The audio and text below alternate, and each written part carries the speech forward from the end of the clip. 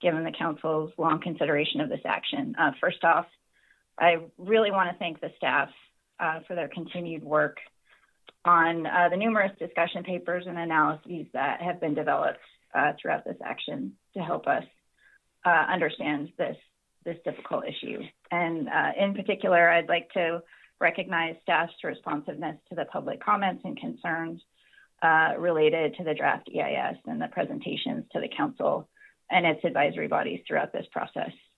I'll just start by saying that this Council regularly tackles difficult issues, and this topic has consistently been one of those really challenging ones, given the large number of variables that impact halibut management. And I think we all agree that halibut are a highly valued fish species, and that it supports directed subsistence, commercial, and recreational halibut fisheries and groundfish fisheries coastwide, and that the process to develop this ABM program reflects the difficulty of addressing a broad diversity of fishing industry, community, and tribal interests that we've heard about throughout this process and are reflected in our analysis.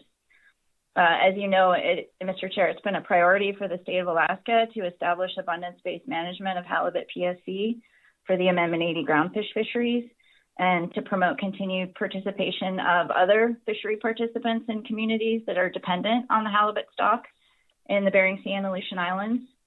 And under the ABM program that I'm proposing, abundance-based halibut PSC limits will move both up and down according to the indices of abundance and be responsive to changing halibut stock conditions that affect all halibut users. And just for the record, Mr. Chair, I just want to note that, as you know, Council actions must be consistent with the Magnuson-Stevens Act and all other applicable law. The Council is bound, as we've discussed very much, to seek management actions that, in this particular case, optimize groundfish fishery yield on a continuing basis using our management objectives and minimize bycatch to the extent practicable, along with the other national standard requirements. It's just important to note that the Council has to balance all of those requirements in considering actions. And again, federal law requires the decisions of the Council to be based on the best scientific information available and the federal fishery management principles that we've established in our FMPs. And while we all have heard some very heartfelt testimony and input on this particular issue, and these are emotional issues for many of our fishery participants and stakeholders, and we definitely respect and appreciate that. Ultimately, the Council has to make a decision based on science and the information that is presented to us that really drives this Fishery Management Council and our management decisions. And so with respect to this issue, I think as most people know, from about 2011 to 2014, bycatch of halibut in the Bering Sea groundfish fisheries increased each year as directed fishery catch limits in the Bering Sea were declining due to IPHC stock assessment and management changes.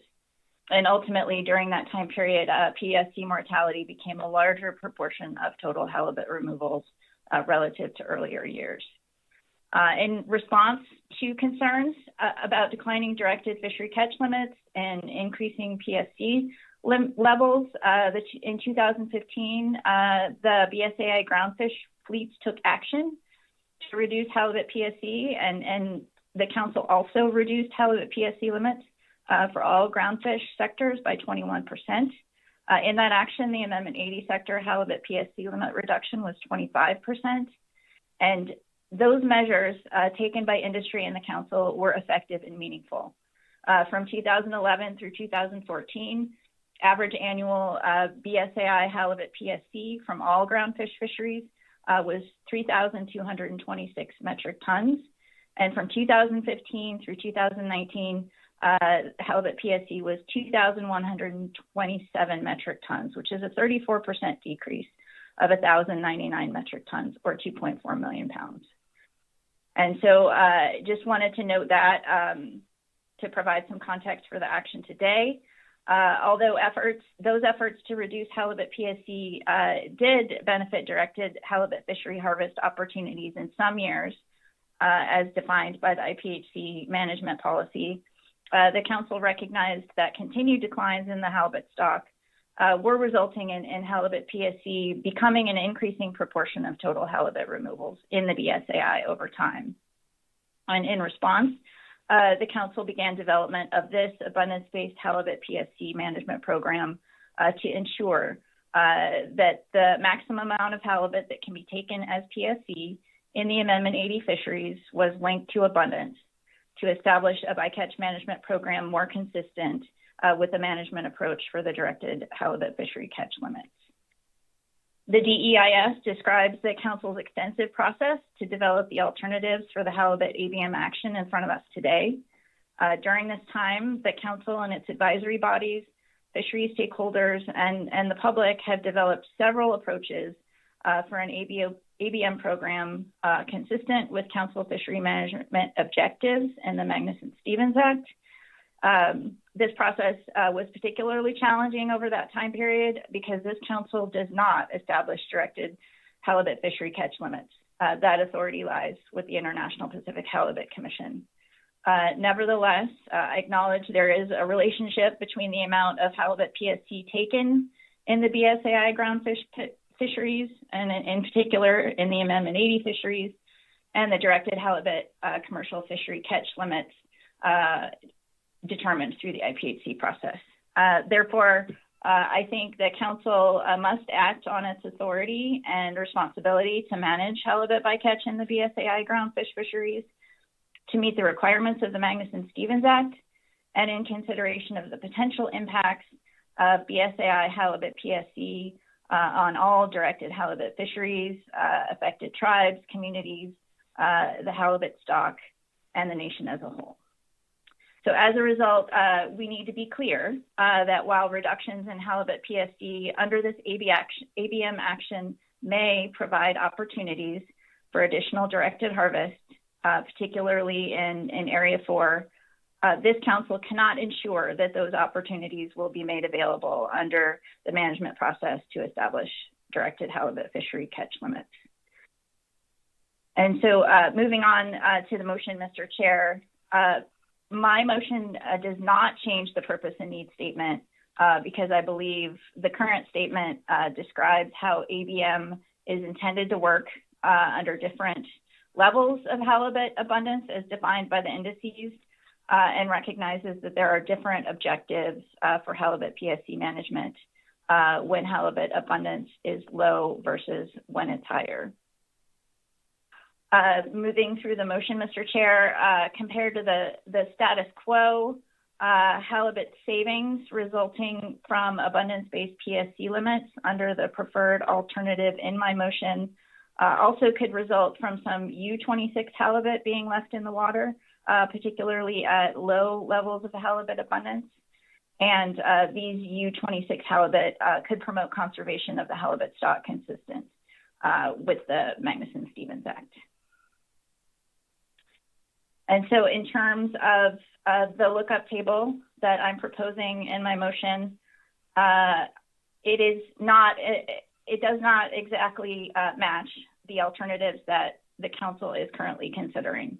The Council often takes this approach after considering the analysis in front of us, reviewing written comment, and hearing public testimony, which I'll remind the Council members and the public is all part of the record for this action. The Council's always considered all of that information, and I continue to do so through this action. So I'll try to describe the changes to this preferred alternative that I'm proposing in the context of some of the other alternatives we're looking at the IPHC setline survey state of high. I am proposing what I would characterize something is between alternatives 3 and 4 in that case. I believe that at the setline state of high and the current halibut PSC limit of 1,745 metric tons is appropriate, And I did consider the approach in alternative 3 to increase the halibut PSC limit relative to the status quo under the high state, so high for setline index and high for trawl survey index. And just in evaluating PSC use since 2016 with the onset of deck sorting and the current Amendment 80 sector's ability to manage halibut avoidance and mortality under its halibut avoidance plan, I felt that even at the high state, that a 1,745 metric ton PSC limit was appropriate and practicable. At the set line state of medium and the trawl survey index state of low, this is the same as alternative 3 in that there would be a 1,396 metric ton PSC limit. I believe that is a reasonable reduction from the status quo and characterizes an appropriate reduction when we move down from a high to medium state in the IPHC setline survey. The state of medium high is essentially the same as what's taken in alternative 2. I noticed that one of the criticisms of alternative 3 was that at the medium high state, the PSC limit would have been the current limit, 1,745 metric tons. And we received a fair amount of comment that PSC limit was too high and did not appropriately recognize the need to reduce PSC as we move down in halibut abundance, and that we had been in that medium high state for quite some time from 2010 to 2017. And therefore, I decided to reduce that PSC limit relative to what was presented in alternative 3 by 10%, but not to the degree that it was reduced in alternative 4, just for contrast. In the low state, so the setline survey state of low and the trawl survey index state of low, I'm proposing a 1,309 metric ton PSC limit, a 25% reduction from the current limit. And I'm also at the low high state in that same row, proposing a 1,396 metric ton limit, or a 20% reduction from the current limit. And those values are identical to what is in alternative 3. I think that I considered the performance of alternative 3, alternative 4, and determined that at the current low state, that a 25% reduction was an appropriate reduction in terms of practicability and stair-stepping, if you will, through the various states of the lookup table, and that the alternative 3 reduction at that state of indices was appropriate. Moving on to the very low IPHC setline survey state, for both the low and high shelf trawl survey index, I'm proposing a PSC limit of 1,134 metric tons, which is a 35% reduction below the current PSC limit. And Mr. Chair, this is a different approach than all of the action alternatives that we're considering, in that I'm proposing we have the same PSC limit and reduction in the very low IPHC state. And the reason for that is I was reviewing the information in the DEIS about the index states and where those indices have been over the time period that we're considering here. And if my memory serves, we have not been in that very low IPHC setline survey state during that time period. And while it is my hope that we certainly never get to that point, it seems that if we do get to that very low IPHC setline survey state, that it is appropriate for significant PSC limit reductions, along with the other reductions that would need to occur in other fisheries to ensure continued conservation of the stock and sustainability for the long term. Mr. Chair, I have focused on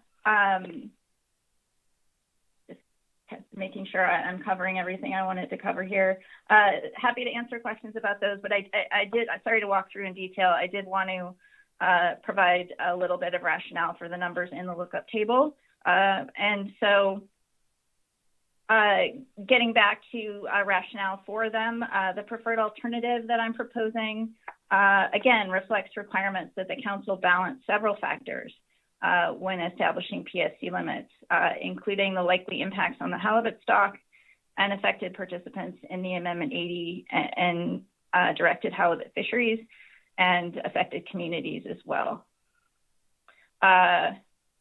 In general, the PSC limits in the preferred lookup table were developed by evaluating the performance of the Council's action alternatives and the estimated impacts of those alternatives as described in the DEIS and in public comments. Just as a summary, the preferred alternative I'm proposing would specify halibut PSC limits that range from 10% above the current halibut PSC limit to 35% below the current limit. This is within the range of halibut PSC limits considered for this action, which range from 15% above the current limit to 45% below the current limit. As I mentioned earlier, I believe the preferred alternative I'm proposing strikes an appropriate balance between the Magnuson-Stevens Act requirements to establish conservation and management measures that minimize bycatch to the extent practicable while achieving optimum yield on a continuing basis. The preferred alternative balances the interests of the two largest halibut user groups in the Bering Sea and Aleutian Islands, the directed commercial halibut fishery and the Amendment 80 sector, by establishing abundance-based halibut PSC limits for the Amendment 80 sector. Again, this abundance-based approach is much like the management approach for the directed commercial halibut fisheries off Alaska, which establish annual catch limits that vary with established measures of abundance. My motion uses the two abundance indices that the Council has been considering, the National Marine Fisheries Service Eastern Bering Sea Trawl Survey and the IPHC Setline Survey. And these indices would be used to track halibut abundance and guide setting the PSC limit for the Amendment 80 sector as specified in the lookup table. The selected indices do constitute the best available scientific information and give us, I believe, the best information on the status of the halibut stock. However, the DEIS notes that halibut encounters in the Amendment 80 fishery are not positively correlated with these indices, and staff made that clear as well in the presentations. The Amendment 80 sector has expressed concern about this lack of positive correlation and the potential impacts that may have on the fleet's ability to avoid halibut and reduce halibut mortality. And while I agree these are valid concerns, the primary objective of this action is to link halibut PSC limits to the abundance of halibut to recognize that halibut is a fully allocated species. And in addition to supporting prosecution of groundfish fisheries, again, it's a highly valued fish species that supports multiple directed fisheries coastwide. At current halibut abundance index levels, a 1,309 metric ton PSC limit would be established for the Amendment 80 sector as specified at the low state of the two indices in the lookup table I'm proposing. This is a 25% reduction from the current 1,745 metric ton limit currently in place, and establishes the PSC limit at 37 metric tons under the sector's average halibut PSC use from 2016 to 2019. I think this PSC limit is appropriate because it considers the interannual variability in the Amendment 80 sector's encounters of halibut and resulting PSC mortality, and this is pretty clearly shown in Table ES6 of the DEIS. The variability makes it clear that it's not sufficient, in my mind, to consider only average halibut PSC use by the whole sector over a series of years when making decisions about establishing PSC limits. From 2016 through 2020, for example, halibut encounters ranged between 1,965 metric tons and 3,067 metric tons, and PSC mortality ranged from 1,097 metric tons and 1,461 metric tons. And hindcasting past performance of the preferred alternative I'm proposing, if that had been in place during this the 2016 through 2020 time period, the 1,309 metric ton limit would have been exceeded by the sector in 2 out of those 3 years. And so we heard testimony from Amendment 80 representatives, again, that averaging fleet performance mutes the distribution of impacts of these halibut PSC limit reductions across companies. We heard how vessel halibut PSC performance differs based on many factors, most notably a company's specific groundfish allocation portfolio, and whether it's relatively more dependent on flatfish species that tend to carry a higher halibut PSC rate. Therefore, I do believe that the preferred alternative provides significant incentives for the Amendment 80 sector as a whole, and for the individual Amendment 80 companies to reduce halibut PSC at low levels of halibut abundance. And I do believe that the 2016 through 2020 time period is appropriate to evaluate halibut PSC use for this action, because it reflects Amendment 80 sector operations under the halibut avoidance plan and deck sorting program, along with other available tools to avoid halibut and reduce halibut mortality, but it does exclude 2021. We heard in public comment that in 2021, Amendment 80 fishing operations, along with other fisheries in Alaska, were affected by COVID-19 mitigation measures, and international supply chains and markets also were negatively affected by the disruptions in harvesting, processing, and shipping. Again, I'll just speak to the very low setline states in my proposed motion at both the low and high trawl survey states. My motion would reduce the Amendment 80 halibut PSC limit 35% from the current limit. Again, my hope is that we never reach this stage where the setline survey falls into the very low state, but should this occur, I believe additional halibut PSC limit reduction is important to provide further incentives to reduce halibut PSC, again, to promote conservation of the halibut stock and for consistency with the abundance-based process to establish halibut fishery catch limits. Although the Council has received a large amount of written comment and testimony supporting larger reductions in halibut PSC limits than what I'm proposing here in the preferred alternative, particularly those under Alternative 4, the DEIS, along with written comment and testimony from Amendment 80 sector participants, CDQ group representatives, and other directed halibut fishery users indicated that resulting PSC limit reductions at the current levels of halibut abundance would result in significant increases in halibut avoidance costs and operating inefficiencies, and would not be practicable to achieve in most years.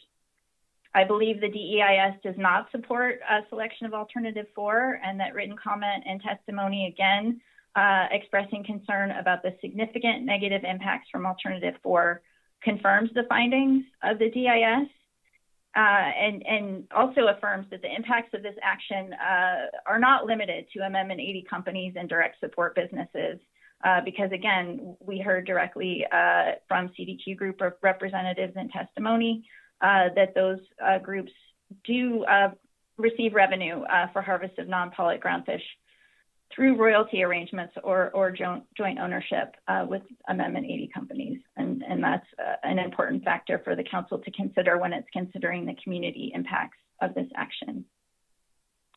I acknowledge that the preferred alternative will impact all Amendment 80 companies differently, and significant changes will need to be made to fishing plans and operations to adjust the reduction in halibut PSC limits. The impacts on operating costs and on groundfish harvest and revenue will differ across companies, as demonstrated in Figure 5-11 in the DEIS. The figure shows that from 1 to 5 companies would have exceeded the 1,309 metric ton PSC limit each year from 2017 through 2020 had it been in place.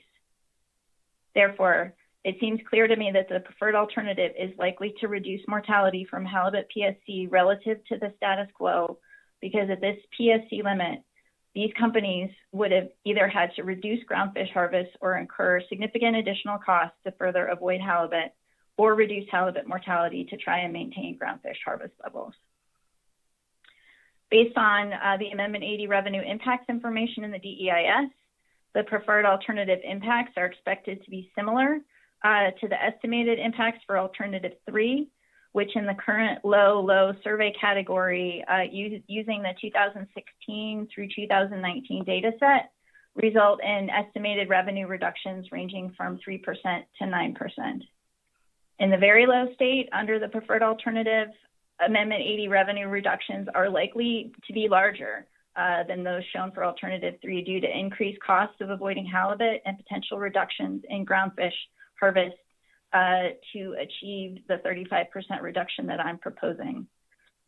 The DEIS indicates that the sector revenue impacts of a 1,134 metric ton PSC limit likely would fall between the revenue reductions estimated for a 1,222 metric ton PSC limit analyzed in Alternatives 3 and 4, and a 1,047 metric ton limit analyzed for Alternative 4.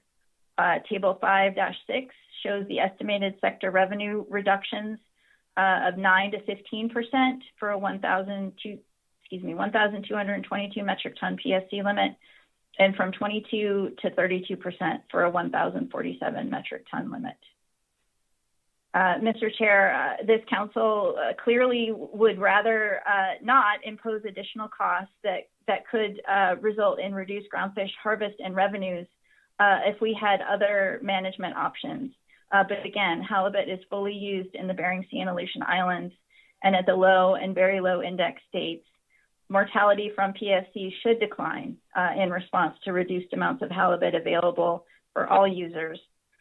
And again, I believe the preferred alternative I'm proposing is likely to prevent halibut PSC from becoming a larger proportion of total removals in the Bering Sea and Aleutian Islands, particularly at the low and very low index states, consistent with the Council's purpose and need statement. In considering the reductions to halibut PSC limits that would occur under the alternative with the largest reduction in halibut PSC limits, which is Alternative 4, the DEIS and information provided in public comment indicates that the estimated revenue reductions resulting from increased costs and operating inefficiencies likely would be significant for most Amendment 80 companies, and would be particularly significant for companies largely focused on harvesting flatfish. Based on the information in the DEIS and in public comment, again, I determined that the anticipated negative economic impacts to the Amendment 80 sector from the PSC limits under Alternative 4 made this alternative not practicable, and therefore it would not result in the benefits of the ABM program outweighing the costs. Anticipated benefits to the directed commercial halibut fishery from the preferred alternative PSC limits I'm proposing, again, would include longer-term benefits from reductions in the under 26-inch portion of the PSC. Reduced mortality of the smaller halibut could provide benefits to the directed fishery in the Bering Sea and elsewhere as these halibut migrate and recruit to legal size for the directed fishery. Near-term benefits to the directed fishery in the Bering Sea may accrue from savings in halibut over 26 inches in length. Table 5-14 in the DEIS shows that if we assume a 0.5 ratio for the PSC limit to the directed catch limit, which seems reasonable since the 2010 to 2019 average proportion of O26 halibut in PSC mortality was 45%, that directed commercial halibut catch limits could increase by approximately 360,000 pounds under the 1,309 metric ton PSC limit that would be established under the proposed preferred alternative as a low state, which is the current state of the halibut stock indices. And again, I just really want to make clear that though this action may result in changes to halibut PSC usage by the Amendment 80 sector, Only the International Pacific Halibut Commission can make determinations on annual catch limits for the directed halibut fisheries. There's no guarantee that this action will translate into increased opportunities for the directed fishery, since the IPHC is not obligated to alter their harvest strategies based on the outcome of this action. Again, as described in Section 5.4 of the DEIS, additional opportunities for the directed halibut fishery likely would not occur on a pound-for-pound basis due to a number of factors that I think have been thoroughly reviewed in the DEIS and in the staff presentation and throughout our discussion on this issue, Mr. Chair. With that, Mr. Chair, I would be happy to take any questions on my motion.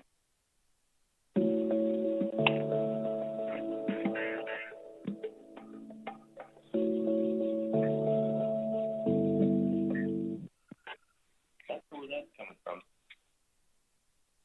Okay. Well, thank you, Ms. Baker. Open the floor to questions from council members. Ms. Kimball. Thank you, Mr. Chair. Can you hear me okay, or was I double muted? Yep. Ms. Baker, I just had one question based on your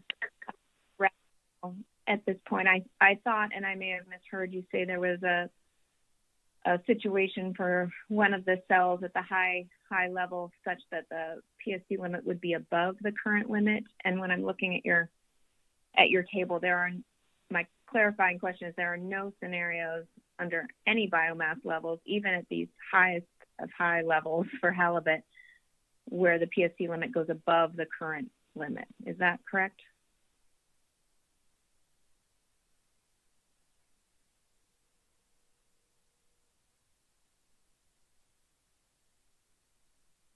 Mr. Chair, thank you, Ms. Kimball. I apologize. Technology is not working for me today very well. Thank you for that clarification. You are correct.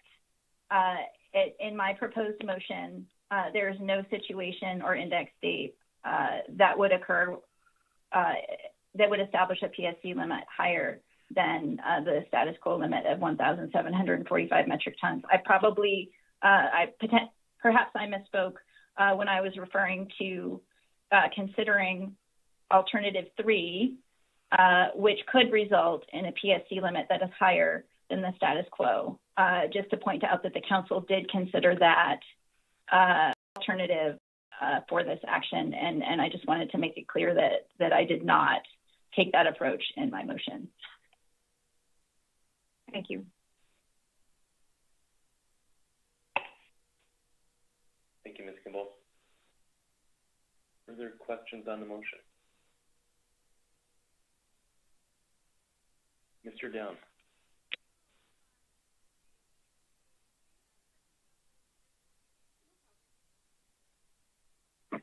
Thank you, Mr. Chairman, and thank you, Ms. Baker, for your motion and your rationale for the motion, which was articulated very well.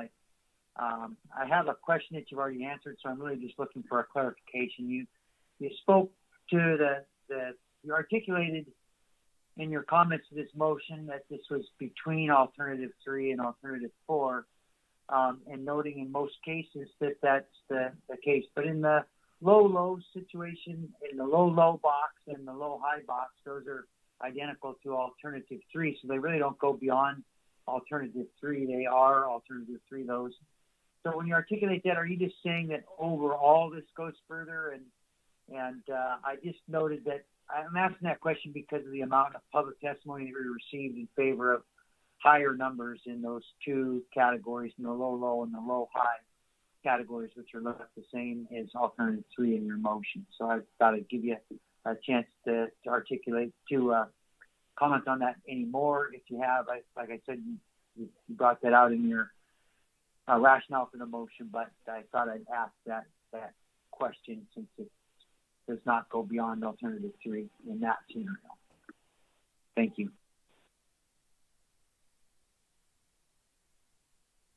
Through the chair, Mr. Down, thank you for that question. You are correct.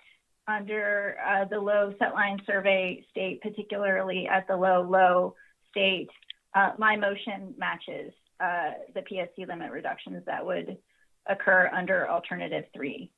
However, when I was speaking to the overall impacts of my motion falling between Alternatives 3 and 4, I was referring, yes, overall in terms of comprehensively, particularly given that the very low halibut PSC limit reduction under my motion would be 35% reduction, which is lower than what's contemplated in Alternative 3, but above what's contemplated in Alternative 4. Again, Alternative 3 also contemplates a potential increase from the status quo PSC limit at the high index survey states, and I am not proposing that we increase the status quo PSC limit under any state.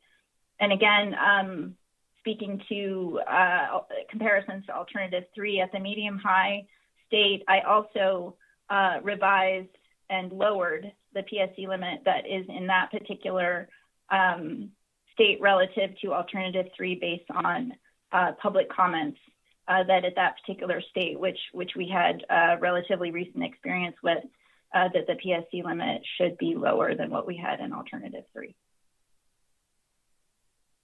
Thank you very much, Mr. Chairman, and thank you, Ms. Baker, for repeating that in a little bit different words. I think that makes it quite clear, so I appreciate that very much. Thank you. Okay. Thank you, Mr. Down. Are there further questions on the motion?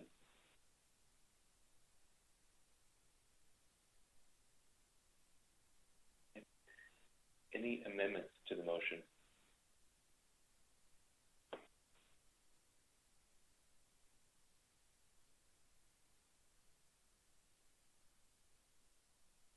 We can go to comments on the motion.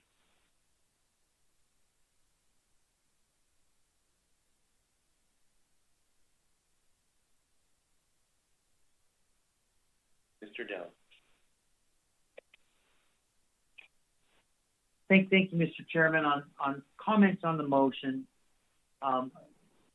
we've been at this for 6 years. I was on the council in 2015 when we took the last cut and committed to heading down this road. So I'm glad we're now here at final action. And for me, this really comes down to the national standards, what I'm called to do as a council member by the national standards of the Magnuson-Stevens Act. I find this action is consistent with National Standard 9 as a balance with National Standard 1. Bycatch is unavoidable in all fisheries, but Magnuson calls us as a council to find the balance among all national standards. OY cannot outweigh our responsibility, in my thoughts, to reduce bycatch so long as this reduction is practicable. Not what's possible. It would have been possible for the council to choose Alternative 4, but I, like Ms. Baker, found that option was impractical. And while that would be conservation and management action many in the public comment desired, I found it impractical at this time. When I'm thinking about National Standard 9, to minimize mortality where bycatch cannot be avoided, here bycatch is unavoidable, and it has a value to the Amendment 80 fleet, but only insofar as it impedes their ability to harvest flatfish. So we must reduce this to the extent practicable. Alternative 3, while giving more weight to National Standard 1, did not strike a balance between National Standards 1 and National Standard 9. I find the necessity to go further in low and very low years, to go further while preserving the ability to have the upper limit increase in medium and high years. I am not fully satisfied we have done that in the low category and by leaving this at 25%, but I find this is a reduction that is practicable. I recognize that there will be negative impacts to the Amendment 80 sector. However, in this decision, I find a compelling argument has been made that we must have ABM in place in low years. The cap must also be low. The Amendment 80 fleet may have to forego some amount of profitability to reduce halibut mortality. Therefore, I accept the conclusion that net benefits are expected to be negative for this fleet. Real efforts to reduce bycatch are net negative for all fisheries initially.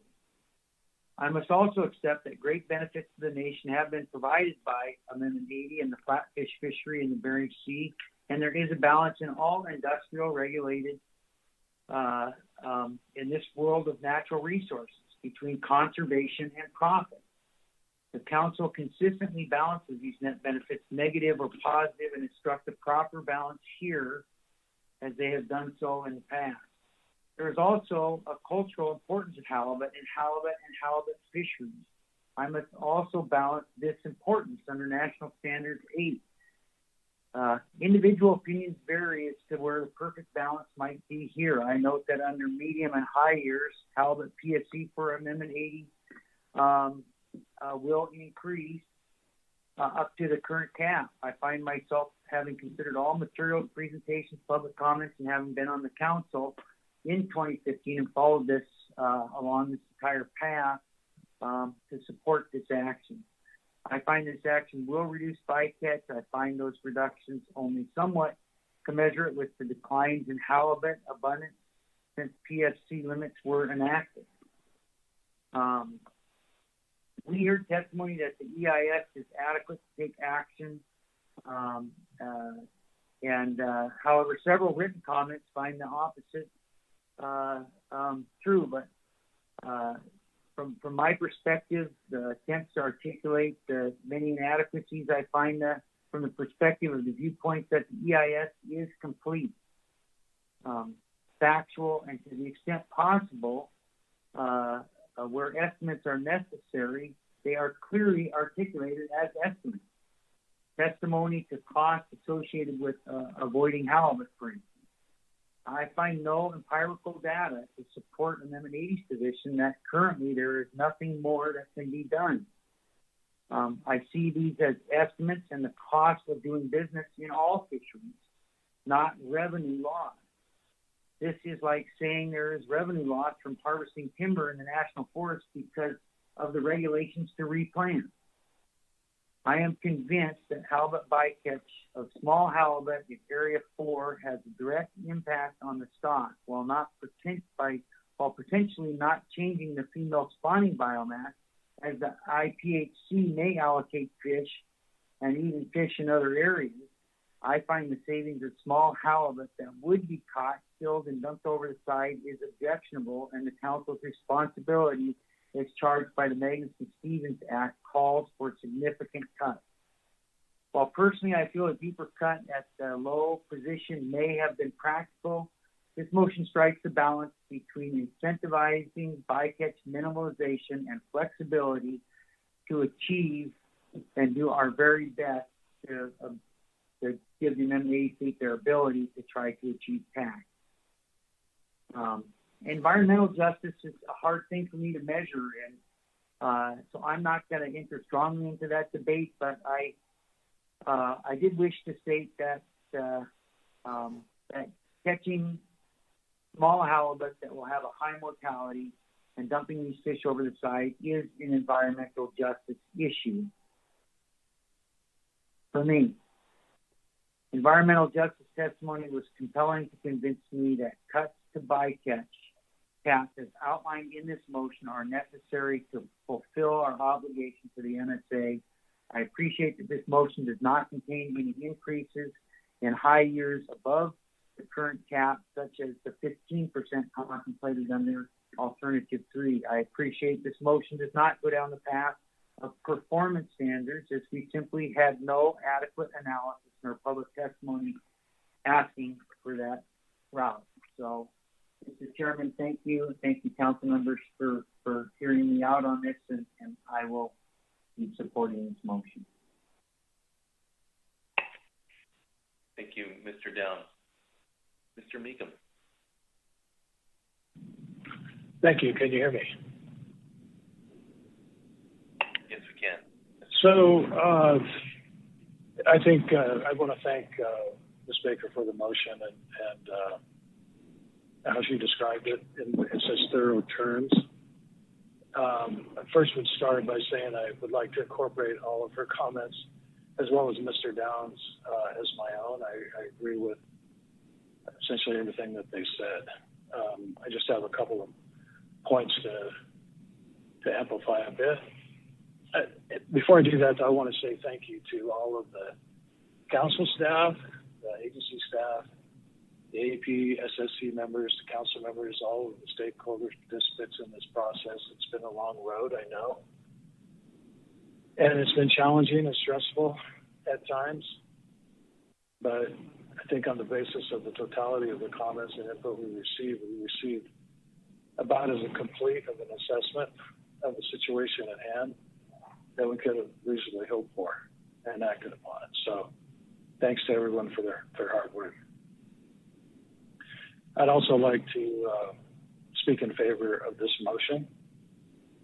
From a top line overview standpoint, I would cite the statement in the DEIS that in general, the intention of indexing the Amendment 80 PSC limit to fluctuations in halibut biomass should more closely link PSC limits with mortality of halibut, and to some extent encounters on the fishing grounds, especially at low levels of biomass.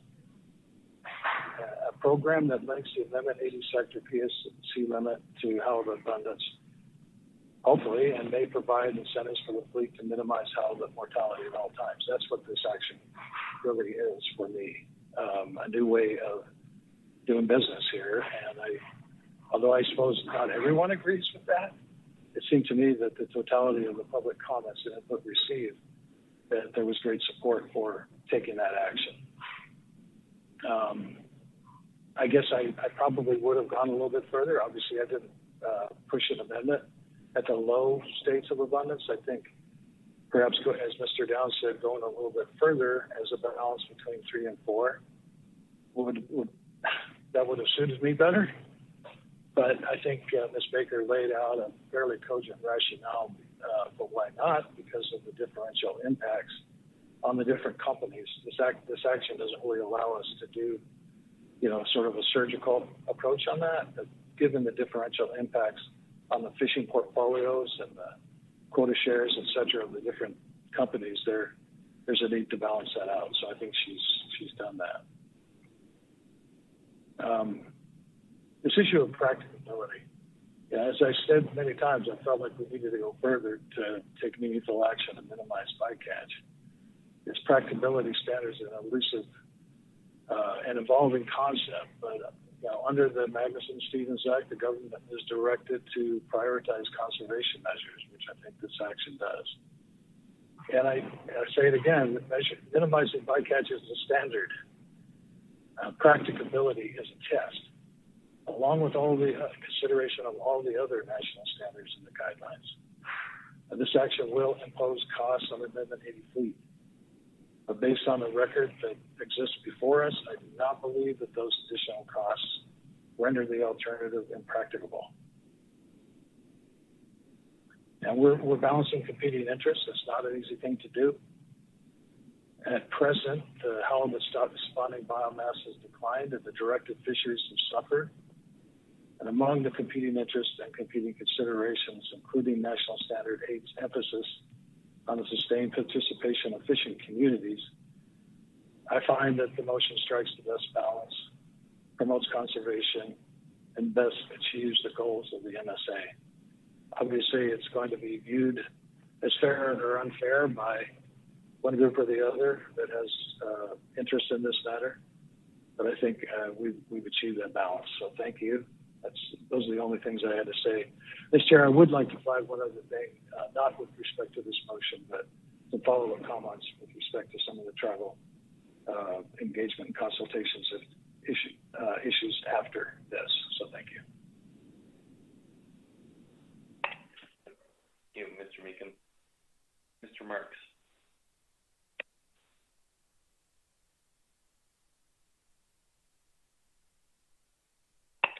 Mr. Marks, I believe you may still be muted.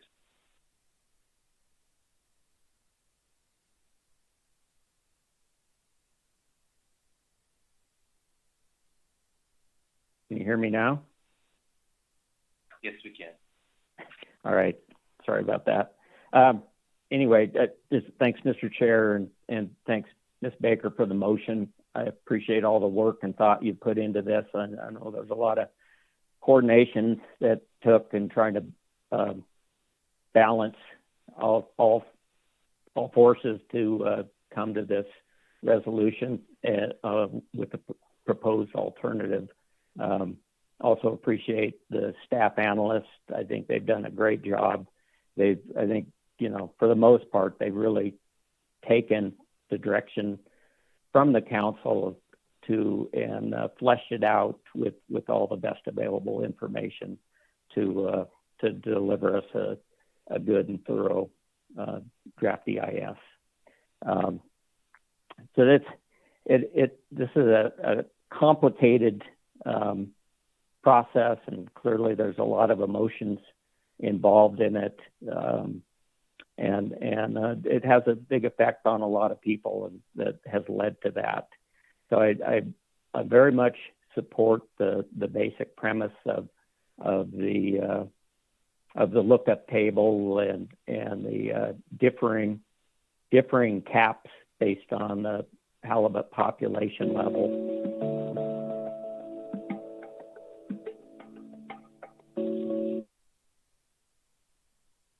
That wasn't me playing. But anyway, for me, this, when I look through the DEIS specifically and listen to all the testimony, and again, I very much appreciated it. There wasn't nothing in there really demonstrates to me that the current halibut bycatch levels are not practicable.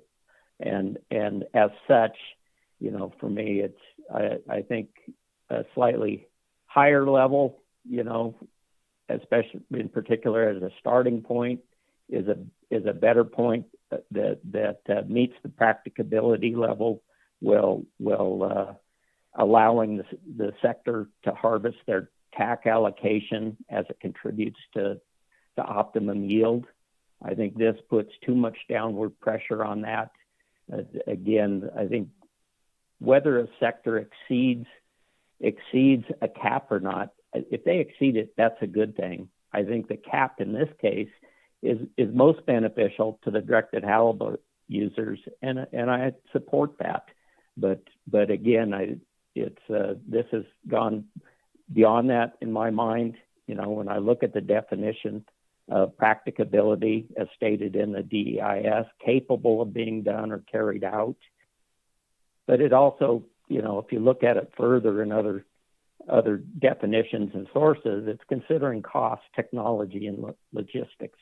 And at least as the Amendment 80 folks have presented and in the DEIS, they're using all the available tools. And there's limited additional benefit in applying those. Probably what hasn't been used, is really the limits that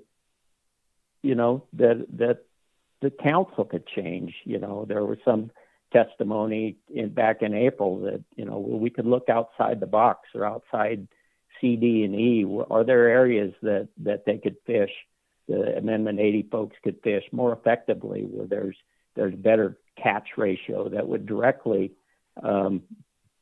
also benefit the directed fishery in C, D, and E. And so those types of things, and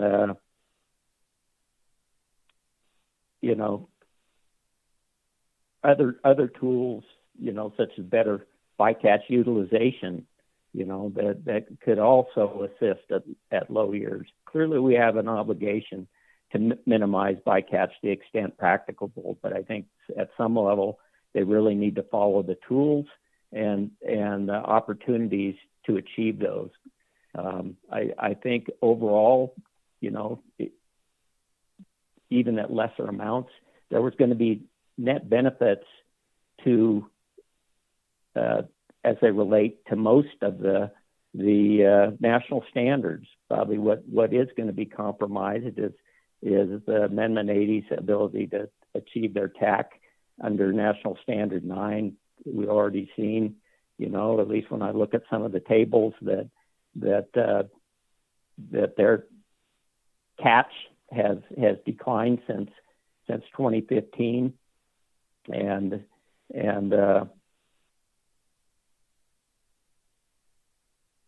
it's just going to be very difficult to achieve that. So those three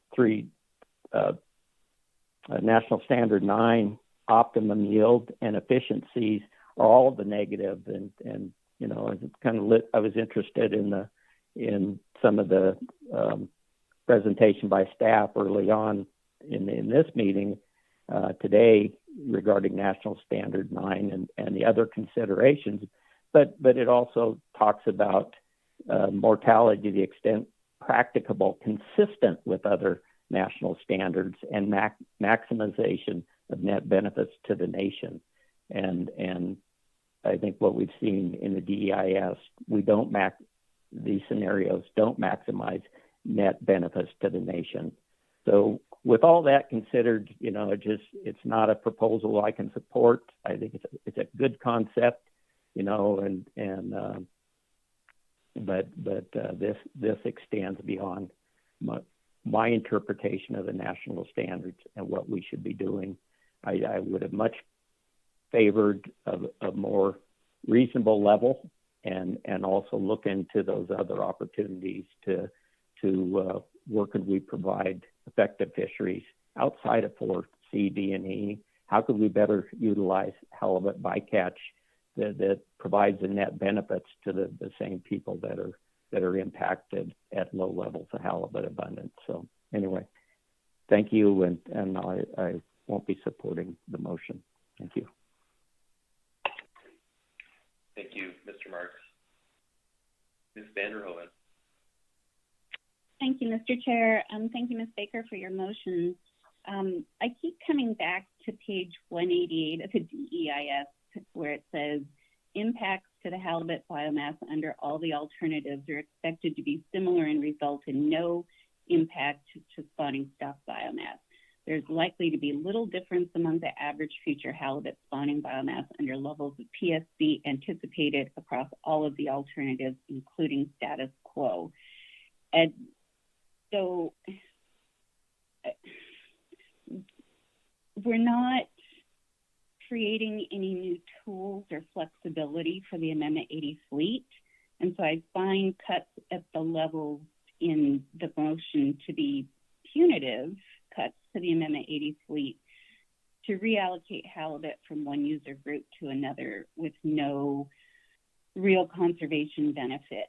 And cuts at these levels could put some Amendment 80 companies out of business, and I don't think that's the right thing to be doing here.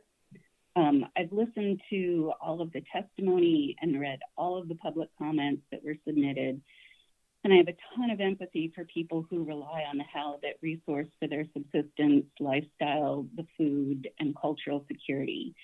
For me, it's incredibly frustrating that this action doesn't solve any problems while it imposes significant harm to the Amendment 80 fleet.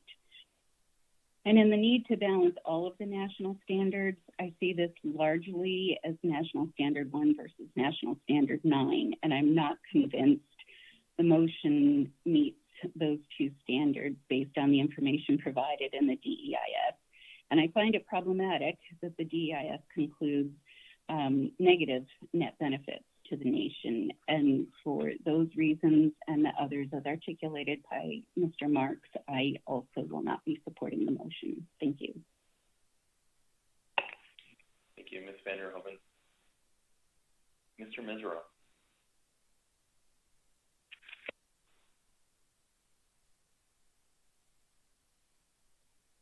Thank you, Mr. Chairman. Can you hear me okay? Great. You got me. We can. Thank you. Okay. Thank you, Ms. Baker. Your motion is responsive to years of public testimony and deliberation and the thorough analysis. The DEIS seems to be using the best available science, which is responsible to National Standard 2. I found reviewing the SSC's comments on the draft document very helpful to force me to stick to the facts before us. They commented in October of 2020 that they recognized the detailed analysis provided in the social impact statement, including changes made to align with the updated purpose and need statement, was good. The action does balance the national standards and the burden of conservation. This action, should it pass, viewed in combination with the actions taken at the last meeting on both halibut and crab, represent some of the most significant bycatch reductions this council has taken. And the council does place a great deal of faith in the peer review process for ensuring that our documents are as complete and factual and practicable. And this is how we differentiate between facts and rhetoric. We've heard some of both in the last 6 years on this issue. And so when I turned to the SSC and they informed us that the SIA contains information necessary to understand which communities are engaged with Amendment 80 and halibut-directed fisheries through the harvest, service, and processing sectors, and the new section on social justice provides information that allows readers to take into account potential proportionate impacts on low-income and minority populations, I have to believe it. In addition, the SSC supported the general conclusion that there is likely to be little difference among average future halibut spawning biomass under different levels of PSC, except under extremely high PSC, much higher than even status quo.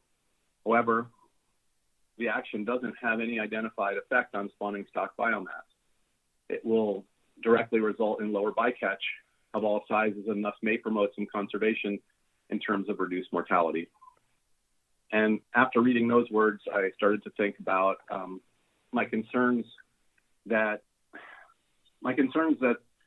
the public has been led to believe that cutting bycatch will correlate into substantial, tangible benefits to the directed longline fleet, sport, charter, or subsistence fishermen outside of Area 4 in the Bering Sea and Aleutian Islands. And the analysis just doesn't support that. Every small halibut that migrates out of the Bering Sea still face a gauntlet of predators and fishing gear that they would have to avoid before they would swim thousands of miles, perhaps over many years, for example, to recruit to Area 2. So what I take from the document is that it is, regardless of which option we chose, unlikely to expect to see notable benefits expressed in larger quotas or less days closed for the charter fleet as a result of this action in the foreseeable future. So with those thoughts in mind, and the facts presented in this document are the best that we're going to see today, I then turn to the purpose and need statement to compare the choice before us today. And the part of the purpose and need statement that stood out to me was the part where it said that the council intends to establish abundance-based halibut PSC management program in the BSAI for the Amendment 80 sector that meets the requirements of Magnuson-Stevens, particularly to minimize halibut PSC to the extent practicable under National Standard 9 and to achieve optimum yield in the BSAI groundfish fisheries on a continuous basis under National Standard 1. Halibut ABM, as described in this motion, achieves these objectives. While the motion does meet the objectives and the purpose and need, it does so by putting a very heavy cost on Amendment 80, including CDQ groups and their 65 rural Western Alaska villages that are highly dependent on all groundfish species. Given that we have to balance the ability to reach optimum yield and minimizing bycatch to the extent practicable, after years at this table, I have come to prefer actions that make incremental reductions over time instead of taking a huge reduction at one time, like this proposed action suggests. I think the incremental approach is a more successful management strategy that allows for innovation to take time, that takes time to refine instead of assuming the fleet will adapt immediately. I also acknowledge the fact that Amendment 80 has exceeded the Council's expectations on recent prior bycatch cuts. This action probably feels like we're sending a message that no good deed goes unpunished, and that is not the intention of the action. On the other side of this, I see the perspective. I can see how they could have that perspective, but what makes this decision difficult is that I cannot deny the impact on Bering Sea residents, those impacts that are not adequately captured when weighing the simple financial net benefits to the nation. This is a real, tangible issue that requires extraordinary measures at this time. The fact that under 26-inch halibut in this action could contribute to improving health of the halibut resource, particularly in the Bering Sea, is important, despite the fact that it's difficult to quantify. halibut appear to be in a low and stable state of abundance, the impacts of one sector not linked to abundance indices like Amendment 80 and another that is linked to abundance has created this long-term situation where the Area 4 fisheries decline and the bycatch stays the same. This council has decided that this situation is untenable, where Area 4 CDE-directed longline fleet is regularly on the verge of disaster and has to rely on the goodwill of the International Pacific Halibut Commission to redistribute fish from other areas in the coast-wide stock to prevent damaging restrictions that could make it economically unviable to pursue that fishery. We are trying, under the subset of our authority, to help mitigate this uncertainty in this situation. I also note that the directed charter fishery was linked to abundance 7 years ago. Overnight, we went from just 3 million pounds to just under 2 million pounds and down from there. We survived largely with less opportunity, less revenue, and less profit, just like the longline feed is adapted to making do with less over an even longer period of time. The charter fleet has had size limits reduced to absurdly low levels, complete closure of a halibut fishery for up to a quarter of our season, so that the charter fleet can live within its obligation to share the burden of conservation. The Amendment 80 fleet may, in fact, have to face doing more with less, but we are moving this action one step closer to having all fishermen share in this burden. For the reasons I stated above, I'm going to support Ms. Baker's motion, and I want to sincerely thank the staff and the work group that has put in years of effort on this agenda item to get it over the finish line. But while I have the floor and with the chairman's indulgence, I want to take a moment to speak about the messaging that stakeholders have used to inform the public about this issue.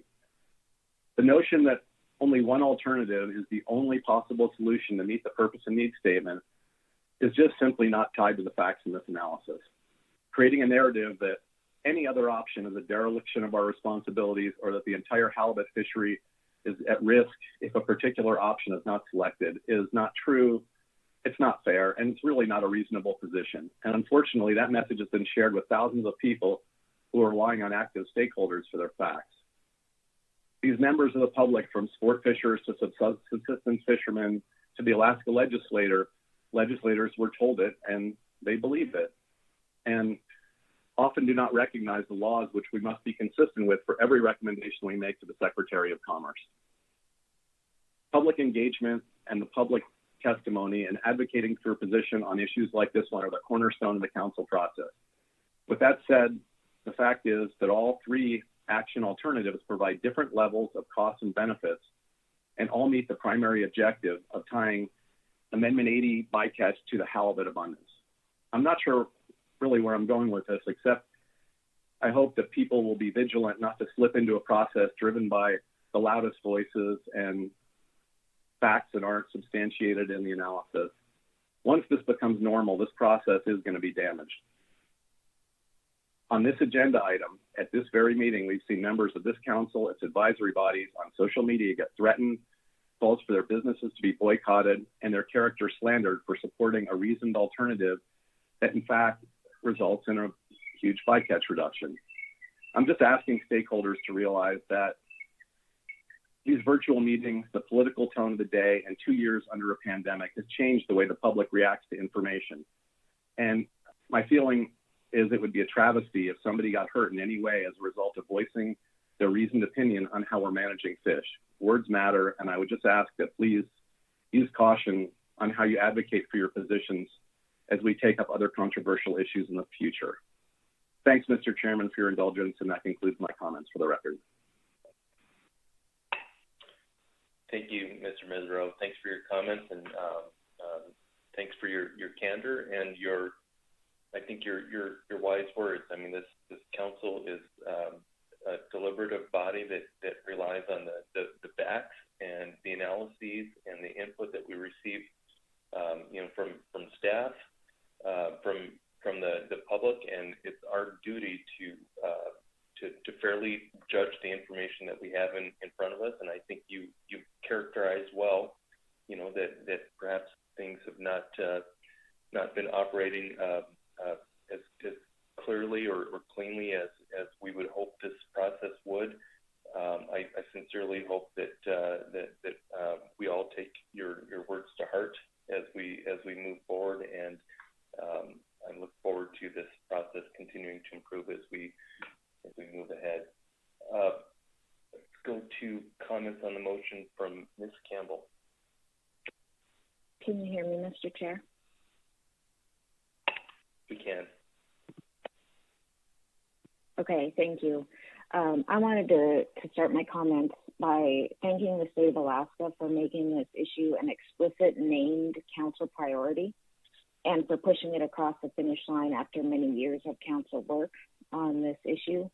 And just go back to the fundamentals and start by recognizing that setting PSC limits that vary with the abundance of the stock is a very big step forward from our current system of fixed limits that are not responsive to the condition of the stock and put the burden of conservation directly on the directed fishery. We had an extensive DEIS that represents the best available scientific information and analysis. It was endorsed as such by our experts on the SSC, and the analysts went to great lengths to provide caveats and direction to the council and our advisory bodies about the best way to use the data. In addition, we had large amounts of quality public input on all sides of this issue. And in taking this action, we would be selecting an alternative that, while not explicitly analyzed, clearly falls within the range of analyzed alternatives, and the impacts of this alternative are well within the bounds of our analysis, and the council has every ability to clearly understand the impacts of the action that we're taking. I've carefully reviewed the national standards and the associated guidelines, and it is, as happens to us in many of our decisions, we are balancing multiple national standards, notably National Standard 1, 4, 8, and 9 were ones that I paid particular attention to. So all at once, we're trying to achieve OY, allocate fishing privileges equitably, provide for sustained participation of fishing communities, and minimize bycatch to the extent practicable. And as difficult as that is, I believe that this motion strikes the appropriate balance and meets all of the national standards.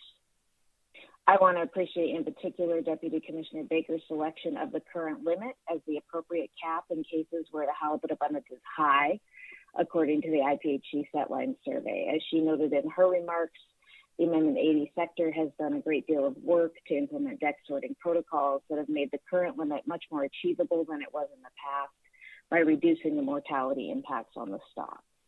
I also appreciate that in this motion, when the halibut stock drops to a very low state, limits would drop accordingly to 1,134 metric tons of halibut for the Amendment 80 sector. The sector achieved this level of mortality in 2020, but under very unusual conditions. But if the stock drops to the very low level, which we have not seen in the time series analyzed, it would be appropriate for all users of the resource to share in the need to reduce removals at that very low level of stock. When the IPHC survey is low or medium, the PSC limits under this alternative are set in a way that approximate the sector's recent use since 2016 when deck sorting was implemented, but varying with the abundance of the halibut resource. We do understand that there are company-specific impacts of these new PSC limits, but the overall limits in these middle tiers are near to current usage, and we can assume that the sector will additionally modify behavior to be even more cognizant of halibut avoidance. It is likely that these modifications will come at a cost in terms of efficiencies, but I believe these proposed limits meet the National Standard 9 task of minimizing bycatch to the extent practicable. And when I was considering this motion, like Mr. Mesereau, I went back to our purpose and need statement for this action. When the council initiated that, they set out to address a situation that occurred with reduced BSAI halibut abundance, where the PSC and Amendment 80 fisheries became a larger proportion of the total removals, particularly for Area 4 CBE. And so the council set out to develop an abundance-based management program linking the Amendment 80 PSC limit to halibut abundance, promoting conservation of the halibut stock, and possibly providing additional opportunities for the directed fishery. I believe the preferred alternative achieves those goals, linking halibut PSC limits for the Amendment 80 sector to abundance, which is a fundamental step forward in fisheries management, and addressing the situation where, as a result of the various management authorities, bycatch had a de facto priority over the directed fisheries. In terms of conservation of the stock, we can assume that U26 bycatch not taken as a result of this action would stay in the water and benefit the halibut stock overall. even if it does not rise to the level of significantly impacting the spawning stock biomass. As Ms. Baker also noted, as a result of the Council Authority and the IPHC Authority, we can't guarantee additional opportunity for directed fisheries, but in taking this action, we can and have ensured that both the Amendment 80 sector and the directed users will rise and fall with the abundance of the resource. So those are my reasons for supporting this motion, and I want to also associate myself with many of the comments made by Ms. Baker and particularly those made by Mr. Mesereau as well. So thank you, Mr. Chair. Thank you, Ms. Campbell. Ms. Kimball. Thank you, Mr. Chair. I apologize in advance. Some of my comments will be repetitive. I'll try to condense them as I go, but I do want to put on the record I'll be supporting this motion. I appreciate Ms. Baker's work on this issue. And I'm also with other council members and very much focusing on the purpose and needs statement. And at the very core, I think the council is attempting to modify the current system in a really fundamental way where halibut bycatch limits in the Bering Sea remain static even as abundance of halibut changes. And so in recent years, that's clearly resulted in the majority of halibut mortality in the Bering Sea being attributed to bycatch, with disproportionate reductions in the commercial halibut fishery. That is the problem we are trying to resolve. I think, the premise of this action that we've talked about at length is that the PSC limit is set based on the surveyed abundance of halibut. We've had multiple meetings and SSC advice on the indices being used. I think the analysis is clear, and it was also brought out in staff presentations that halibut PSC relative catch rates in the groundfish fisheries depend on a lot of different factors, and they don't correlate very well with halibut abundance as indexed by the surveys. But that lack of correlation between surveyed abundance and Amendment 80 encounters does not discount this kind of underlying fundamental premise of moving toward abundance-based management of halibut bycatch limits. But it does very much affect the potential impacts. And I read that as saying the council can be consistent with national standards like National Standard 1, 9, the others mentioned by other council members, by moving forward with indexing to halibut abundance, especially at this fairly coarse level that's proposed in the motion. But what that lack of correlation means to me is that the potential impacts of doing so and lowering bycatch are less straightforward than on the face of the issue. I think we've heard from the IPHC staff, and I did take this to heart too, that the level of biomass of halibut that we're seeing right now is likely to persist, that those high levels historically were due to, I think I'm quoting him in saying, unprecedented recruitment events, which we can't forecast that we'll see again. And when coupled with kind of a declining size at age compared to historical levels, today's biomass levels are about where we should expect to be in the future. And I heard loud and clear that no management action we take today is really changing that fact. The low set line survey scenarios for halibut biomass are where we should expect to be for the foreseeable future. And while all the cells in these tables are relevant, I think those are the most relevant near term. When I look at the accomplishments under the most recent years since 2016 of the Amendment 80 sector, which I think has been made clear are the most relevant years to consider compared to the bycatch caps that would occur under today's halibut biomass in the motion, there are 3 of those last 6 years where the Amendment 80 fisheries would have been constrained or closed on halibut. And granted, that assessment alone includes a lot of assumptions that the analysts put forward in the presentation. But it's a pretty good indication, I think, of the future. And I looked at that very carefully, and I very much understand that those estimates make no assumptions about any further innovation, no new tools, or any improvements in bycatch rates compared to the recent past. And one of our main paths here that's been so difficult under Magnuson is whether further reductions are practicable and whether we risk the ability to reach optimum yield. And I think, without repeating things, I think Ms. Baker did a thorough job discussing how her motion's consistent with the national standards and with that practicability objective, as did Ms. Campbell's recent comments on that point. So I won't repeat that, but I do appreciate the discussion of the National Standard 9 guidelines requiring the councils to consider a number of additional factors when determining whether conservation and management measures minimize bycatch to the extent practicable. And I think, absent perfect information, this motion does strike a balance between meeting our requirements to achieve OY and National Standard 9, and it does take cultural and community effects into account. I think the last thing I wanted to say is that this is a significant cut to caps at the biomass level that we think we'll be in the foreseeable future. I also realize that we need to think cumulatively. A previous council approved a 25% cut in 2016, and then this is another potential 35% cut here. That's very significant in a 6 to 7 year time frame. I recognize the cost to Amendment 80 and the cost to the majority of CDQ groups that did not support such a big cut as is proposed in this motion, quite simply because they are required to continue to provide benefits to their communities from federal fisheries. And this is a component of those benefits. But I think given all the factors that we have to consider, the motion does provide a balance to try to minimize bycatch at all levels of halibut abundance. And it really, at its core, serves to fix the situation in which only halibut fisheries decline when halibut biomass declines. And it remedies this inequity, I think, in a way that is defensible under the Magnuson Act. So I thank Ms. Baker for her motion, and I do appreciate all council comments in support and not in support. There are a lot of different perspectives on this, and I think everyone's doing a great job putting their rationale on the table. Thank you.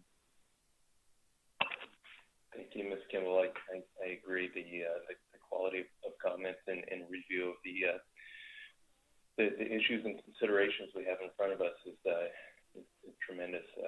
Great job on commenting from the council. Mr. Twite.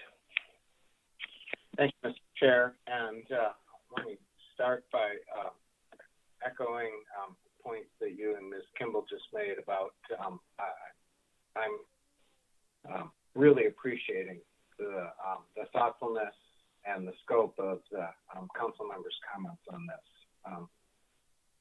This has been a really hard and among some very divisive action, and to hear this level of discourse at the council level, I think is a sign of our fundamental health and robustness as an institution. I'm grateful for that.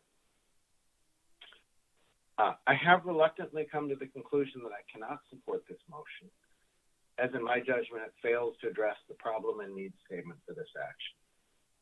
At the Sitka meeting in 2015, several council members, including me, acknowledged that the principal shortcoming of the action we took was that it was not abundance-based and therefore could lead to additional harvest restrictions in the directed fishery without any additional requirements to reduce the bycatch of halibut.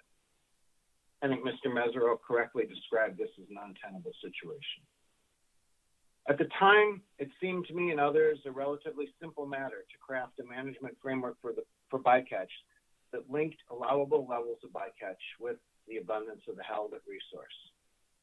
The fact that it has taken over 5 years to get to this point, despite devoting substantial time and staff resources to this effort, is a clear indicator how wrong we were in our assumption of simplicity. For reasons that both trouble and perplex me, we appear to have made little progress over this time in developing a clear understanding of halibut biomass.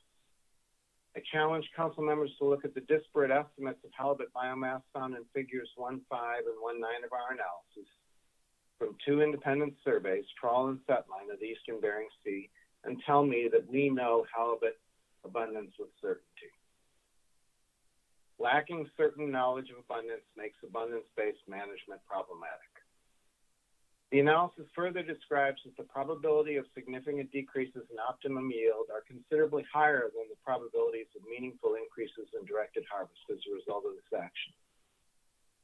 In my judgment, this action fails to achieve a defensible balance of National Standards 1 and 9, a crucial test of any of our actions. I believe in abundance-based management as a tool and have had a role in successfully applying it in a broad variety of situations throughout my career. Consequently, I'm dismayed that we seem to be unsuccessful in applying it here so far.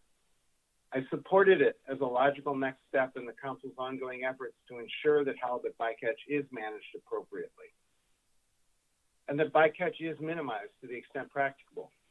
Given the amount of time and effort we've devoted to this issue, I think it is critical to think about the reasons for our lack of success in developing an abundance-based approach.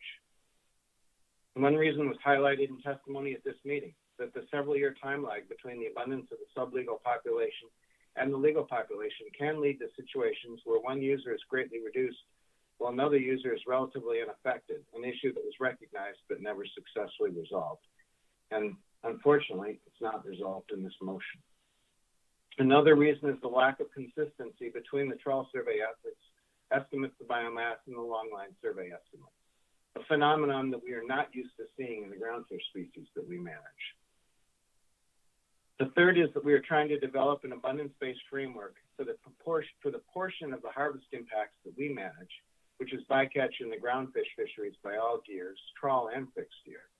Most troubling to me is that we learned through this effort that one reason for the lack of consistency between the surveys is that changes in the growth of age for halibut have resulted in many mature halibut never growing into the legal size established by the IPHC.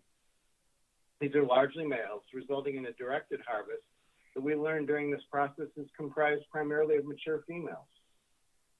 It is hard, to say the least, to develop an abundance-based management framework when one set of commercial fisheries, the bycatch fisheries, has its greatest impacts on younger age classes and both sexes equally, and another set of fisheries, the directed fishery, has its greatest impacts on mature females. But these are factors that we were not necessarily aware of when we undertook what we thought should be a common sense action. Consequently, I did not offer any amendments to the motion, as no changes to this framework would make it defensible and actually function as abundance-based in my judgment. I'd like to turn to some troubling suggestions we've heard as we've considered this action. It has been suggested by some that this action is necessary for conservation, and that if council members do not support it, they are somehow not concerned about conservation. This claim is made even though our purpose and needs statement does not mention conservation as an objective. Rather, it notes that this action could promote conservation. This claim is made even though IPHC scientists, RSSC, and others have repeatedly told us that the current management framework is capable of maintaining the target spawning stock biomass, and that there are not conservation concerns with the North Pacific halibut population. As such, our decision is primarily a matter of social choices, economics, and environmental justice. It has been suggested that this council promised additional reductions in bycatch caps when we took action in Sitka in 2015. That is an oversimplification and is just wrong. Rather, this council promised to work on additional management measures and tools. We hope these would result in further reductions of the impacts of halibut bycatch on the directed halibut fishery. As our analysis describes, additional tools have been developed and adopted into regulation and or use by several sectors. These include deck sorting and halibut avoidance plans in the Amendment 80 sector that are well described in this analysis. Other sectors have also taken efforts to reduce the impacts of halibut bycatch during this time period, and we anticipate that with the formation of the PCOD lap that we did last meeting, that will also result in further decreases. It has also been suggested in public testimony that the root problem here is not that there is bycatch of halibut. Rather, in the opinion of some, trawl gear has no place in sustainable fisheries.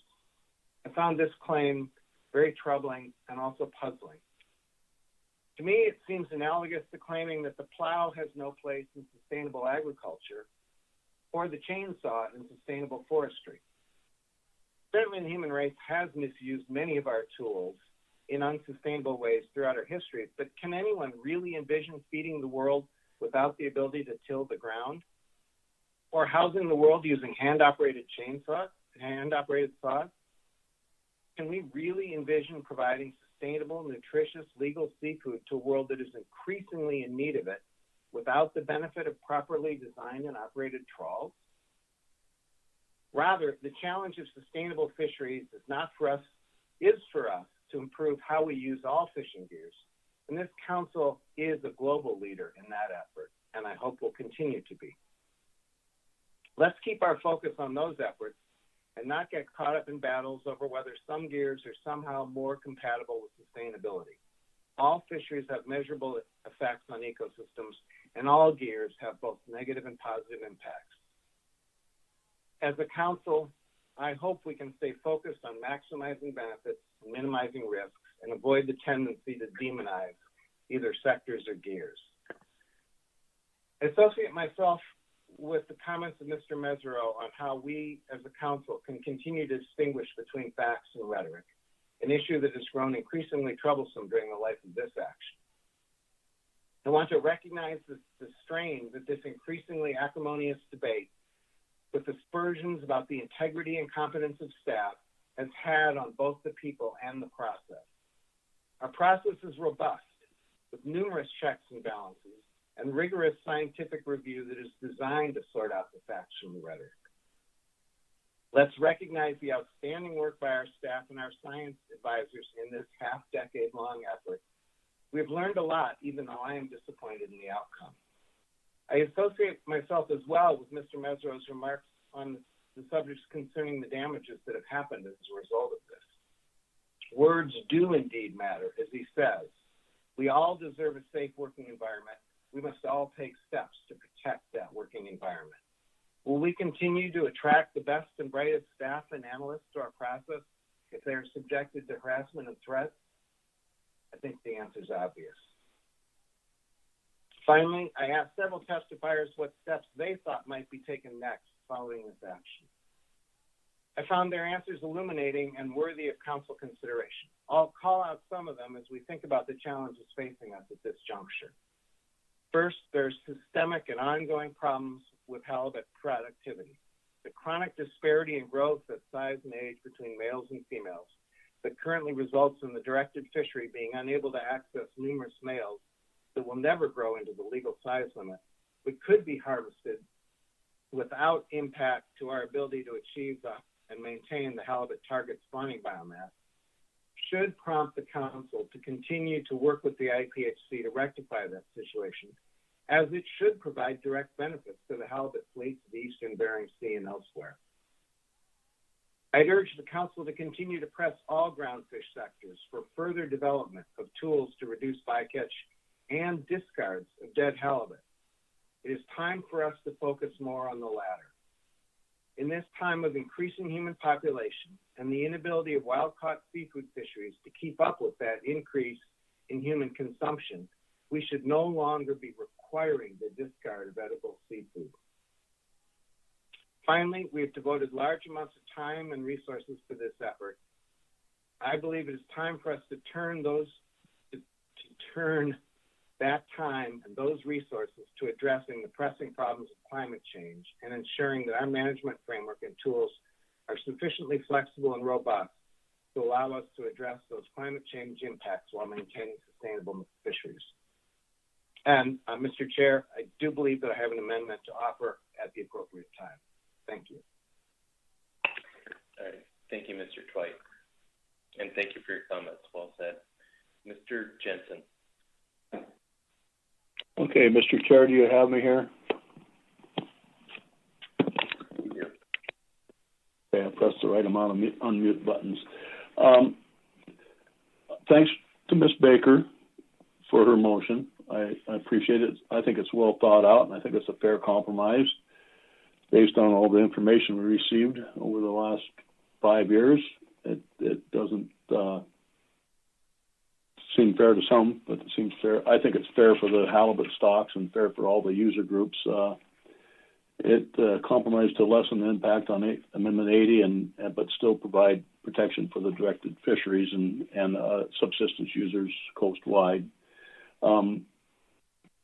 I'll be brief, Mr. Chair. I'm going to reference Ms. Baker and Mr. Downs' eloquent national standards assessment, along with points from Ms. Campbell and Ms. Kimball.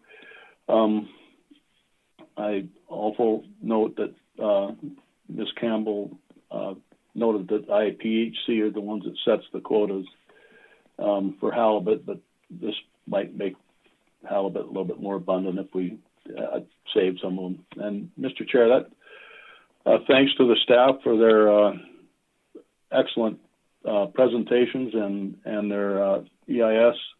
Thanks to the public for their comments, thoughtful comments, and taking their time to comment. And that's all I got, Mr. Chair. I'll be in support of this motion. Thank you. All right, thank you, Mr. Jensen, and thanks again for noting the great job that the staff did in in their work here. It's been a long haul that the staff has put a tremendous amount of effort and time into it.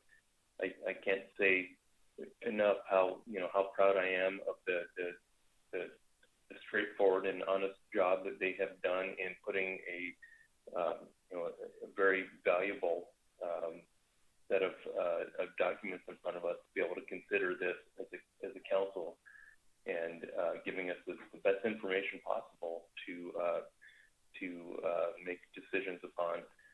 So, and I guess just following up, as usual, that my fellow council members have done a tremendous job of speaking to the merits of this motion. I was part of the 2015 council that took action to reduce halibut PSC limit, and at that time I was one of those council members who said this is not the end. This is the beginning. We need to talk about and come to a conclusion on how to better manage halibut bycatch in these fisheries as we move forward, recognizing that there is a disparity in how these fisheries are managed. I think the approach that we took to look at linking the abundance of halibut to PSC limits was the right approach, and I think it is ultimately the right thing to do. I think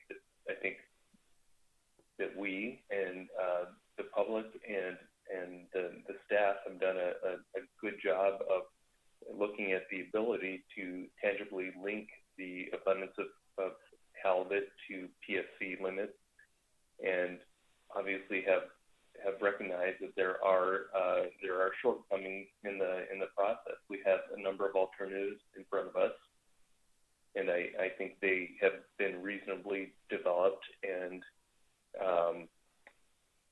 it's unfortunate that I think it at the end of the day that these alternatives, while I think they are reasonably crafted, ultimately don't show that there will be this amazing result at the end, an incredible net benefit to the directed users. I do think it's been a good process to go through and consider how these may be tied together, but as I'm looking to support the council's approach going forward, I am, as Mr. Mesereau, I think, very eloquently stated, I'm not convinced that the results will match the expectations as we go ahead here. So ultimately, I will support the council's decision moving forward. I believe that Ms. Baker's motion has done a reasonable job of looking at the trade-offs of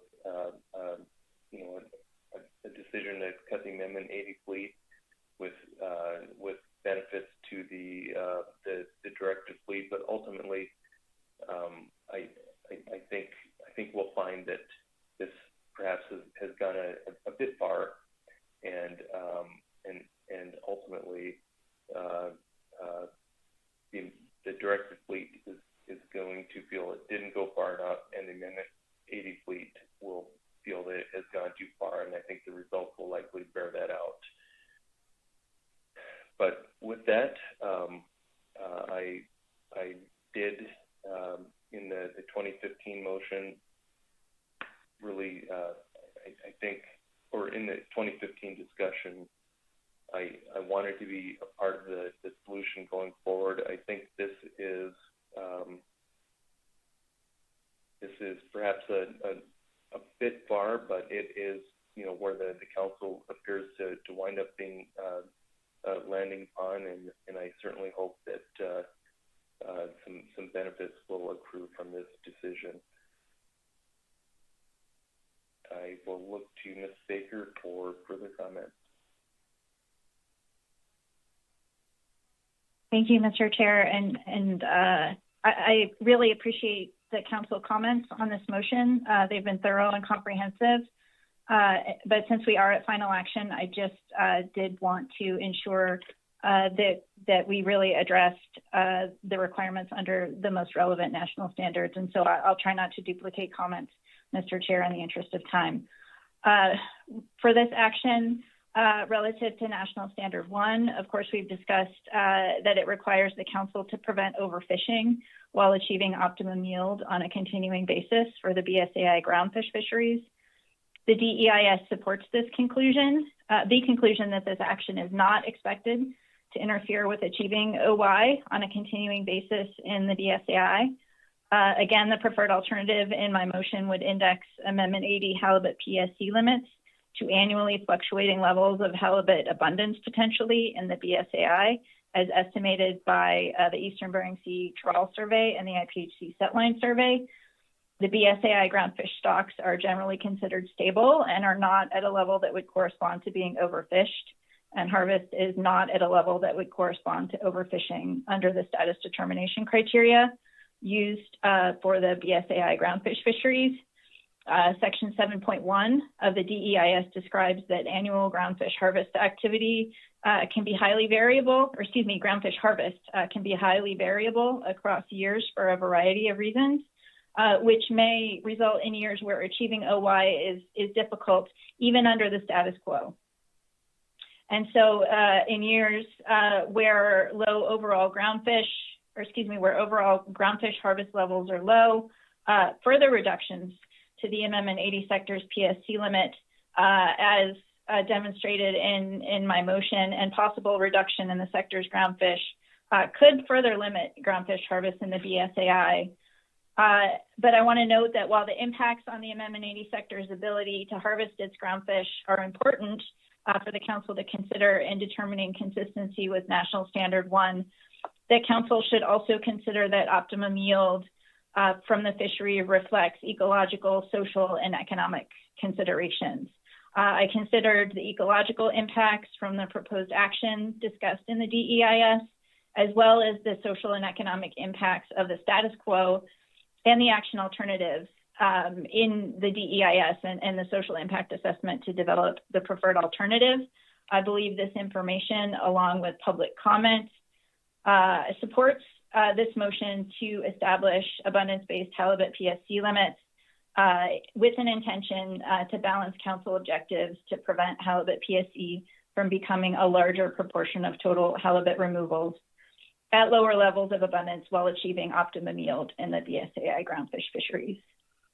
Mr. Chair, National Standard 2, information in the DEIS and SIA represents the most current and comprehensive set of information available to the council. After reviewing the DEIS and the SIA in April 2021, the SSC approved the documents for council decision-making, and further recommendations from the SSC to improve the analysis have been addressed to the extent information was available. And in accordance with the National Standard 2 guidelines, the analysis provides a listing of relative uncertainties in population modeling of the halibut stock, the methods used to estimate groundfish fishery impacts, and the uncertainty in estimating future halibut PSC usage, and the uncertainty in estimating the relative impacts to the directed fisheries in the Amendment 80 sector as well. In terms of National Standard 4, it requires the council to develop conservation and management measures that do not discriminate between residents of different states. The Amendment 80 management program is not dependent on resident, and the council has not implemented management measures for any fishery that rely on residency as a basis, and therefore I believe this action is consistent with that national standard. We've talked at great length in terms of the first criteria, the following criteria for I'm going to take them a little out of order here. Sorry, Mr. Chair. We've already talked at great length about the National Standard 4 criteria that conservation and management measures must be reasonably calculated to promote conservation. Again, the impacts of the preferred alternative I'm proposing relative to the status quo could result in reduced halibut PSC and some amount of increased halibut harvest in the directed fisheries. And so we've also talked about the impacts of potential savings of U26 halibut to contribute to the halibut stock. And I believe that collectively those actions promote conservation as required by National Standard 4.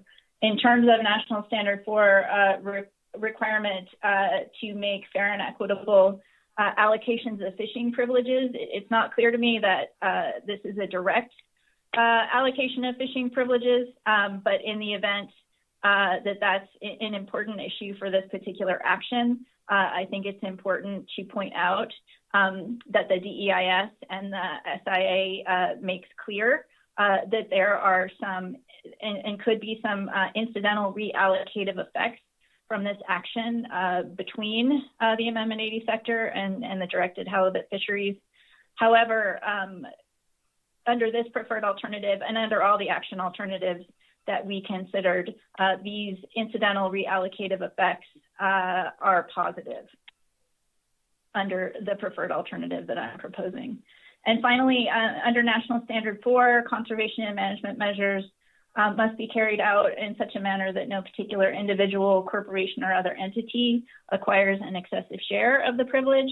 The Amendment 80 program, as you know, contains use and ownership caps that are not being affected by this action and that prevent any individual or entity from having an excessive share of harvesting privileges.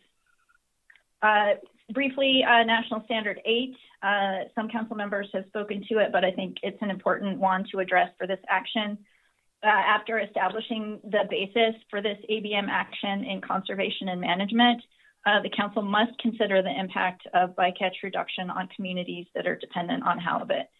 The social impact assessment describes in detail the 29 communities, 20 of which are in the BSAI region, that were selected for analysis and that are potentially substantially engaged in and or potentially substantially dependent on the BSAI Area 4 halibut fishery sectors that are most likely to potentially be affected by the preferred alternative.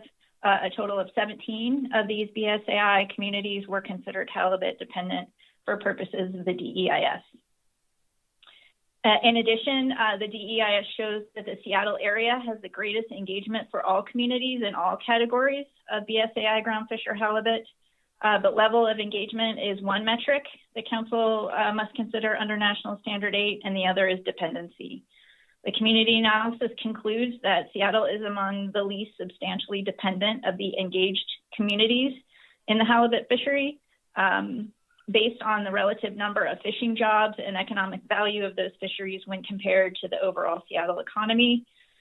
Overall, the DEIS indicates that the halibut PSC limits that would be established in my motion could have significant adverse impacts to individual Amendment 80 companies, but those impacts would not be felt at a community level. And these are some things I really considered in my assessment of whether we were meeting National Standard 8 in the preferred alternative I'm proposing. Small halibut dependent communities have little to no other economic opportunity. They are truly dependent on the halibut fishery. And the preferred alternative in my motion considers this dependence, again, by establishing abundance-based halibut PSC limits intended to reduce halibut PSC mortality at times of lower abundance to prevent PSC from becoming a larger proportion of total halibut removals. Balancing the impacts of this action at a community level has definitely been one of the most difficult components of this action. And again, I think the DEIS makes it clear that direct comparisons and trade-offs between the two sectors are not appropriate, but I believe we have the information and the appropriate caveats to consider the different factors that have led me to my suggestion for the preferred alternative. In terms of National Standard 9, again, appreciate council member comments on that.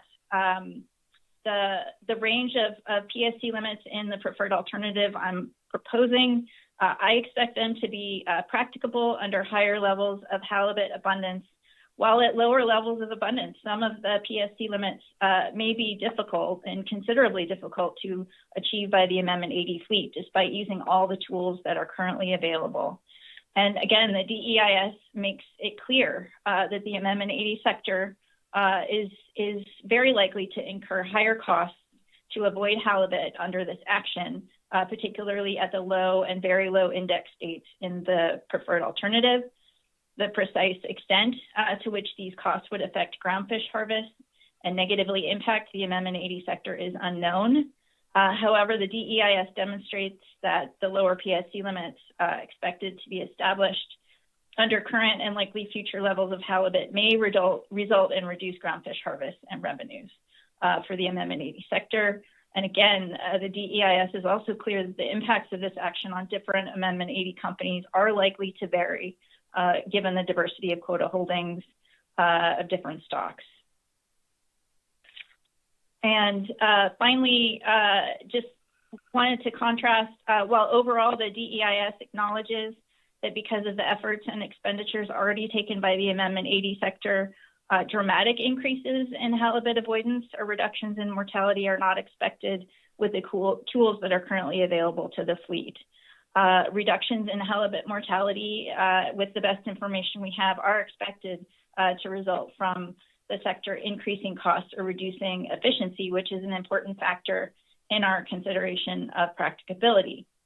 However, in considering the challenges for the Amendment 80 sector under the preferred alternative, I also considered the national standard guidelines requiring the council to consider a number of additional factors when determining whether conservation and management measures minimize bycatch to the extent practicable. In my mind, the factors most relevant to this action include changes in the economic, social, or cultural value of fishing activities and social effects. The social impact assessment for this action thoroughly presents the myriad ways halibut are valued and utilized in halibut-dependent communities.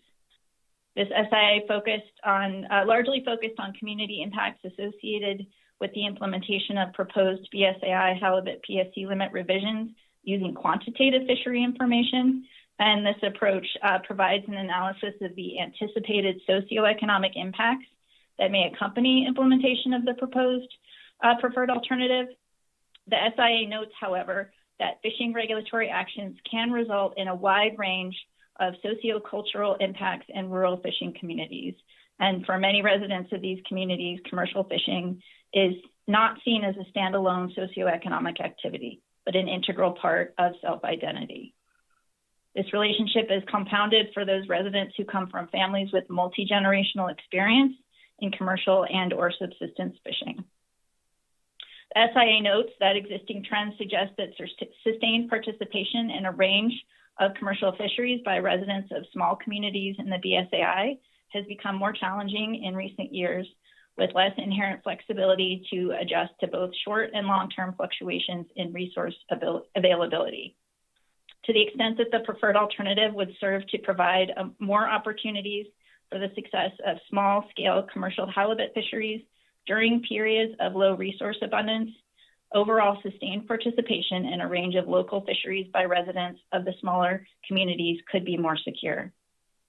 Mr. Chair, I carefully considered the impacts of the preferred alternative on the Amendment 80 sector as a whole, on individual Amendment 80 companies, along with the economic, social, and cultural impacts on BSAI halibut-dependent communities as required by the National Standard Guidelines. And overall, I believe the preferred alternative is consistent with the requirements of National Standard 9 to minimize bycatch to the extent practicable. Thank you, Mr. Chair. Thank you, Ms. Baker.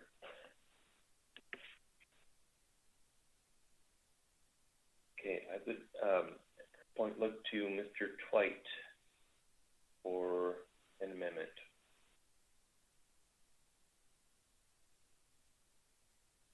Thank you, Mr. Chair. The amendment that I'm going to offer is the deeming motion.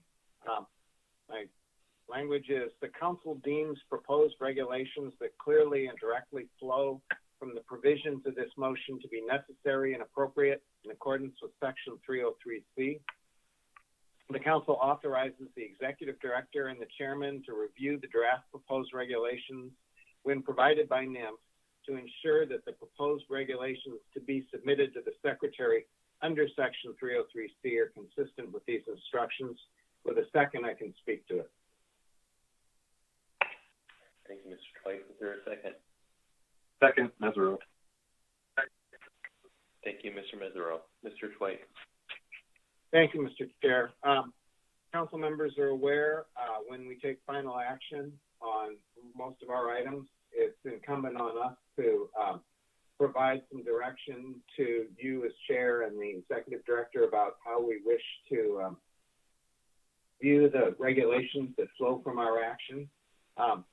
And one of the options is to request for the full council to review the regulations. The other is to delegate that to you, Mr. Chair, and the executive director, and of course, request that you notify us if you think there's any problems in those that should require our attention. We typically choose the latter when we believe that the regulations that are going to flow from this action are well understood by the council members. And in this case, while I would argue that there's substantial portions of this action that are uncertain, the one portion that I believe all council members are quite certain about is the nature of the regulations that will actually flow from this.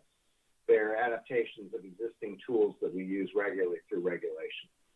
So with that in mind, I've offered option 2 as for the council to consider as the deeming approach.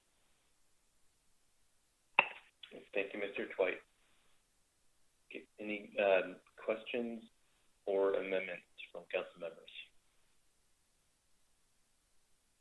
Any comments on the amendment?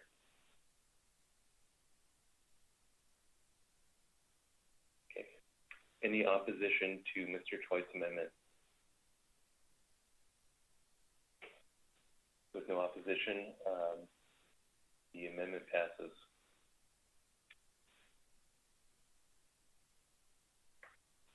Okay, back to the amended main motion. Any further comments before we vote?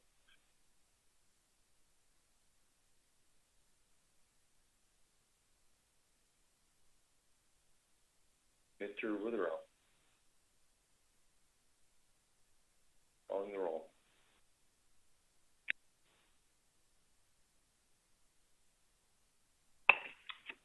And not picking you up, Mr. Witherell.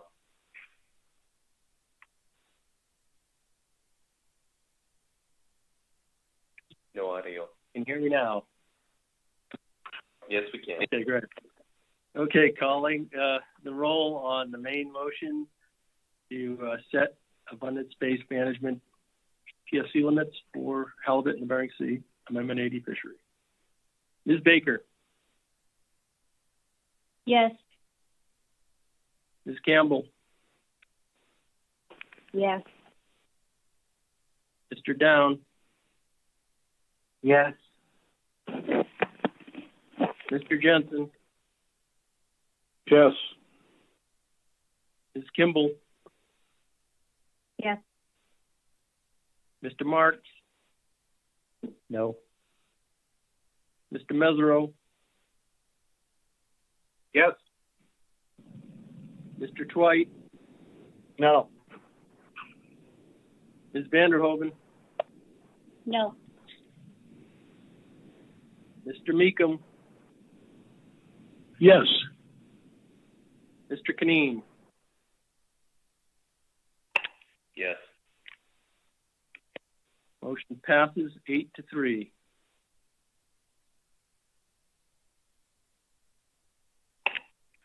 Thank you, Mr. Witherell. Any further action on agenda item C2?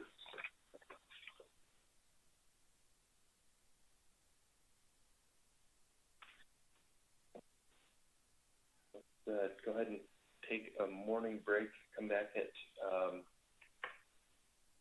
let's see, 10:40 Alaska time, and we'll continue with our agenda.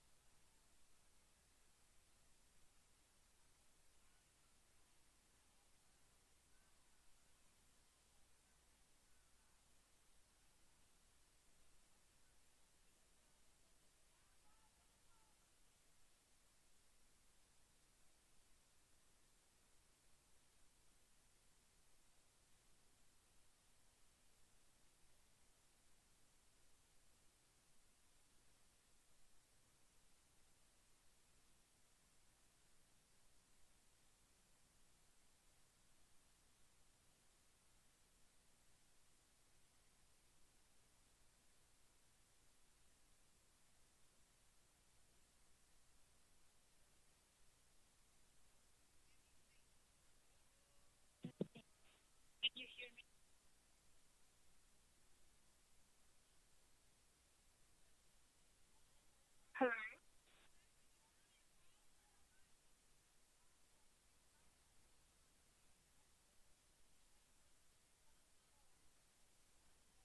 Great. Thank you.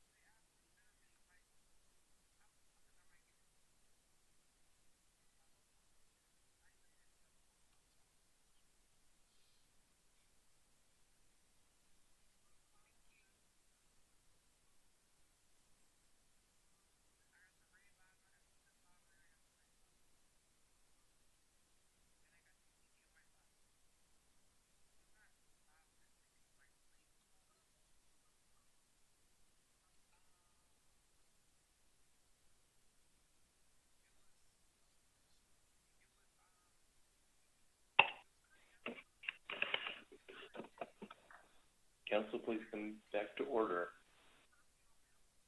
We are ready to get into agenda item C3, BSAI groundfish specifications. And with that, I'd like to invite Dr. Diana Stram to introduce this agenda item to us and walk us through the various components that we're going to be going through and various staff that will be working with us. Good morning again, Dr. Stram. Good morning again, Mr. Chairman, members of the Council, Diana Stram, Council staff. We have a number of presentations under Bering Sea groundfish specifications. I'm going to give you a broad overview of the order of presentations and the presenters. And then when we finish the Bering Sea planting report, I'll walk you through the actions when it's closer to when you're going to be actually taking those actions. And so I have a couple slides in there to walk you through the information in your memo. But just to start, you will be receiving two ESR reports, one for the Aleutian Islands by Dr. Yvonne Ortiz, another for the Bering Sea from Dr. Elizabeth Sidden. You'll take those up first. Following that, embedded under this agenda item also is the joint plan team report from our plan team meeting. Dr. Iannelli will then walk you through the joint plan team report that includes the stock assessment for stablefish. When you've completed that presentation, your next presentation then is from Dr. Steve Barbeau, co-chair of our Bering Sea Aleutian Islands plan team, and he'll be providing you the overview of the Bering Sea Aleutian Islands SAFE report, and then I will walk you through the information that you have in terms of the actions in front of you with respect to approving the SAFE report, tax setting, tax considerations for the Bering Sea and Aleutian Island cod fishery, as well as establishing your PSD limits and your flatfish flexibility provisions and your discard mortality rate. So those actions I'll walk you through at the end of the Bering Sea planting report. But prior to that, we have a series of the reports that you'll see. And the first will be the Aleutian Island ESR by Dr. Ortiz. With that, Mr. Chairman, I'll turn it over to Dr. Ortiz. Thank you, Dr. Stram. Good morning, Dr. Hello, Ortiz. everybody. Hi, everybody. Mr. Chair and council members. My name is Yvonne Ortiz, and I will be presenting the Aleutian Islands ESR today. And I would like to acknowledge my co-author, Stephanie Zador, as well as many contributors and partners that really provide all the data and context and interpretation for the indicators, and without whom we couldn't actually put them together.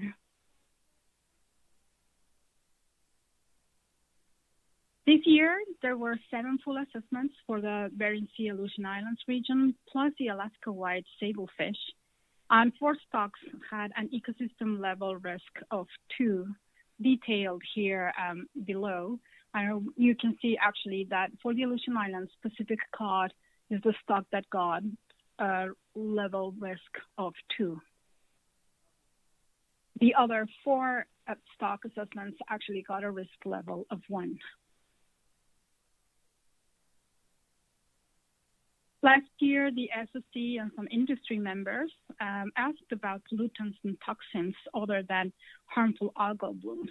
So this year, we actually looked at mercury on plastics. And I'll start with mercury, and this is actually an ongoing study, a 5-year study by the University of Alaska Fairbanks. And you can see the link right there. I invite you to actually look at it if you are interested in more detailed results from the study. The most important thing here is really, and what is most concerning amongst the scientists, is the increase in the percentage of pups showing high concentrations of mercury. And you can see that in Agatu, this went from 20% in 2011 to 46% in 2019. So that's twice as many within a course of 8 years. And they are actively investigating what is actually behind this steep increase, whether it's some environmental feedback or an increase in the source of what is it really that is behind this increase. The other concern is that even though these individuals may look healthy, there are sublethal effects. So there's decreased immune function, and there can be some muscle and organ tissue damage as well. And lastly, the concentrations are higher in the Aleutian Islands, in the western Aleutian Islands, and this was also observed in several groundfish and seabirds. And while the differences are not caused by the food they eat. They are definitely amplified by their feeding ecology.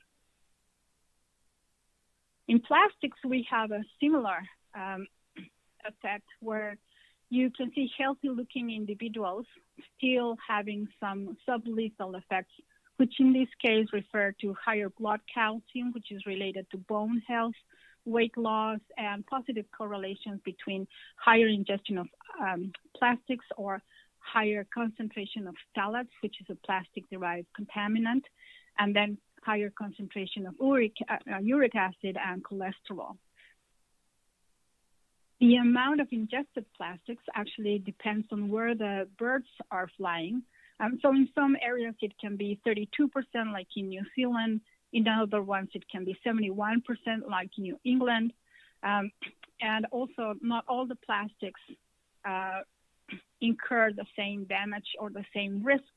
Some types of plastics are more prone to cause occlusions, which is the leading cause of mortality in these cases. And most lethal type of plastic would be balloons in this time. And again, just like mercury, feeding ecology is really relevant here, with diving plankton feeders being the individuals that show the highest concentration of phthalates. Other than that, plastics or phthalates actually were equally observed across the Aleutian Islands. Various studies have noted that a lot of the plastic around is actually recyclable, so better management could really improve this issue.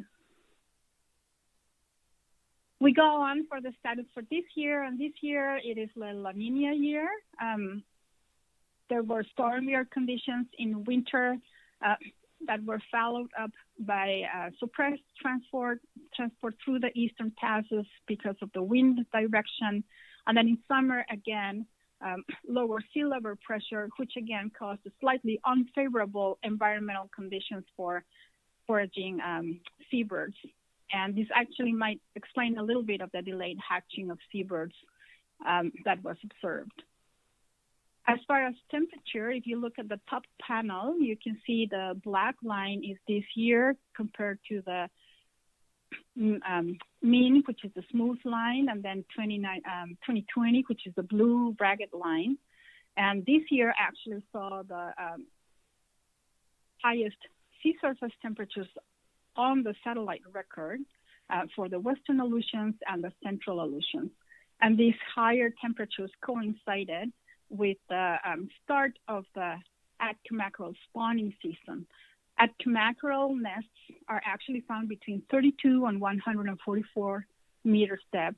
So you can see how this surface temperature increase could actually, warm the water column down to some of those shallow nests. So while this might not have been a concern this year, it is something to watch in the years to come, how much of that surface warmth actually permeates down to the watering column and affects or not affects Atka mackerel nests. On the middle panel, you can see seabirds, and we use seabirds actually as indicators of prey availability. In this case specifically, we actually use the reproductive success because the assumption is that if there is enough food to raise chicks, then there will also be enough food for piscivorous and planktivorous groundfish. And you can see in the central panel there that there are a lot of smiley and big smiley egg faces, and all those represent that the reproductive success was above the long-term mean, and that was both for piscivorous and planktivorous birds, both in ACAC, which is in the eastern Aleutians, and then in bull deer in the western Aleutians. So overall, good prey availability expected. The lower panel, the panel at the bottom, actually shows eastern Kamchatka wild pink salmon. This is now not hatchery salmon. It is truly just wild salmon from Kamchatka. And as you can see, if you look at the last bar there, this is the second highest abundance on record, second to that of 2019. And it is assumed that this increased abundance creates competition for prey with other predators. Lastly, and there is no graph here,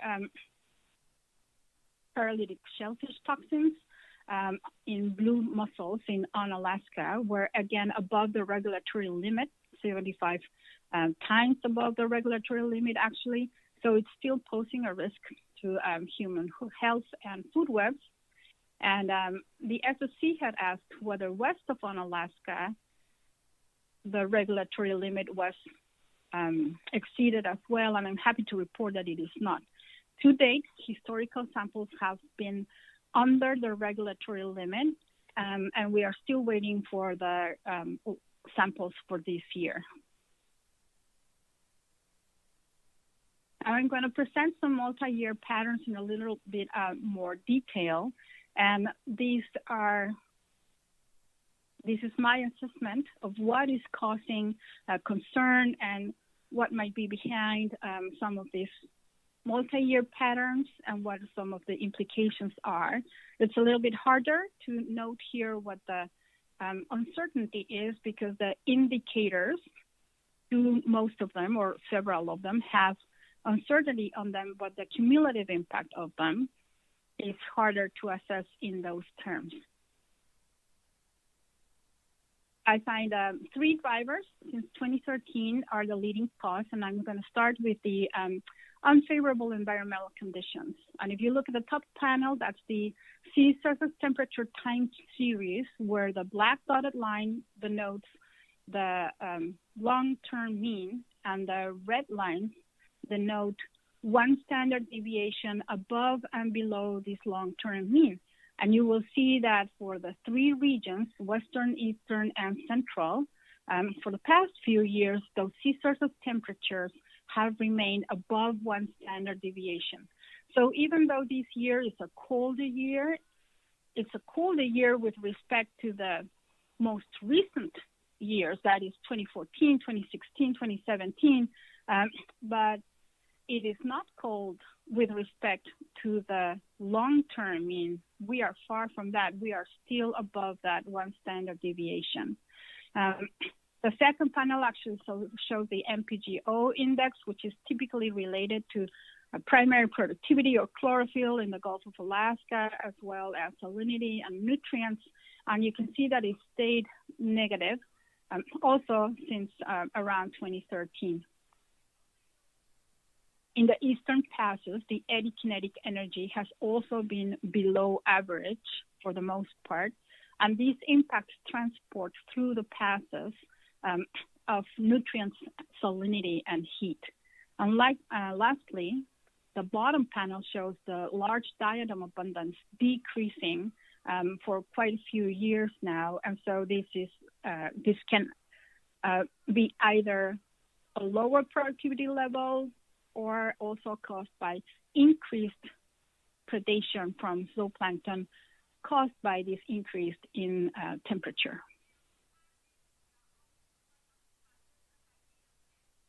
The second factor is pink salmon, and if you look at the top graph, it's the same one that I showed before, but now I want you to notice that starting in 2009, there was a sharp increase in the abundance of pink salmon.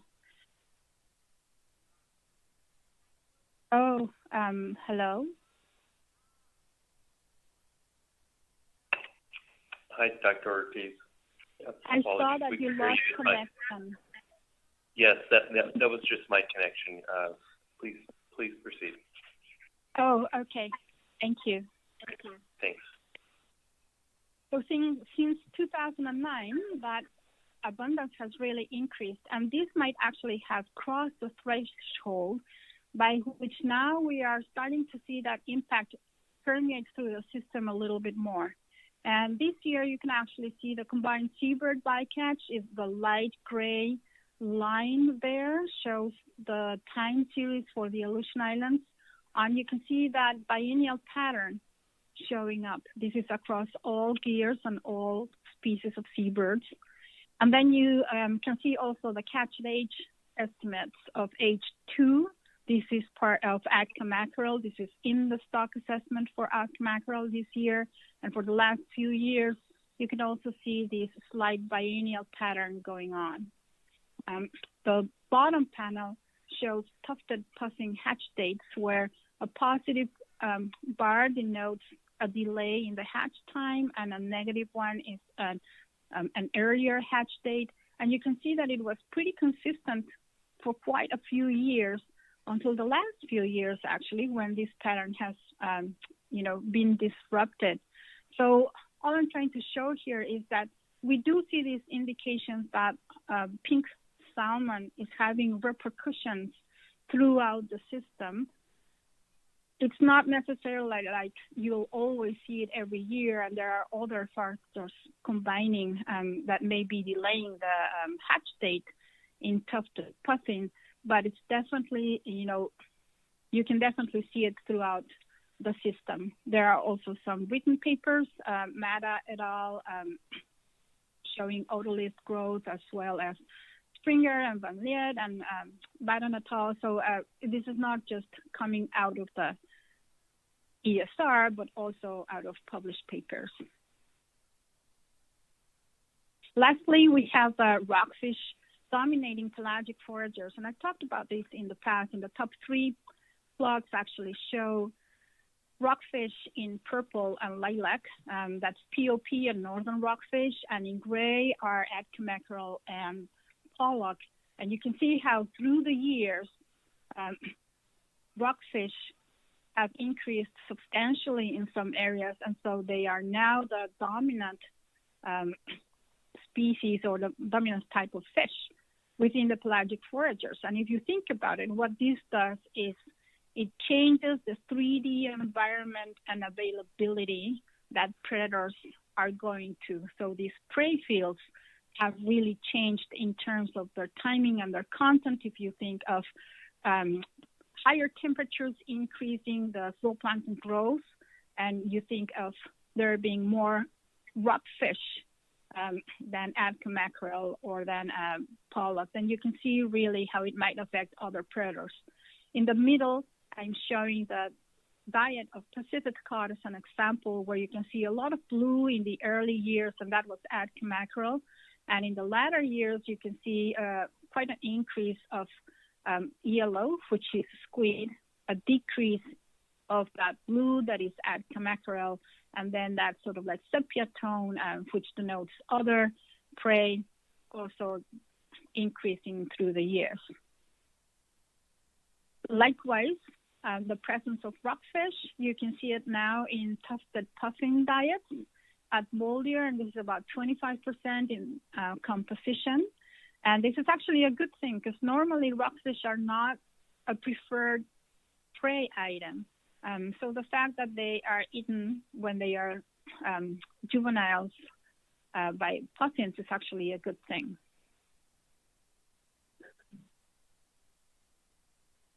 So in general, when you look at all these together, the trends may be adversely impacting the predators. And one of the reasons we say this is because of the observed decreased fish condition from 2012 to 2018. We don't have more, recent data because there haven't been any surveys, but this is one of the things that will be really interesting to see next year, 2022, when the survey comes out, and seeing what the fish condition is, whether the fish are still skinnier or whether they have recovered and are now at a long-term mean of their weight at length. These, of course, if there's skinnier fish, it's a lower prey quality for larger predators. And if you add to that the decreased availability compared to rockfish, then not only is there lower quality, but also lower prey availability. And if you add on top of that it's warm and everybody needs to feed more, to satisfy their bioenergetic needs, then everybody is needing more food, and that increases competition for prey. And that is combined, of course, with these changes in prey field timing, availability, and composition. For next year, the La Nina conditions are expected to remain. And again, this will bring conditions not necessarily to the colder side with respect to the long-term mean, but it will bring them closer to the long-term mean. So that will be a continuous or continued more favorable conditions for fish. And this is the overall summary. You'll see there that, one stock in the Aleutian Islands had a level 2 of risk assessment. It was Pacific cod.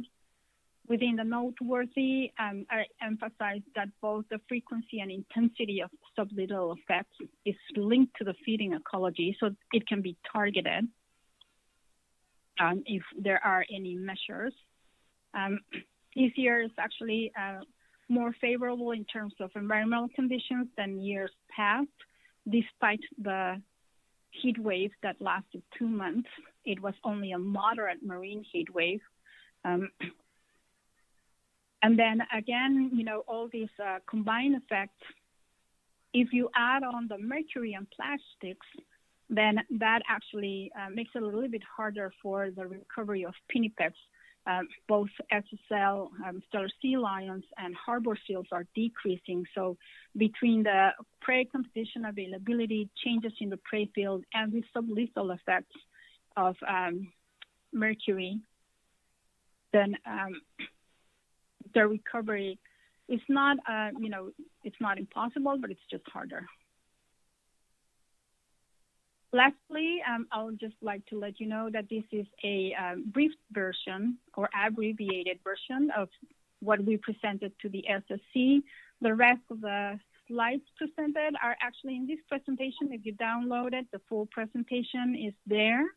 And what we would like to ask you all is whether for future presentations you would like to hear the same presentation as the SSC or an abbreviated version. And if you want to see the full presentation with audio and the in-briefs that are now out in draft form, we are providing the links here, and you are welcome to see them. And of course, you are welcome to send us any questions that you might have and want to address later if you can't think of any right now. And with that, I accept questions now.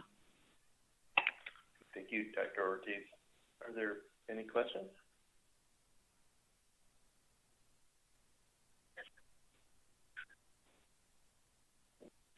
Mr. Chwait. Thank you, Mr. Chair. Dr. Ortiz, thank you very much. I probably missed it. When you talked about the increase in mercury levels,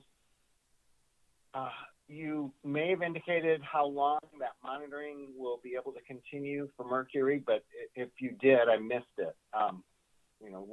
Is there another 5 years or 10 years of monitoring that's still planned, or is that a snapshot we'll just have to be content with? No, it's still ongoing, and I think probably next year they might actually take some more samples. I do know that they actually got a larger set of invertebrates that they are going to test for mercury so that they can have a better idea of what is the path through the food web by which mercury is traveling in the system, and get a better idea of if it's amplified by feeding ecology, what are the preferred routes and what are the, prey that are highest in terms of mercury levels.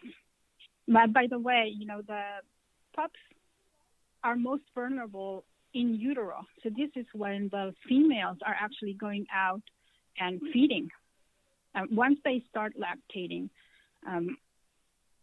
the pups are a lot less vulnerable to mercury. It is really much more severe while they are still in utero.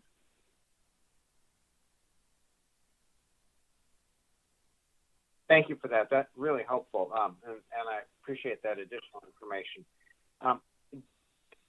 Relative to the question that you posed us about what level we'd like, it's probably totally unfair for me to throw a question back at you, but what kinds of criteria did you and the other presenters choose when you were sort of sorting out what to present to the council out of the full SSC presentation? Did you have any sort of criteria that you used that might help us sort of think about whether those are the right criteria? We actually discussed this, and it's actually tricky because if you look at the notes from the plan team meeting and those of the SSC, they actually picked different items for discussion. There was actually a 1-hour discussion each time for the Aleutian Islands, which is kind of unprecedented. And there was also a long, discussion for the Bering Sea as well. But each time they picked different items. So here I actually made sure that the items that were brought up by the plan team and by the SSC, that I definitely addressed those. And then rather than go into detail this year for the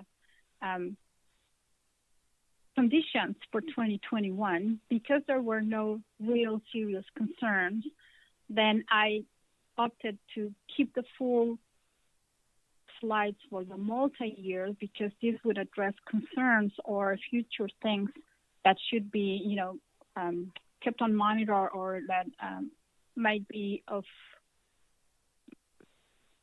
concern or improved planning longer term by the council. Does that kind of help? Yes, and then that's of course a great the noteworthy because these were the things that kind of were requested last year. So it's answering the SSC's and industry request for other toxins rather than just HABs. But if you have any, advice on what you would like to see highlighted, that would be great. One of the things, for example, that I can see this panel or the AP being a little bit more interested on, for example, is the seabird bycatch there in odd and even years, because then that can actually be a prompt for industry to make sure that streamers or that seabird bycatch measures are heightened during years when pink salmon abundance is higher, just because that the seabirds will be going after the bait more aggressively than in other years.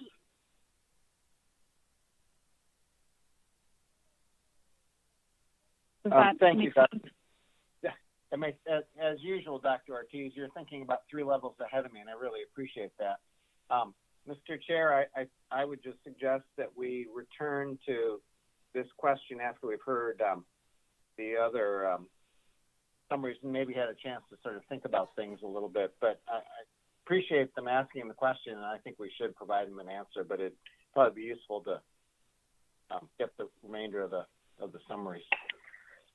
Yeah, and if I may, if there's a break or something like that, you might want to look at the rest of the slides, the full presentation that is in this same presentation, just, as I said, just past it, and then you can pick and choose and say, hey, I would have liked to see a little bit more about this or see a little bit more about that, or this is fine, we can work with this. And then if after looking at those slides you have more questions, you can always send us those via email.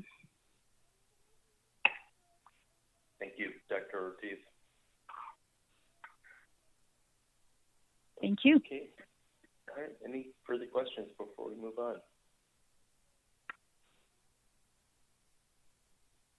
Okay. So we can move into the Eastern Bering Sea status report with Dr. Elizabeth Fitton. Good morning.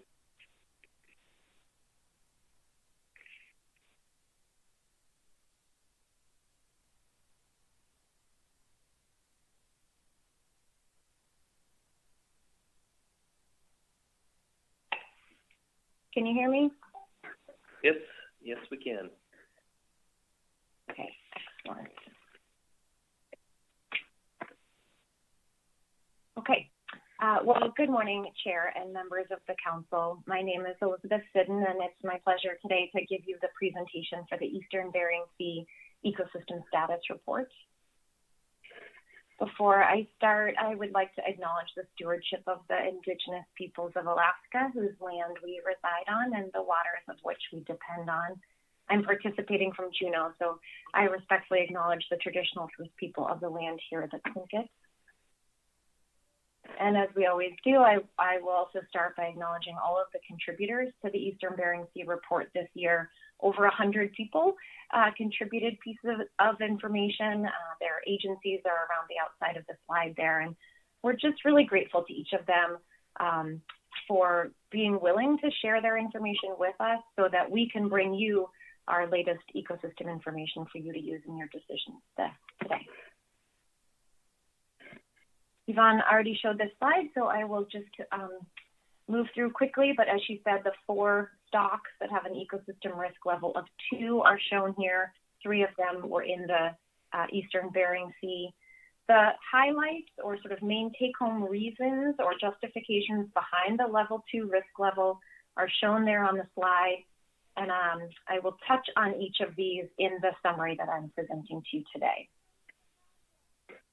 So to jump right in to the overall Bering Sea climate this year, this slide on the top are air temperature anomalies from St. Paul Island. This is a time series that goes back on the horizontal axis there 100 years. And as we know, we have gone through periods of cold and periods of warm. But to just point out, this current period of warm is both increased in duration and magnitude.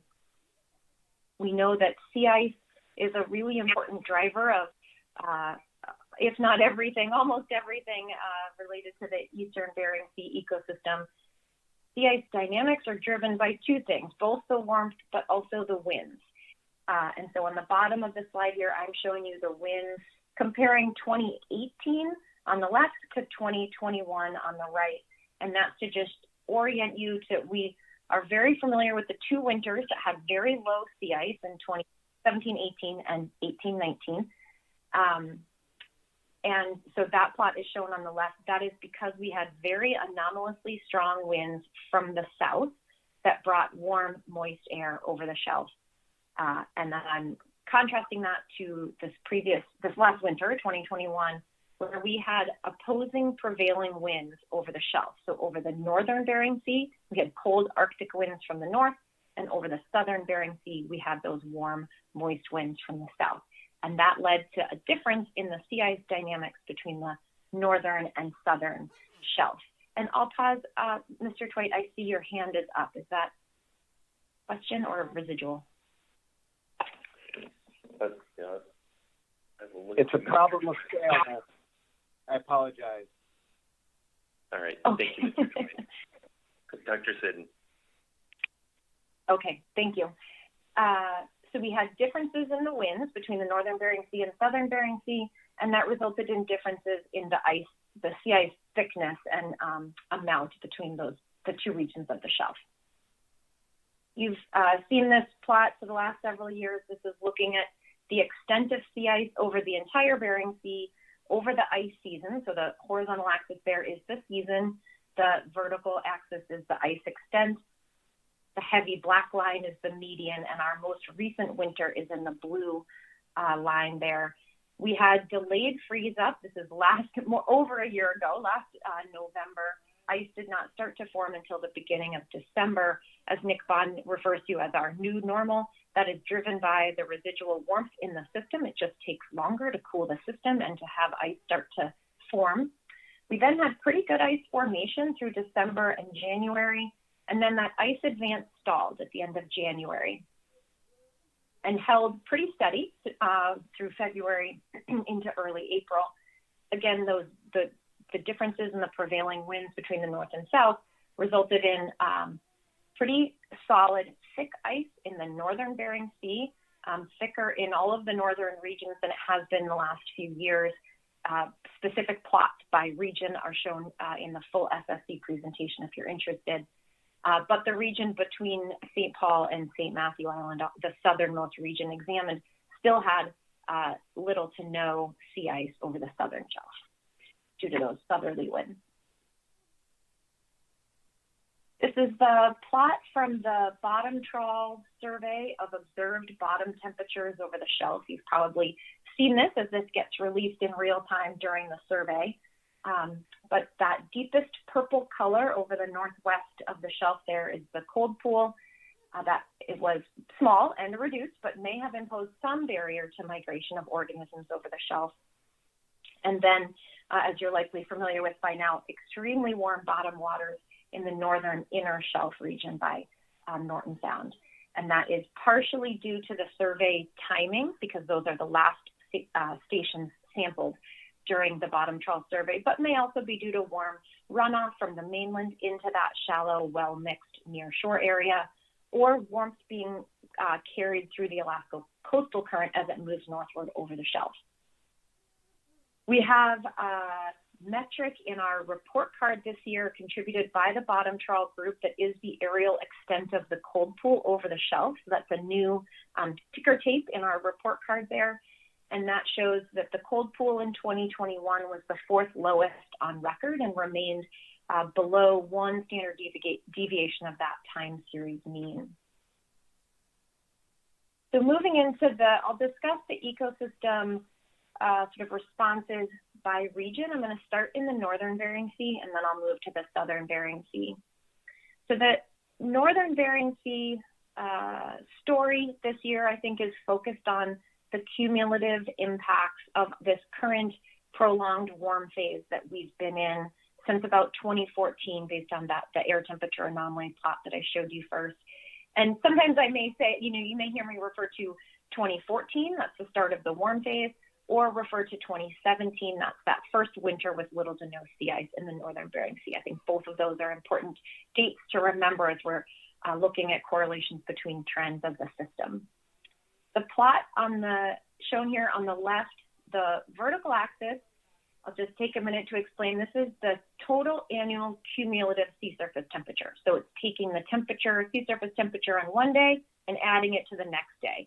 You may sometimes hear this referred to as degree days. So it's looking at the overall experience that organisms are living in the system. So the warmer it is, they have that prolonged exposure to warmth. And we have had concerns about the food web dynamics and the carrying capacity in the northern Bering Sea since that shock to the system of the lack of sea ice in 1718 and 1819. We have discussed things like the short-tailed shearwater die-off, the gray whale unusual mortality event. This year, the stories I will highlight for you on the next slide are the snow crab population declines, the salmon run failures in the AYK region, and continued seabird die-off and reproductive failures. And linking those to shifts in the groundfish and invertebrate populations over the shelf with the expansion of those populations northward in the last few years. There are detailed slides on each of the three sort of main stories, the snow crab, the AYK salmon run failures, and the seabird in the full presentation from the SSC. What I'll just try to do for you here is connect some of those dots. So through our development of the ecosystem status report, we are receiving lots of different individual contributions, having meetings and conversations with lots of individual experts. It's our job to sort of see, are there common threads?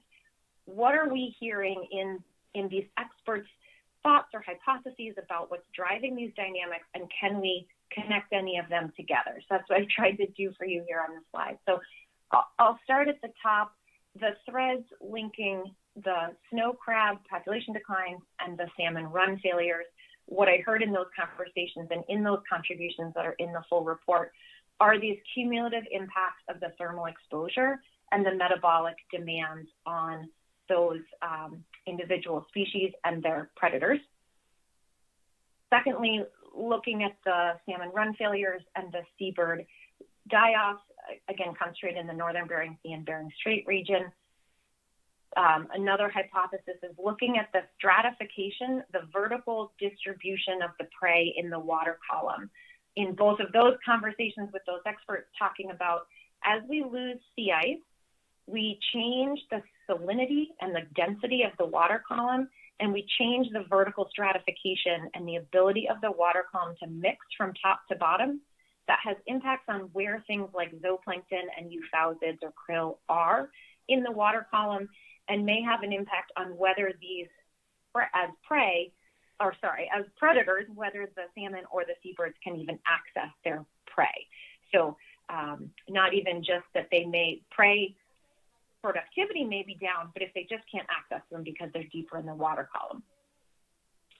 And then lastly, between the snow crab story and the seabird story, another theme was that of prey switching, and that relates to Pacific cod predation on snow crab and in respect to snow crab, and seabirds switching their prey from zooplankton to euphausids. And the question of whether they will continue to have prey to switch to, or whether we will lack this term of functional redundancy. Will they always be able to find other prey resources in the system?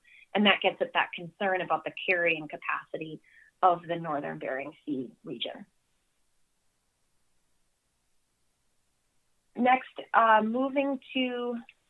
way of moving to the southern Bering Sea, talking about shifts in the groundfish and invertebrate distribution of the community this year. These three plots are provided by Franz Mueter and Lyle Britt, and based on data from the bottom trawl survey. In the top left, looking at the center of distribution of where the fish and groundfish are located over the shelf. And this is inclusive of the northern Bering Sea. And that from 2019 to 2021, you can see the red 21 there on the plot. The distribution of species, although they had been shifting northward over the last few years, in 2021, they shifted back to the southeast. That's also shown in the second plot to the sort of top right there. That's looking at the total density by latitude. Again, that trend had been trending upwards, but the population was shifting northward. But the latitudinal trend reversed in 2021 back towards the south. That's that yellow line. And then in the bottom plot there, looking at the total CPUE of 37 different major invertebrate taxa collected during the bottom trawl survey. Looking at it for the standard survey grid on the left, the Eastern Bering Sea, and comparing with the Northern Bering Sea extension survey on the right, just for the 4 years of the complete Northern Bering Sea survey for comparison. And we saw decreases in both regions, a slight decrease from 19 to 21 in the Eastern Bering Sea, and a fairly substantial decrease in CPUE in the Northern Bering Sea. It is worth noting it is per area on the y-axis there, and the Northern Bering Sea, of course, is a smaller area compared to the Eastern Bering Sea. So though that decline looks very significant biologically, may not be as significant because the area is smaller. Moving to just a few other trends for the Southern Bering Sea. This is painting a picture of the lower trophic productivity over the shelf. So the map on the right is just to show you the biological, ecological regions over the shelf, and I'm showing you chlorophyll biomass for just the off-shelf region shown in gray, sometimes referred to as the green belt, that we have had decrease and below average productivity over the shelf in that off-shelf region since 2014 in this current warm phase. And one of the new contributions that we have this year from Tyler Hennon, an oceanographer at the University of Alaska Fairbanks, is shown on the right there. That's looking at the along shelf winds. So if the winds over the year were continually negative, we would have upwelling favorable conditions over the shelf and vice versa. So if we had upwelling favorable conditions, we would assume then that any productivity in the off-shelf region is being brought up onto the shelf. And that would give us an indication of good productivity in the system. But what we have in 21 is below average productivity and neither upwelling nor downwelling favorable conditions to be bringing that productivity over the shelf. There was some indication from a survey in the spring that calanus, which are the fatty lipid-rich copepods, did appear to be developing maybe more slowly and that they may have been available to fish and other predators later in the summer, although our late summer survey was canceled. So maybe some potential good news for the copepods. In terms of seabirds over the southern shelf, we again had seabird information provided by community members from St. Paul Island. And they, for their fish-eating seabirds, they found that the timing of the breeding and the abundance appeared average, but their plankton-eating birds appeared lower than average, so a difference in the kinds of plankton-eating and fish-eating birds. And the ship-based surveys, there were some surveys that were able to be conducted by Fish and Wildlife Service at sea, transects that the densities were slightly above average over the southern shelf, and the coast beach walks found low to average encounter rates of carcasses at the Pribilofs in 2021. Again, to just highlight that the seabird die-off and reproductive failures really were concentrated in the northern Bering Sea and Bering Strait region this year.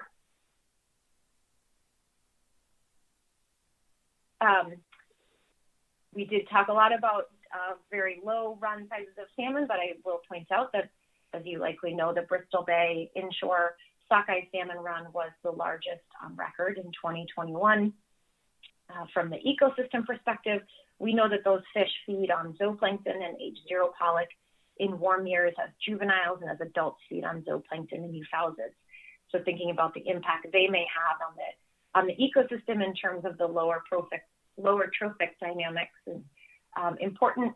And then I've put the ticker tape plots of the Bristol Bay red king crab abundance on the bottom there, just to pose the question of whether there are system-wide impacts in the Bristol Bay region specifically, and whether these are just correlative or there's a link between these really large runs of sockeye and low populations of the Bristol Bay red king crab.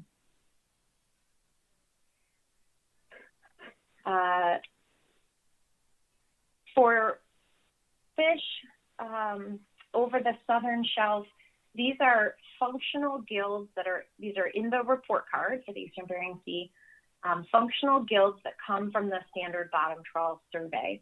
We have a new gild this year on the top there. It's the aggregate forage fish biomass. It was developed and contributed by Olaf, Ormseth, and stems from the forage fish report. So the forage fish have declined steeply between 2015 and 17. They remain below their long-term mean, and we know those are important prey for larger fish and other seabirds and mammals in the system. The motile epifauna peaked in 2017, and they remain above their long-term mean. That's largely driven by things like sea stars and brittle stars. The benthic foragers, which are your flatfishes, they are at their lowest level over the time series in 2021. Pelagic foragers, which are driven by pollock, dropped to their second lowest level. But I will note within that gild, among the gild, all other species declined, but herring was the only species in that gild to increase in 2021. And then the apex predators, driven largely by Pacific cod, were within their normal limits in 2021. The last slide I'll show you is just to touch on the fish condition, because, again, we've talked about this protracted, long, warm phase, and we know that warmer temperatures increase metabolic demands for all of these fish in the system. So on the top there are just a few species as examples from the bottom trawl survey. They provide length, weight, residuals. The full suite of species are in the full report. You can look, but length, weight, residuals were negative for most species in 2021, but positive for small pollock, which is shown in the top right there. On the bottom is a contribution by Kirsten Holtzman et al. that looks at the growth potential from a bioenergetic model. It incorporates things like water temperature and prey quality. And because these fish have encountered warmer waters, their metabolic demand has increased. But in the full contribution, she notes that foraging rates and prey energy have decreased. And this has led cumulatively then to a decline in the fish growth potential over time. I won't read this slide to you. This is a reference for you to read through just the summary of the information I gave you today and my thoughts on the implications of why these are important metrics to be tracking. And I will end with the same slide that Yvonne ended on and the question of what is most useful for us to bring you and to present to you for the decisions that you have ahead of you today. Thank you for your time. I'll stop there and I'm happy to take any questions. Thank you, Dr. Siddon. Council members, any questions?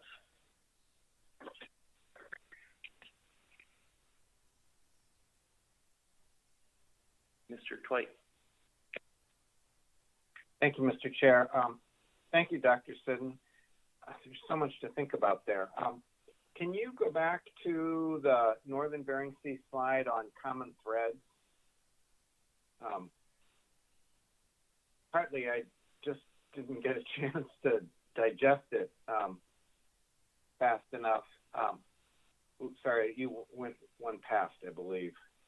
Yeah. And I think this is just a fantastic presentation.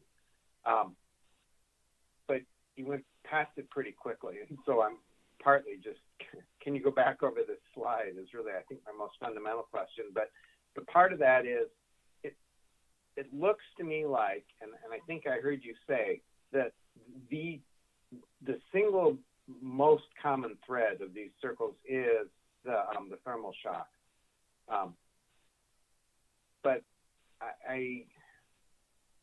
but it seems like maybe that's a little too simplistic. And so can you just walk back through how you're describing those intersections and what you think we should, as a council, be taking out of that in terms of, as we sort of think about how to fashion tools to deal with these things? Certainly, through the chair, Mr. Twite, thank you for the question. And I agree. I did go through this quickly, and it's, getting at that question of trying to know what information to give you without all of the details. But I will walk back through this because there is a lot of information here and a lot of contributions and conversations with the experts who are researching each of these individual events and these trends. So I'll do my best to represent their research. And I think you're right. I think that the warmth, the sustained warmth since 2014 is the common thread. But I do think that is maybe not too simplistic, but I wanted you to have more information as to why that matters. Like what is the sort of maybe secondary impact of warmth? What is it doing in the system that's causing these big trends and patterns that we're seeing? So if I start in the top left with snow crab, part of that was looking at the diet composition of Pacific cod over the shelf and seeing shifts in, and these are slides that are contained in the full SSC presentation below, you're welcome to look at later, but looking at shifts in the diet of Pacific cod over time in different regions of the shelf. And we can see, for an example, over the southern shelf, pollock were a big component of the diet. When pollock abundance decreased between 2008 and 2012, Pacific cod shifted to higher proportions of snow crab. So when we have these coincident shifts in the system and we see shifts in prey proportions, that's an indication they're having to find other food sources in order to meet their metabolic demands because it's warmer in the system. For the AYK salmon run failures. They provided Alaska Department of Fish and Game and the research area research manager, I think is his title, I'm sorry, Zach Liller, provided a noteworthy contribution that has more detail. They provided individual run time series and then provided example run time series looking at these really steep declines in the last few years.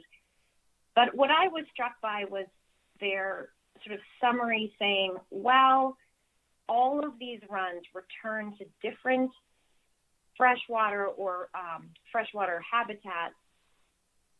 The common thread is their experience in the marine environment in the northern Bering Sea. So that was in the conversations with ADFMG, that was from their research perspective where they were focusing on looking for what was driving the declines in all of these different species, different runs all in the AYK region.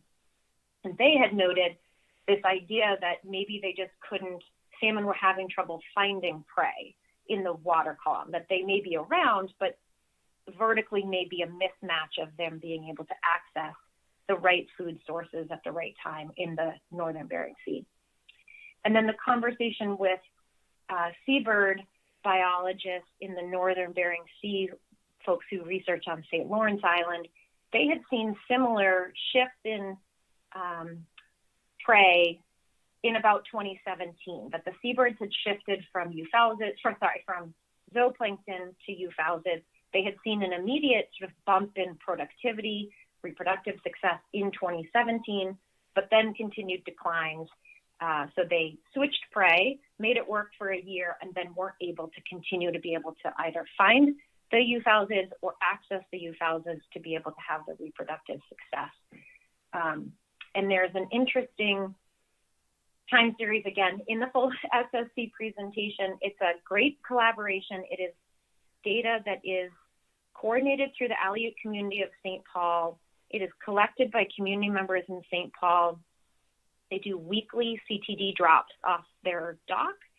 The data is then provided to UAF, who plot it and graph it and interpret it. That is almost a 10-year time series now of weekly CTD casts that shows over the last 8 years this increase in salinity in the waters near St. Paul Island. And part of what the oceanographers point to as a potential reason is the lack of sea ice, right? We're no longer melting sea ice, which is fresh water, over the southern shelf to contribute to decreasing salinity. So we've increased salinity. That has impacts on the density. We see an increase in the density over in that same time series, and that density impacts stratification and where prey are in the water column. So I've now probably given you more than you wanted, but I hope that helps answer your question. And if you have any other questions, happy to answer them. That additional detail helped me a lot. I know. I think we're all struggling with the significance of some of these signs, that very troubling signs, particularly some of the ones we saw in 2021. And so the common threads walk through helped me think about those a little differently. I guess my follow-up question, though, would be, given sort of the abruptness of some of the really steep and the abruptness and the unprecedented nature of some of those declines, how brightly flashing is the red light that seems to be flashing right now, particularly for the northern Bering Sea?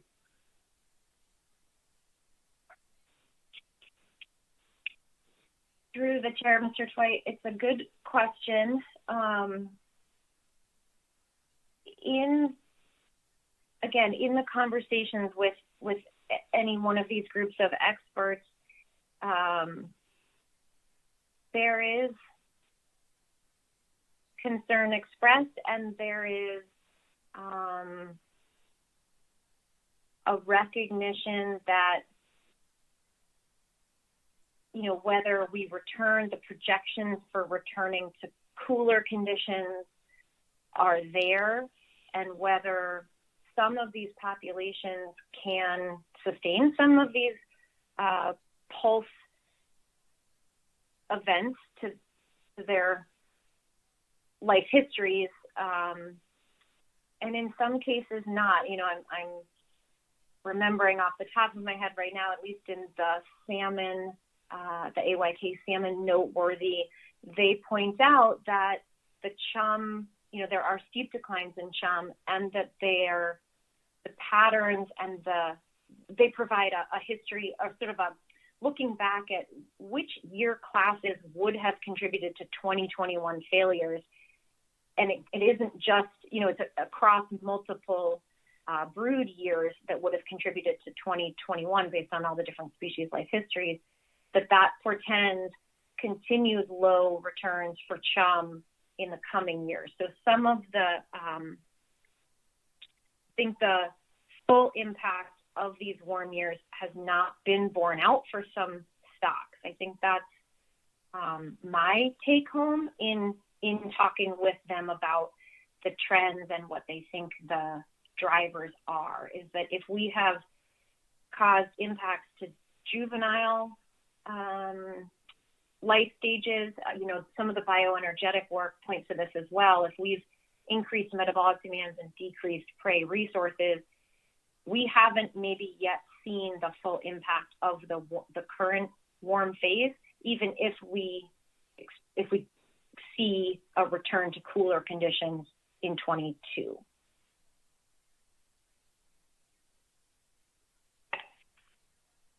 Mr. Choi? I'm not going to ask another question after that sobering assessment, but I really I appreciate that.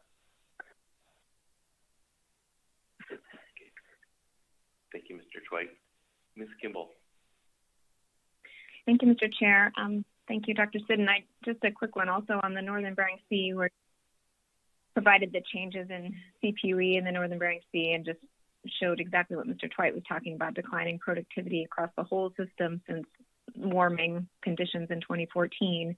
And so for those pelagic species that you were highlighting, I guess I just wanted a general sense of are those effects mainly in changes to fish distribution in the Northern Bering Sea? You noted even fish moving outside of our EEZ, or are they more, is a stronger factor these fish conditions that you mentioned and the weighted age declines? Is it a fish are smaller and not making up that proportion that we've seen in the past, or are fish really moving? And how could you better characterize the effects of those two factors? Through the chair, Ms. Kimball, that is an excellent question, both of which came up in my questions back to Dr. Muter and Dr. Britt about how to think about especially that decline in the Northern Bering Sea, because it was eye-opening to me when I received the contribution, and I wanted to sort of get their thoughts on, in Mr. Twite's words, like just how flashing is that red flag. And I don't have an answer for you in terms of, you know, which of those two is probably a bigger factor in the declines. And I think I would just repeat the contribution of the Northern Bering Sea being a smaller area was also one of the responses from Dr. Muter, and then the potential that they have moved out of the survey area. Not that there's been a reduction in the population, but that it has shifted outside of the survey area in addition to smaller weight at age. Thanks. And just a quick follow-up, and I can't now, thought I either listened to the SSC in this presentation or saw it in minutes somewhere about new research on fish conditions specifically for pollock. Is that something that you could provide a better description of, or did I not hear that right? Through the chair, Ms. Kimball, not that I'm aware of. So you may have heard it in another presentation, and maybe it's something Dr. Iannelli I don't know if it came from his presentation he will speak to next. Okay, great. I'll look for that. Thank you.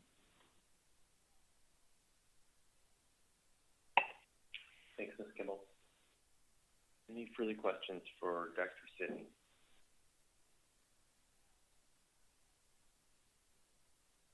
Right, I don't see any. Great. Thank you, Dr. Sidden. Thank you. Hey, Council, let's go ahead and take a lunch break. Why don't we come back at 1 o'clock Alaska time, and we will continue with our joint plan team presentation.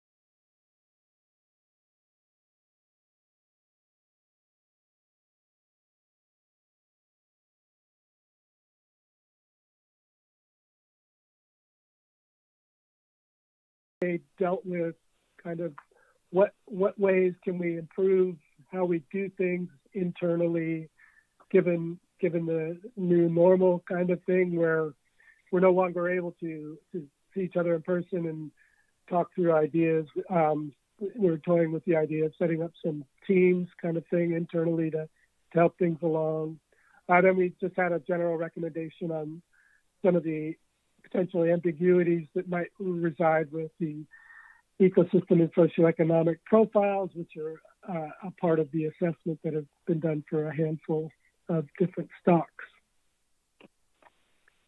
So that moves us into the sablefish assessment, and got a few slides on this. But first, sablefish has one of the more mature ecosystem and socioeconomic profiles that have been done for it, and that includes a set of indicators on what's happening with things like the catch rate in the fishery and the pot fishery here, incidental catch rates in different areas, and then sablefish condition. But there's some score, and that contributes to kind of an overall summary evaluation of the ecosystem side and the socioeconomic potential impacts within the assessment. And so that's something that's been presented over a number of years. To summarize the management side of things, we see that it's cool still in the Gulf, which is recovering from a period of relative warmth. We see warmth still in the Eastern Bering Sea. There's some differences in the young of year growth that have been observed in juveniles in the high near shore, average offshore, and then some CPUE indices and fish condition. That's what we see listed here, even though the fishery condition, which is, when we say condition and talking about individual fish, we're talking about their biomass, their body weight relative to how long they are. So basically skinny or fat fish. So that's basically all we mean by that. And it relates to their potential for recovery for the fishery, but also survival and reproductive potentially. And so they came up with a couple of covariates, and this is going to help lead into research ecosystem models that are intended to be kind of broader scope, but not yet operational in the sense of providing annual catch advice. It's more at a higher scale, kind of strategic rather than tactical, if that was kind of thing. Moving into the actual assessment itself, this is just showing the time series of sablefish catch in all of Alaska. And it's just showing that there's been an increase in trawl gear. This has to do with their relative availability to trawl gear compared to historically. And the fixed gear shown here in the red dotted line. But you can see in the early 90s, late 80s, we had catches over 30,000 tons, which is about where the 2021 ABC is. As far as what is used in the stock assessment for tuning the biomass trend is these indices, basically the green and the blue, the green and the blue show that the blue is the main AFSC, Alaska Fisheries Science Center, long line survey that went up by 10%. Another is the trawl data, this was an on year for the Gulf of Alaska. This is just for the Gulf of Alaska, and that showed a 40% increase over the 2019 estimate in standardized to have means of 1 throughout the time series. Also shown here is fishery CPUE catch rate, but that was not updated for even to 2020. This is just last night's 2019, so not much to report on that as far as an index goes. But you may recall that the authors were new in 2020. A new lead took over the assessment, did a great job, presented results last year, and then got a lot of feedback from the SSC and plan team and came up with some pretty big modifications. The model didn't change much, but major refitting and rethinking some of the components. A lot of the biology was redone. and this was presented in September, plan team, and the October council in SSC, and so that provided a pathway for this model and these new components to be accepted. And I'll step through a couple of the big changes quickly, so that one of the rationale behind one of the changes has to do with the distribution of where fish occur in the water column, or at depth, I should say. This is a little bit complicated, but I'll try to go through it quickly. Where the cursor is a panel of the fish that they saw by length. The bars represent across the panel is by length at greater than 400 meters depth. The panel next to it, I'm just focusing on the Western Gulf, is between 200 and 300 meters. And basically what we've always thought is that, generally speaking, you don't see small fish in the deeper zone. And that has persisted for many years. If you went further back in time, you would see that small fish are mainly in the shallower zones. But what changed in 2016 with the new fish is that the fish are now showing up in abundance at deeper water zones. And so that was one of the key modeling differences that changed. And I won't go too much further. That Bering Sea is every other year on the left, but it just supports that, yeah, it's occurred pretty much throughout the key areas in the Gulf that you're now seeing smaller sablefish at way deeper depths than we had seen historically. So that was a change that it affected the model, and it resulted in much better fits to things. And just to talk about those fits, I'll just focus on, these are two indices on the left side up and down here. This is the fishery CPUE on the top left, and the main survey on the bottom right. And you can see that the red line is the model, and it's not going through many of the dots very well, and that's the dots are the survey estimates, and that's a concern when you see this, poor fitting. This is the main survey here, for example, and if you use last year's model, the model predicted way more fish than the survey actually saw in their data. And I won't touch on the right. It's just a similar thing, but by age composition. But just to drive home that this is without, one version of the model, and then the next slide shows what was accepted, fitting the trends much better. And the plan team and SSC concurred that this was a big improvement and something that helped in a number of ways, namely that it didn't tend to overestimate the incoming recruits, which have been a bit of a problem for the last couple of years with these new influxes of smaller fish occurring at many depths in many areas. And so another way of looking at how well the model is fitting, on the left, here the solid bars represent the data, and the dots that are connected represent the model fits. And if it's a perfect fit, the dots would be on top of every bar perfectly. And last year, you're not very close to the bar, say for the 3-year-olds in 2017. This year's model on the right here is doing much better, especially in subsequent years. And so in general, this is just showing better model fits to the available age data. Sorry for I'm deliberating on this too long, but that's just another thing that the plan team saw and considered in accepting the modifications from last year's model.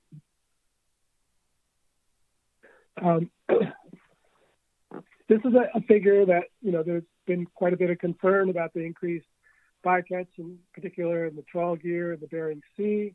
And so this is just a table on the left that the author provided showing the non-pelagic catch, basically the AFA boats, catching over 1,000 tons in 2020 and 1,200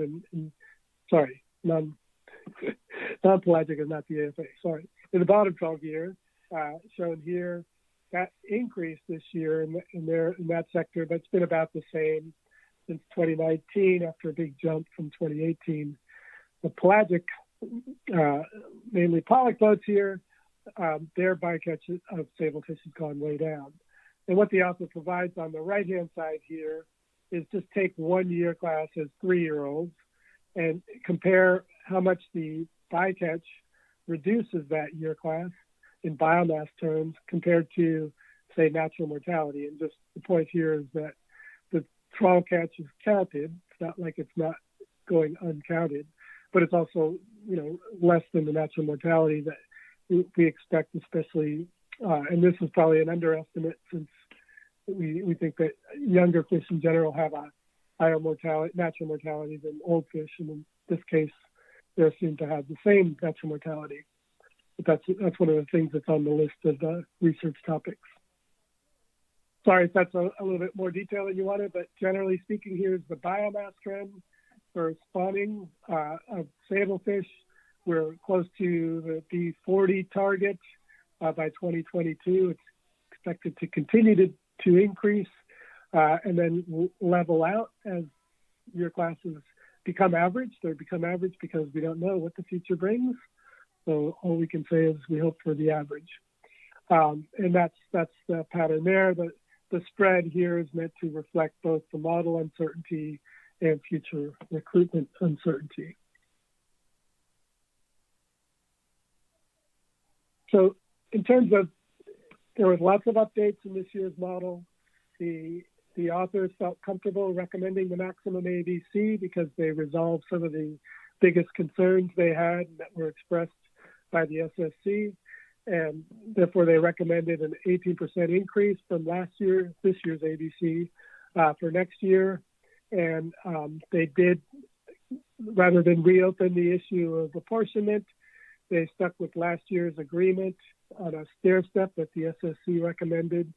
And they're on year 2 of that stair step for the apportionment, and that includes updates on the estimated projected whale depredation impact. So basically, it discounts how many fish by region will be taken by whale depredation due to fishing. So as far as the plan team discussion on the assessment, we had some ESP comments that went in a different location in our report, but we did have some issues with restructuring on the observer program and the impact it might have on some of the fishery performance indicators. This is relating to the ESP and what's used in the assessment. They're slightly different due to where the data come from and how they're processed, but one is basically an indicator and one is included within the assessment. And then this year we did have some logbook and CPUE issues that they didn't get turned in time. There was some basically administrative snafus that are easily resolved, and we don't expect that to be an issue, but we just want to reflect that we do, as a plan team, noted that they were a priority item and they should be provided with enough time for the assessment. And then just the summary table I can put up here. This is the Alaska-wide values for the ABCs, and when you see this subscript W, it means it's been accounted for. Basically fishing, the act of fishing creates a depredation effect on whales, and that's a minor accounting that's taken place to get to these numbers. And with that, I'm done with the sablefish. Happy to answer any questions. Thank you, Dr. Iannelli. Ms. Baker has a question. Thank you, Chair. Thank you, Dr. Iannelli. I appreciate the slightly more in-depth update on sablefish. My question is I think 2 slides back, and it was plan team. Yeah, this one. Thank you. I hadn't heard about this before, so I'm wondering in terms of the plan team recommendation. Can you give me an idea of what the impacts might have been from the switch or the change in the observer deployment plan? I'm not quite sure what that means, and can you help me understand? Thank you, through the chair, Ms. Baker. This isn't a direct assessment impact, I believe, and Chris Lunsford might be able to help me out here, but this was something that had to do with kind of qualitative review of how the fishery is performing, and there was some concern that spanning the 2013 switch without accounting for some of the deployment plan differences and coverages might be important to include. So short answer is I believe it didn't have an impact on how data were entered into the assessment other than as a performance indicator relative to the fishery.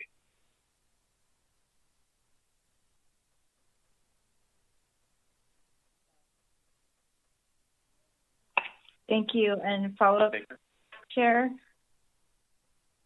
Yep, Ms. Baker. And so then, thank you, Dr. Iannelli. And then this ties into, I should remember this, but I think you just clarified this. You were talking about the impacts, I believe, on the survey assessment issues, but then there was also on your next slide reference to logbook data on fishery CPUE. And so how does the assessment, I'm not forming the question very well. What data are used in the assessment to estimate CPUE? Is it just logbook data, or are observer data used in that estimate as well? Thank you to the Chair. Ms. Baker, as I understand it, these CPUE data are processed together with the observer data. So the logbook data is combined with the observer data, and it usually does have a 1-year lag. It's hard to get all that worked up for 2021, but it should have been worked up this year for 2020, through the full year of 2020. The snafu just had to do with getting, I believe it was some logbook data handed off. And actually, I think at the time the assessment was presented, the data were complete, but it was too late to have them for the assessment. Through the Chair, Dr. Iannelli, thank you for that clarification. I appreciate it. Nothing further. Thank you, Ms. Baker. Mr. Merrill.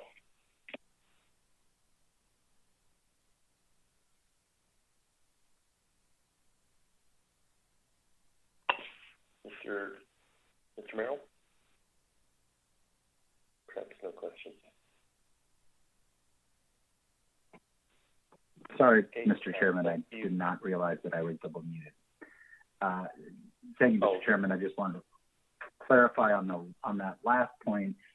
I think the agency has been coordinating with, in particular, the International Pacific Halibut Commission, and I think there are some factors that we hope are more or less just due to issues related to 2020 and COVID protocols and some unanticipated issues related to processing of those data that hopefully will be resolved in future years. And I think that the recommendation here that we prioritize the access to these data is certainly something that we're taking seriously.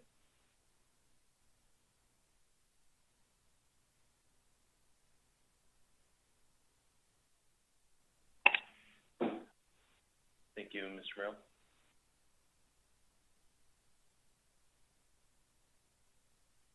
Dr. Iannelli. Thanks, Chair. Just a quick slide to say that we did receive the draft of the economic SAFE. I won't go through the details of what's provided. It's listed here. We did also receive a nice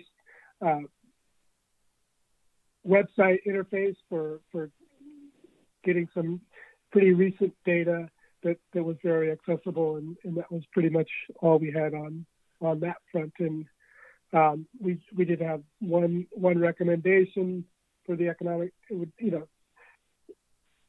kind of better to have better coordination between some of the socioeconomic work that took place, and then also looking at how we might be able to streamline the coordination among different staff. And so I guess this is another slide where we're whining about having a lot to do, but it's all been great. And that concludes my presentation, Chair. Thank you, Dr. Ianelli. Any further questions?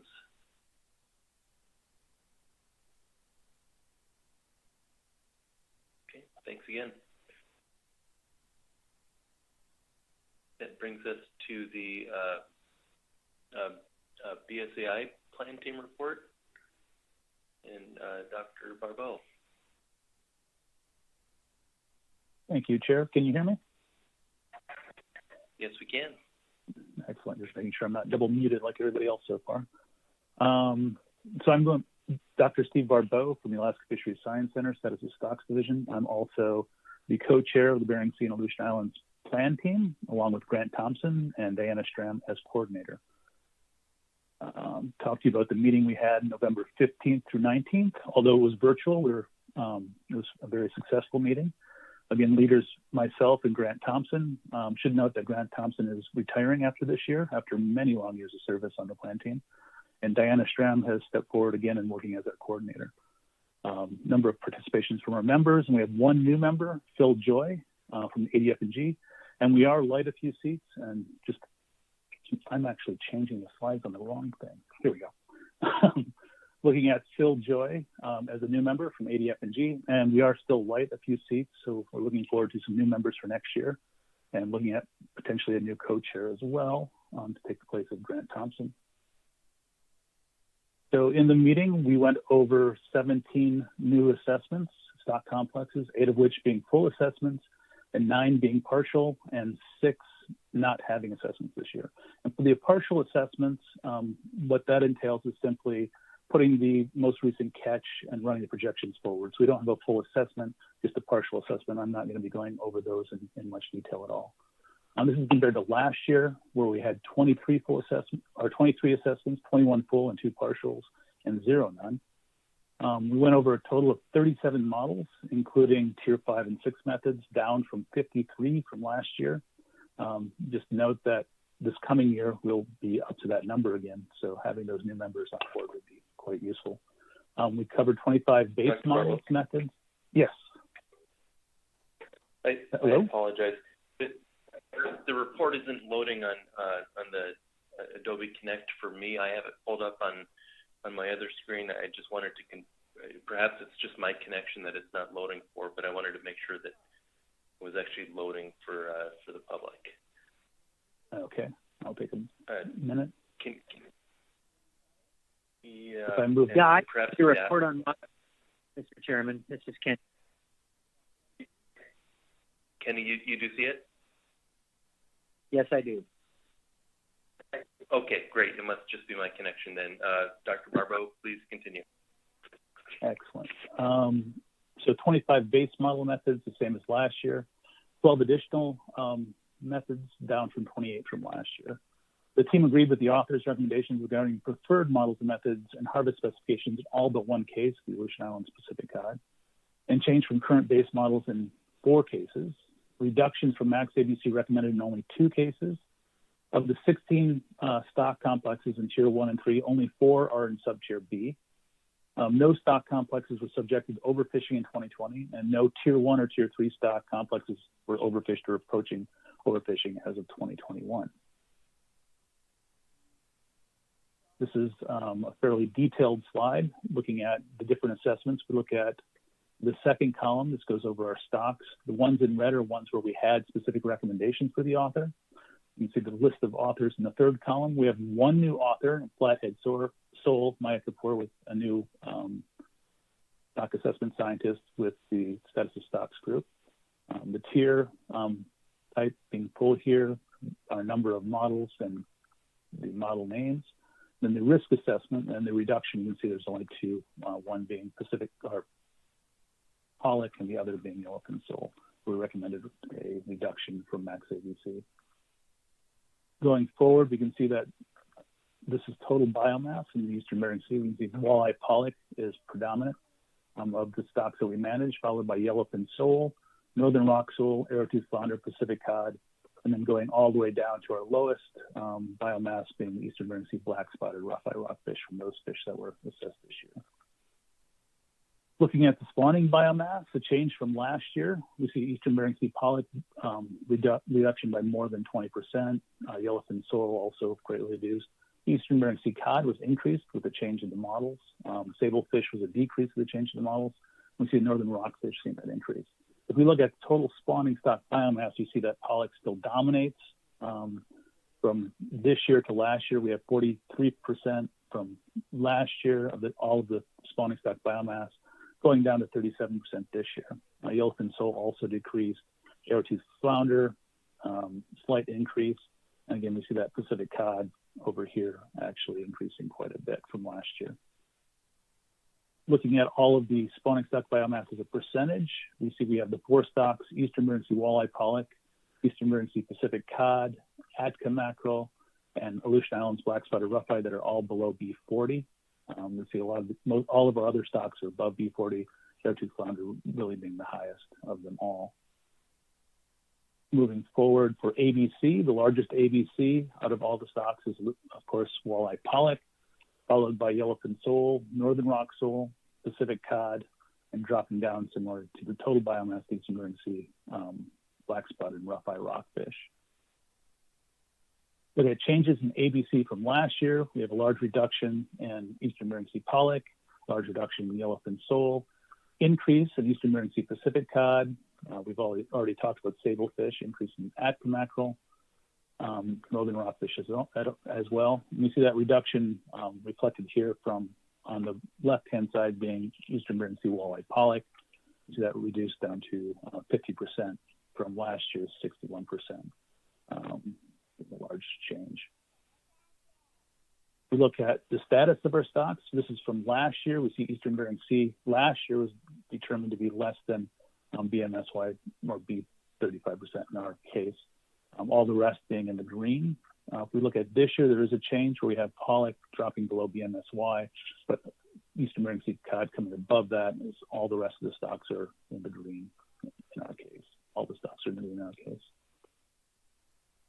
Looking at the economics, we do have a decrease from 2019. This is always 1 year behind, so we're looking at 2019 to 2020. We see 2019 to 2020, we have this reduction, largely due to pollock reduction. And we can divide that into 2 pieces, one being the price effect here in the right in green versus the orange or red being the quantity effect. And for Atka mackerel, we see the large of that decrease being predominantly due to the price effect. Same thing with flatfish, where we actually have an increase in quantity, but an overall decrease in revenue. We see for Pacific cod, it was split between quantity effect and price effect, reduced all together. But for pollock, it's predominantly that reduction in quantity that has this large impact in millions of dollars increase. Rockfish split between the two, and then sablefish actually a slight increase. Moving forward, we're going to look at a number of charts that look like this. And what we're looking at is that change from 2021 to 2022. If we look across the non-highlighted rows, those indicate a change from last year to this year versus the highlighted rows, which show a change from last year's number to this year's number. For instance, in this case, we're looking at total biomass. So last year's 2021 total biomass compared to this year's 2022 biomass versus the highlighted rows where it's actually 2021 compared to 2022. And so we'll see that in a number of cases. Again, we're looking at last year's amount, this year's amount versus the change in the third column. Moving forward, I'm going to talk about pollock and Pacific cod first. And again, those that are here in bold are full stock assessments. Those that are grayed out are either partial or none, but I'm not going to be talking about those in much detail at all. What we see in most of these, is, like we see in Aleutian Islands pollock here, is not much change from last year. Eastern Bering Sea, we changed from Tier 1A to Tier 1B, and we see that we get this reduction from of about 32% from last year's to 25% ABC to OFL, and change from 2022 projection about 25% in ABC and 38% in OFL. Eastern Bering Sea, we see the opposite. We see a large increase in both ABC and OFL from what was projected from last year. and a 43 to 44% increase in ADC and OFL, what was projected for last year. So pretty large increase.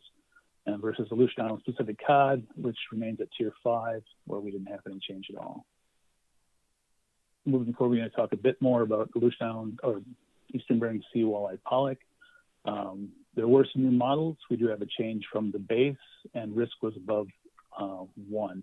And right now we're going to change to the author's presentation. I think Jim's ready to present on Eastern Bering Sea walleye pollock. Jim, are you ready? Standing by. Here I am. Excellent. Okay. Dr. Iannelli.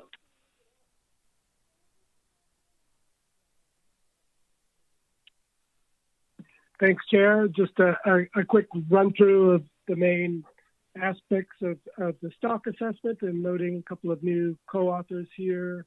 Ben Thistle helps out with the econ stuff, and a new survey person, Caitlin Allen Axelrod, and Yvette helps me out with the ecosystem side and risk table developments. You've already seen this, but I include it simply to focus in on what this year looked like relative to past years, and also how it relates to pollock density. So changing the previous slide to have contour lines instead of shading that represent temperature, and now the shading represents pollock. And so what I tried to do is, show where the cold water is. Here's, say, the 2-degree isotherm in 2015, 0-degree isotherm in 2015, 2017, and then where the densities of pollock show up. And it just lets us be able to get a qualitative idea that, yeah, pollock don't like it really cold. And when there's these warm conditions, they tend to be more broadly dispersed. And left-hand figure is just bottom and sea surface temperatures from our bottom trawl survey through time. So this year we've been working for quite a while collecting genetics data, and finally we've got those data worked up thanks to a postdoctoral researcher at the University of Washington, along with Ingrid Spies and Wes Larson at the Bay Lab. And what we're seeing here, sorry, take a little unmuted. The color codes show where the samples were drawn from pollock in different regions. And we're going to look at the genetics to see how much they compare with each other. And so that's the sampling locations. And they do these analyses where they combine all the genetics and distill it down and try to see, well, do they group into unique locations on basically a summarized axis? This PC1 and PC2 is just a way to summarize some complicated data. And what they found is that Japan stands out, which is Dr.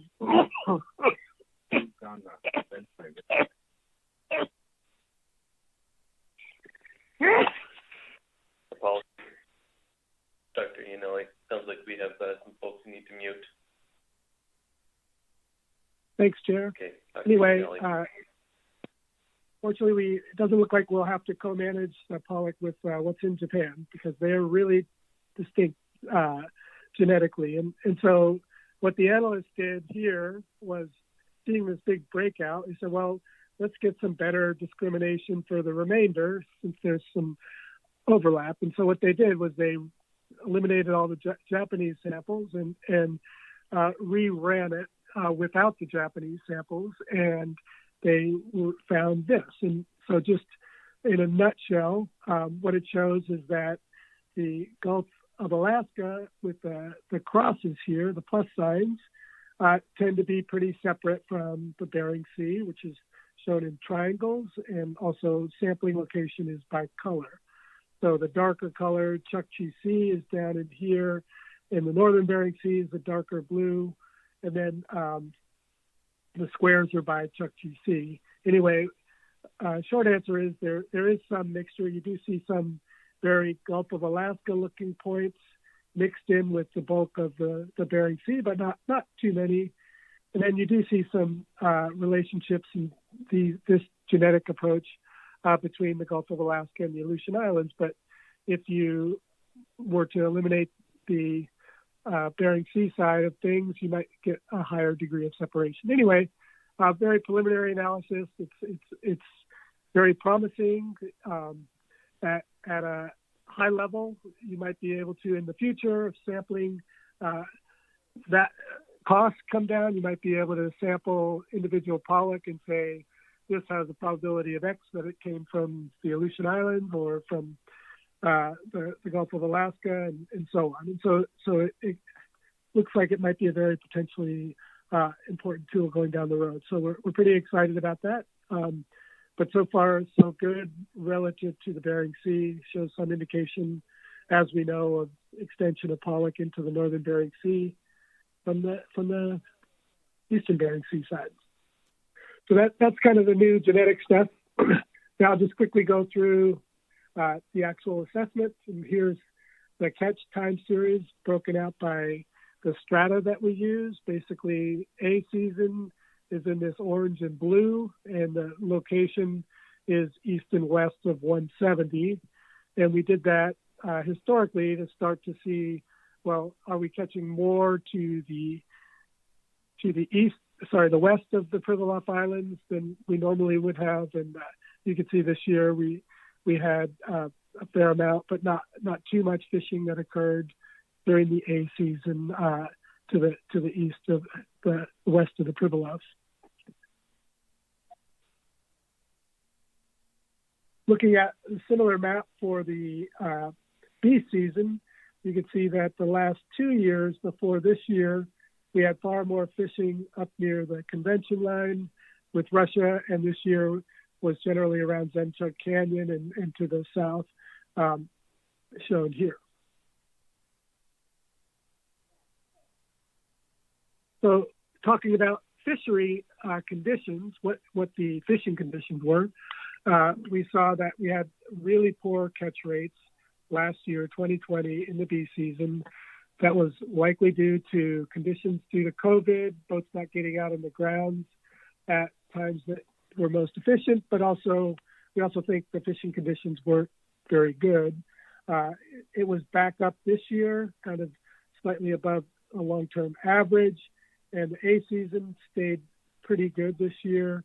Obviously, better than B season catch rates because the fish do concentrate more during the A season, so the time required to catch the same amount of fish is far less, and that's what drives this rate after a 2019 kind of peak fishery year based on our observer data. The fishery is also very keenly tracking bycatch, both of PSC, shown here for herring, and 2 salmon species. You'll remember there was a big uptick last 2020 A season in herring catch and catch rate by extension. That's come down this year. Stable fish catch rate in the B season after a big year last year. The fishing rate per hour fished has gone down. These are rates on the same scale as the pollock that we saw in the previous one. And then for Chinook salmon, it's below 2020 rates and just about average, maybe a little bit above average this year for Chinooks. What shot up this year was the chum bycatch rate, and I'll touch more on this in a second. This bottom figure is the pollock that I just showed on the previous slide. But to talk about chum just for a brief second, we did get a big increase in the bycatch totals, over 500,000, which is pretty much the second highest in recent history.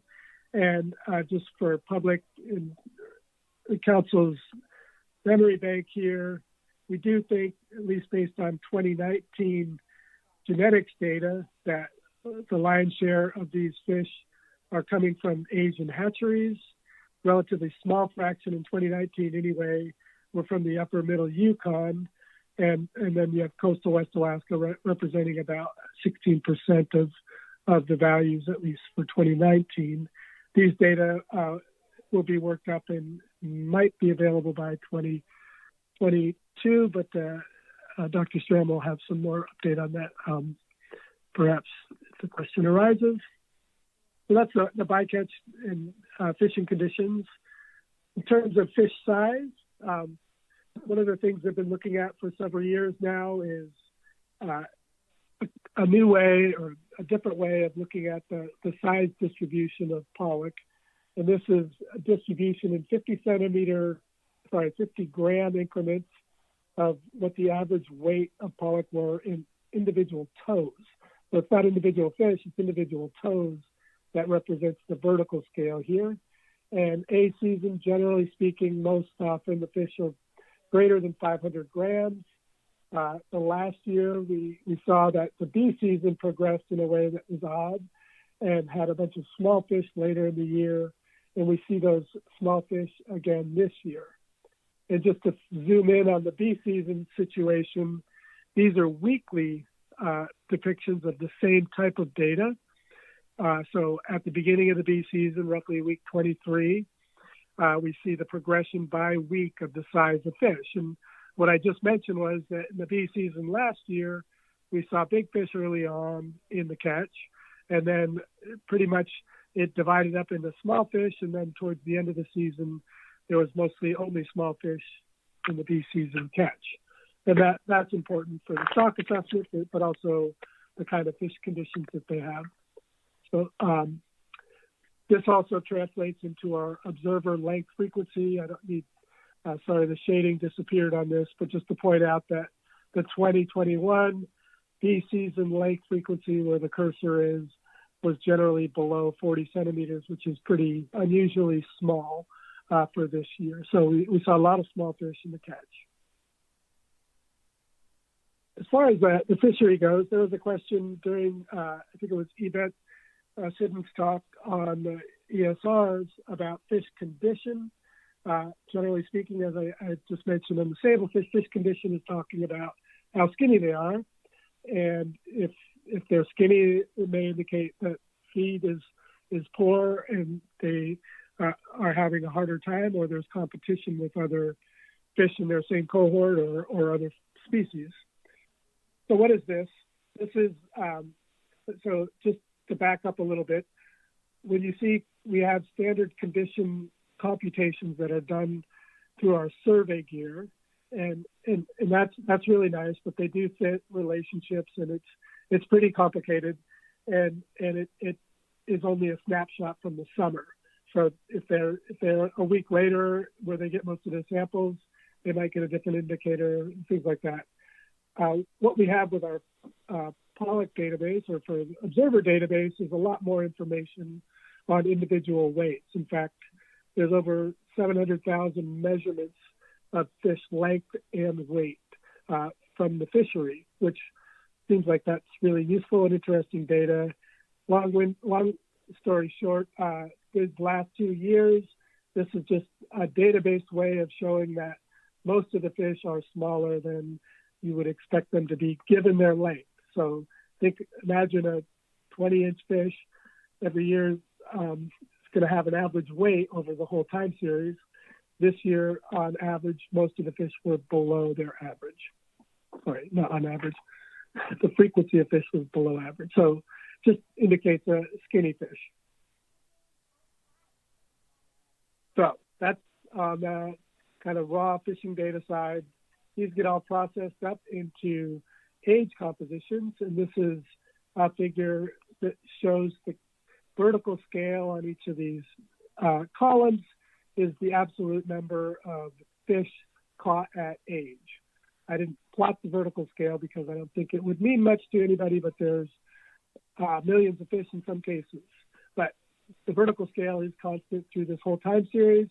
I just zoom in on it a little bit here to show that back in 2016, we saw a lot of 4-year-olds, and that represents the 2012 year class. And so I colored it orange to watch how much it's important in the fishery. And what do you notice? You notice that around 2017, 2018, this other year class cohort comes in and is caught at a greater value level than the 2012 year class. So that's the 2013 year class. And so I did some analysis to show, is it aging there and that kind of thing. Pretty sure it's not, but still a very interesting pattern that we haven't really seen in other year classes that have come through the fishery. It's relatively unusual to have two strong year classes adjacent to each other, and that seems to be the case in recent history. The other point I would make in this figure, and I think I highlighted here, is it's pretty unusual for the fishery to catch that many 2-year-olds, which is, again, another way of representing those small fish. So small fish 2020, and it turned out there are lots of 3-year-olds in 2021 as well. So moving on to the survey data, I already showed you the data points in that survey slide from the joint team work. Spatially, it's interesting to have a look at where it's different than the mean. And so now, just looking at the vertical scale of these columns, they represent the kilos per hectare seen in each of these 365 plus station locations for the survey. So that's the mean. And if I compare that, that's what you expect to see every time you go out and do a survey. Compare that to the 2019 value 2 years ago, you could see that, wow, 2019 looks a lot greater than the mean, and it certainly was. But if you compare that to the 2021 value, you could see that the mean is quite a bit higher than what we saw in 2021 this year. And so I just wanted to look at this a little bit closer. These are the same data depicted slightly differently by color and size of the bubbles. And then I just differenced off the mean. But what I wanted to show here was these are all the station locations and values that were above the mean station location. So these are the places where we went there and we saw more fish than we expected based on the time series. And then these are all the stations where we saw fewer pollock than we expected, given the history. So I was trying to get at, like, is there a particular area that had fewer pollock? And turns out that area was kind of the breadbasket for pollock, and so that kind of answered that question. So that's the location density of pollock. Another aspect of survey data, we've already talked about sizes seen in the fishery, but this is now size of the pollock that we see in the survey. And this is our bottom trawl survey. Refreshing your memory that we generally do pick up, 15 centimeter pollock on average that represent the 1-year-olds. Then generally speaking, we don't see those intermediate sizes because we think they're up in the water column, and then we generally pick them up starting ages 5, 6, and 7 in there at these bigger sizes. Well, we didn't have a 2020 year, and when we go to look at the 2021 new data, we see that, again, here the vertical scale is corrected for area swept. So the vertical scale is important here. It's not proportions. We see a couple of things. First, that there's not that many big fish in the survey this year compared to, say, 2019. And we see a lot more intermediate sized fish than we normally would. These are absolute scales. They're not proportions. So we see a lot more of those size fish. And, yeah, the indication of a 1-year-old pollock is kind of a mix. I mean, that's not too uncommon to see it be that low. Sometimes this can pan out to be a strong year class, but not a huge indication, although we did see in 2019 some indication of that 2018 year class. So kind of fingers crossed that that's going to be our future. And then when you go and plot these out, this is the same type of figure I just showed for the fishery, but now for the survey. And I changed up the color for you just to show that what I had in orange in the other one is now blue. It's that 2012 year class as 1-year-olds in 2013. Here they are as 3-year-olds, 4-year-olds. And then about the same time we saw the shift in the fishery, we do see the same shift in the survey. So this is fishery independent data. And we do see that same shift from the 2012 year class being important extremely, and now it's the 2013. And this year there's some indication that the 2014 might be strong as well. This is doing quite well. And there are those 3-year-olds I mentioned earlier. So what other data do we have in the assessment? This is not a real track line, but it's just meant to show the stations that we visit with the survey. But as we meander between those stations with our survey vessels. We stop, as we travel, we collect acoustic data. And that's what's depicted here. It's just a fish finder echogram that's processed in real time at the end of the season, and it gives us an alternative index. And so what does that index look like? It's integrated across grid cells in the Bering Sea. It's integrated across grid cells in the Bering Sea. We didn't have one in 2020, but here they are showing that for 2021, they actually saw lots of pollock in the midwater zone. And there's been some anecdotal reports from fishermen that they ran over lots of small fish. So that's a positive sign. Unfortunately, because this is an opportunistic data collection exercise, we don't go back and sample the midwater zone to validate that, in fact, they are pollock. In fact, they are this size and age of pollock.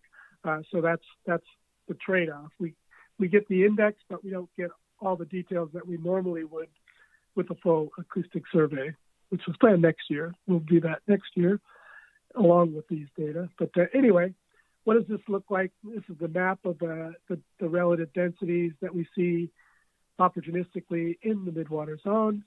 When you integrate that and sum it up, the time series looks like this. We've been doing it since 2006. And just to highlight, I mentioned that it was way up, and it certainly is relative to the 2019 value. Unfortunately, because of those aspects of the uncertainty, the model shown here in the black line does a pretty poor job of predicting that increase. And more on that in a second as I show the relative increase of impact of adding data from this year. And so what do I mean by adding data? The columns here represent individual model runs where I just update the fishery data. So both of those are included. Sorry, the rows are the model runs. And then add the bottom survey data indicated here, and then add the acoustics vessel of opportunity data that's kind of the full data set. So it's just a way of showing what last year looked like. This is spawning biomass, a lot higher picture. When we add in the fishery data, where we saw fewer older fish in the population than we expected, and we see an overall rescaling of the population because of that. And then with the new bottom trawl survey data, with the lower estimates, we saw a further drop. But then when you add in that AVO, that acoustics, which was positive, it represents a small uptick. So far, not super meaningful or impactful in the assessment model. And then, this is just the same data I've already shown on the right here in the model fits, where similar to the sablefish assessment, the dots are the model fit, and when it's fitting well, it's right on the bar. As you see here, you can see that the 8-year-olds in 2021 aren't being fit so well, and that was what brought the population down, just by adding in the fishery data. And then here's the last year's acoustic data and this year's survey data showing the relative fits. The lines are the model and the dots are the input data. And these are the age compositions for the survey, showing the dots that are the model fits and relative to the columns, which are the data. And then all of that ends up with these estimates of recruitment, which are critical for kind of estimating how many fish we think are out there now, and how many fish, these are 1-year-olds, how many fish there'll be when they grow up to be fishable, or like age 4 or 5. And so relative to the impact rate on the spawning biomass here, we measure we call it the spawning exploitation rate. So if you're fishing at a 20% level and you didn't fish, you would have 20% more spawners out there. And so as the stock is declining, the exploitation rate is increasing and stabilizing at about 20%, shown here. And how this projects forward has a pretty large degree of uncertainty. given the ABC recommendation. We do anticipate that it will increase, but that's in expectation. There's a broad range of ways it could go either up or down for spawning biomass. So that's kind of our final model result. There's retrospective patterns, which was one of the issues that was a concern. That ratcheting up of biomass just with the new data had a big impact on that. And the biomass trend I've already shown. Just to summarize, the bottom 12 surveys at about 65% of the mean. It's its eighth lowest since 1982. There's some sign of new fish coming in. There a lot of disparate data, but we do expect a decline at least through to next year, with hopefully increases afterwards. And this is more, sorry for the typo, nice spelling. This was a table requested by the SSC was to revive the Tier 2, which hasn't really been used maybe once in 1995 or 96, the year before I took it over, and then took over the assessment. Anyway, we did it at the request of the SSC, and we recommended it mainly because that value was coincident with not increasing effort going forward.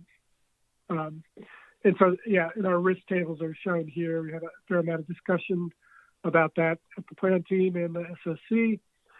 And we do, as an assessment author, encourage greater consideration or input on what to show and what we think is a decision table. And just to explain briefly, unlike the halibut one, we transposed it. And the catches are shown in the top row here. So the leftmost column basically is if there was no fishing, basically bycatch 10,000 tons versus, this year's catch was 1.375 million tons roughly. And then these indicators are given in rows, and there are things that you might wish to consider. And one of them is this bottom row is what's the probability that the amount of effort it takes to catch the catch level in the top row will be greater than what we fished, harder than what we took to catch the fish this year. And you can see that 1150 is about a 50 chance out of 149 out of 100 that it will be even odds that you'll have to fish harder or less hard to catch that amount of fish. And I think that's my last slide. Chair, happy to answer any questions, and thank you for your time. All right, thank you, Dr. Iannelli. Are there any questions?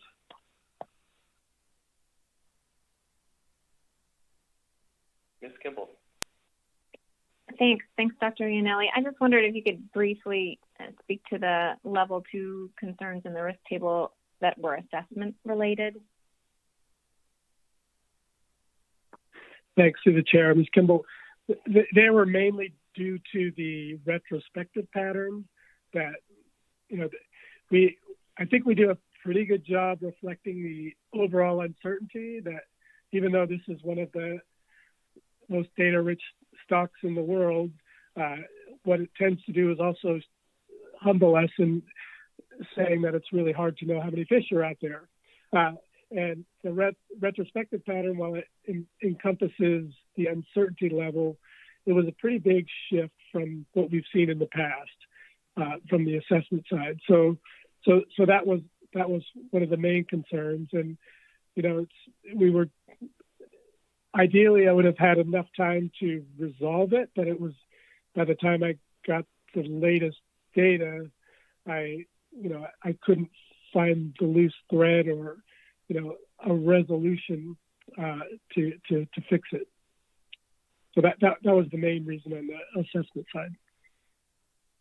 Thanks, Mr. Chair. That was kind of my follow-up question, Dr. Iannelli, whether you can identify some potential resolution to those issues. And should I read anything into your statement thinking we might be able to, or you just didn't have the opportunity to investigate that further this year? Thanks, Chair. Ms. Kimball. It's not an easy problem. I kind of wishful thinking I would have been able to find the thread that would fix it all. But, based on my experience in other stocks, it's not like, oh yeah, just do this and everything will come right. I mean, it took probably a decade for the halibut retrospective pattern to get corrected. And that was a problem for a while. And I don't anticipate that happening in this case. The other point I would make, kind of separate to the problem of fixing it, is that in general, these models have a pretty difficult time across the board doing a really good job of predicting the absolute value of increases. And we've had a pretty big period of increases since the 2008, 2009 dip that we had a few years ago. And you need really precise survey data to be predicting. And by precise, I don't mean our surveys aren't precise. I mean that you need to have a well-behaved fish that stay in your survey zone. Don't change their distribution vertically from year to year. Those types of things to get an accurate depiction of increases of fish stocks. And so it may take a few years for it to flip, but hopefully next year at this time I'll have better news. Thank you. Thanks, Ms. Kimball. Mr. Merrill. Thank you, Mr. Chairman. Can you hear me? We can.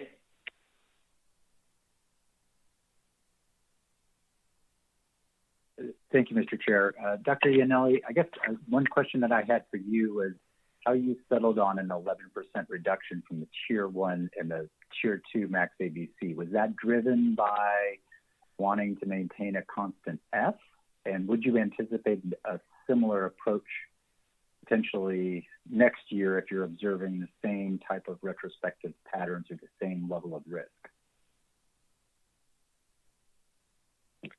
Thank you, Chair. Mr. Merrill, it's a good question. I anticipate making a similar reduction or keeping efforts steady. Well, not having thought about it too much, but off the top of my head, if all the data indicated further declines and say that the apparent increasing recruits that fails to pan out, I would probably recommend something similar to a constant F strategy. And where that sits, again, within our tier system depends on a number of things. So just to refresh the council's memory, we're on the descending slope of fishing mortality. So when we're at ABCs that are on the order of 2 million tons for pollock, the actual realized fishing mortality is well below FMSY by any measure. And that's because we have the 2 million ton cap. And we're going to have 1.4-ish TACs. But as the stock declines, which it will do naturally, towards the target BMSY level, which is roughly just over 2 million tons of female spawning biomass, once it's below that, that FMSY rate starts to ramp down really quickly. And so if the stock biomass next year drops further, the impact on all of the tier level calculations will be even more severe.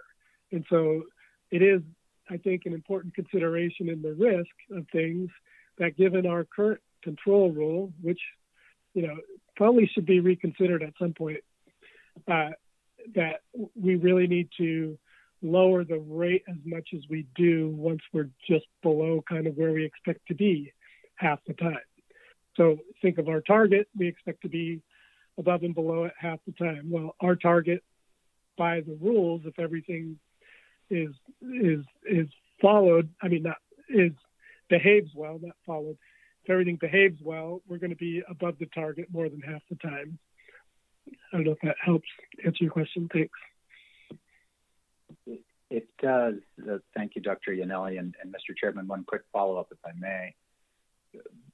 Based on that response, Dr. Yanelli, I'm wondering how we process risk and potential reductions, particularly from max ABC, when, as you noted, there's kind of an understanding that we will sort of float around what that average reduction ought to be over a multi-year period. In other words, how do we assess risk on an individual year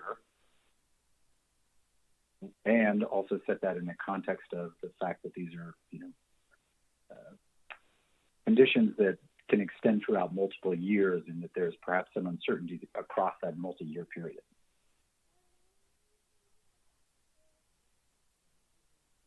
Thanks.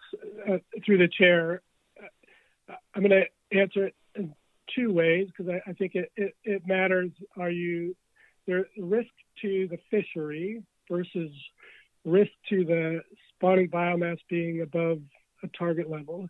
And so the risk to the fishery, given our current control rules, become very, to me, seems very extreme as we drop below the target level even further, because the rates will go below, as they did in 2009.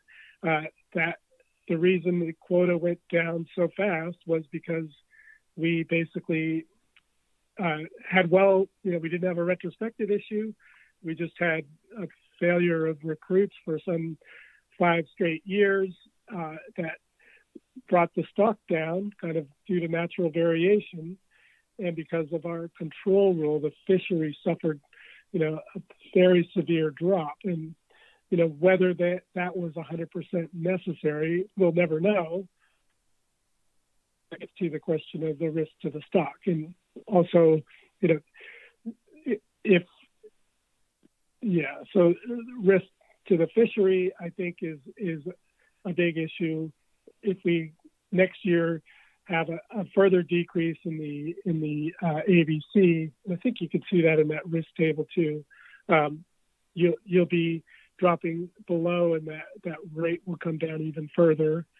And then there's also the issue of being below 20% of unfished, which, the target rate is roughly 30% of unfished. So if the target's about 30%, you might imagine that by chance alone, we could be 10%. We've been 40% of, twice the target rate in the past. So there's a lot of variability, and I think that's a tough question.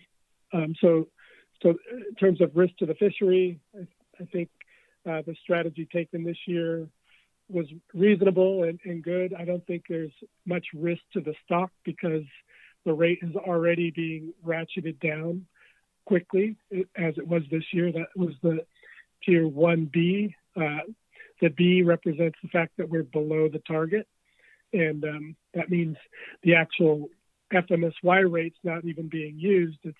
It's being ratcheted below that. So from a stock perspective, I don't think the risk would have been extreme had gone to the full tier 1B value. But from a fishery perspective, I do have some concern that if it continues to decline, then the subsequent ABCs could be even lower. Thank you, Mr. Chairman. Thank you, Dr. Yanelli. Thank you, Mr. Merrill. Any further questions? Okay, thank you, Dr. Yanelli. That brings us back to Dr. Barbeau for the balance of the Bering Sea report. Thank you, Chair. Just a couple more things on pollock. You'll see these 4 graphs in the following species as well. The upper left being total catch, the upper right being total biomass, the bottom right being spawning biomass, and the bottom left being spawning biomass, and the bottom right being recruitment. And as Dr. Yanelli explained, we have that drop in total biomass for the employees. Similarly, that spawning biomass below VMSY, again, due to that low recruitment for an extended period of time. We agreed with the author's choice of models, and we agreed with his reasoning for reduction from max ABC and his reasoning around the reduction to the Tier 3 max ABC control rule. Again, we see that reduction from last year's ABC of 32%, reduction from the projection from last year of 25%. We also had a couple other presentations that were given on the Eastern Bering Sea genetics. We commended the team on their genetics research, and we also wanted them to look at samples from Russia to use in future analysis to see how our stock relates with the Russian stocks. We also had a presentation on the multi-species models from Kirsten Holzman, and the team recommended the author's work to streamline and coordinate the data pools for single species assessments and Seattle in order to better align the data and multi-species model outputs for future use. So basically aligning those data pools so they're both using the same data. And that is a conclusion for Eastern Bering Sea pollock. And I could move on to cod with the chair's permission. All right, I don't see any questions. Dr. Barbeau. Moving on to Eastern Bering Sea Pacific cod, we have the same author for a long time now, Grant Thompson, who is going to be retiring this year, so there'll be a new author next year. We do have a change from the base model, and we did have a risk table that was greater than 1. Along with the stock assessment, we also had an ESP report card that was presented this year, and that's presented in the appendices for this stock assessment. For the model changes, we also had a CIE review in the spring, which primarily concentrated on looking at the ensemble and how to weight those ensembles. So they provided 5 models for their ensemble, but upon review, the SSC reduced that to 4 models. The weighting system that we used was the same as what was presented or provided by the CIE, except it was reduced to 4 models instead. And so those 4 models that were presented, the model 19.12A was the base model from last year. Added to that, we allowed annually varying catchability for the survey for model 19.12, a dome-shaped survey selectivity for model 21.1, and then added a fisheries CPUE index for model 21.2. And here are the model weights, the highest weight given to the base model, the least weight given to the model fisheries CPUE. Going into the stock assessment, here's the look at a catch time series over this time period. We see this sharp drop in catch since 2016, the red dot being the 2021 ABC or TAC, and the green dot being where our catch was. And we see this increasing in pot catch over the time series, decreasing in trawl, and kind of flattening out of the long line fisheries. Of course, this steep drop in all of these fisheries in the most recent time period. Survey abundance is a VAST estimate. Here we see the orange, which was last year's VAST estimate, versus the blue, which is this year's VAST estimate. And the difference really was a thinning out of the survey points that were used within the VAST model, cutting out those points that were deemed not good for this. And what we see is a drop from last year, from 2019 to 2021, we see that drop in the VAST survey abundance. Also, in one of the models, we have the CPU index, the final model. This is 4 different CPU indices. The blue one is the one that was used within one of our models. The orange and gray being different various CPU indices. You can see that we have this drop in CPUE in the most recent time period. So the sharp increase in this drop, and this is based on the longline fishery, the winter longline fishery is what's being used for these CPUE indices. Moving forward, looking at female spawning biomass relative to B100 for all 4 models and the ensemble. Gray being the ensemble, you see the colored being the others. CPUE index, model with the CPUE index 21.2 having the lowest, most recent estimates, all of them below B40, and so we're somewhere between B35 and B40 for all of these models, the ensemble being slightly below B40.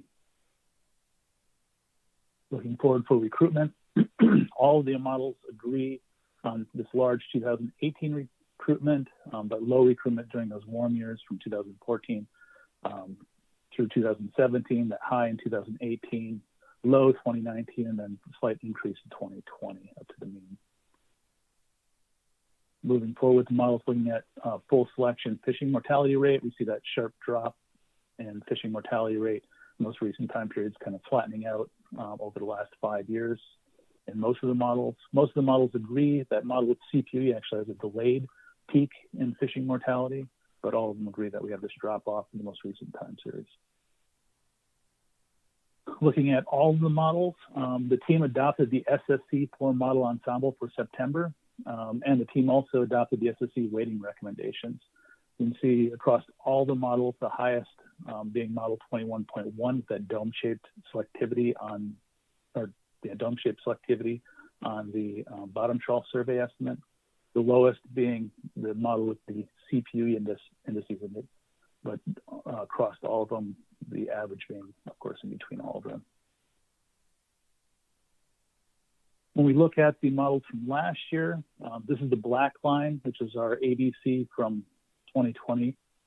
We can look at the gray being the ensemble approach and looking at the difference between the other two. And really we get this distribution for ABC, which is quite a bit higher than what we had estimated for last year. So the change in 2022 ABC relative to 2022 ABC is currently specified. What we were looking at last year was 153,000 tons versus what we specified last year was 106,000 tons, which is a 44% increase. All the models showed an increase from the preliminary assessment. So all 4 models show this increase. And so Grant really wanted to look into this in more detail and provided this to the plan team in Appendix 2.4, which provides a detailed analysis of the factors causing the increase. And it wasn't just one factor.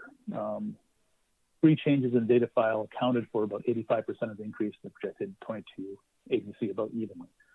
So we have the 2021 survey size comp, when that added about 15%. 2021 survey index data also increased it, as well as revisions to the historic survey index data. But also we need to take into consideration within the sloping portion, of the harvest control rule. So ABC changes much more rapidly than biomass. It's kind of a first approximation. If biomass increases by a factor of X, ABC will increase by a factor of X squared.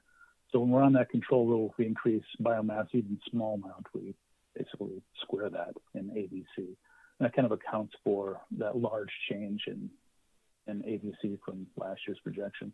So the data changes as well as it's changing where we're at on the harvest control rule. So looking at the 4 graphs that we provided before, we have this drop in total catch. We see this drop in total biomass from below the mean now and approaching 35% also in spawning biomass.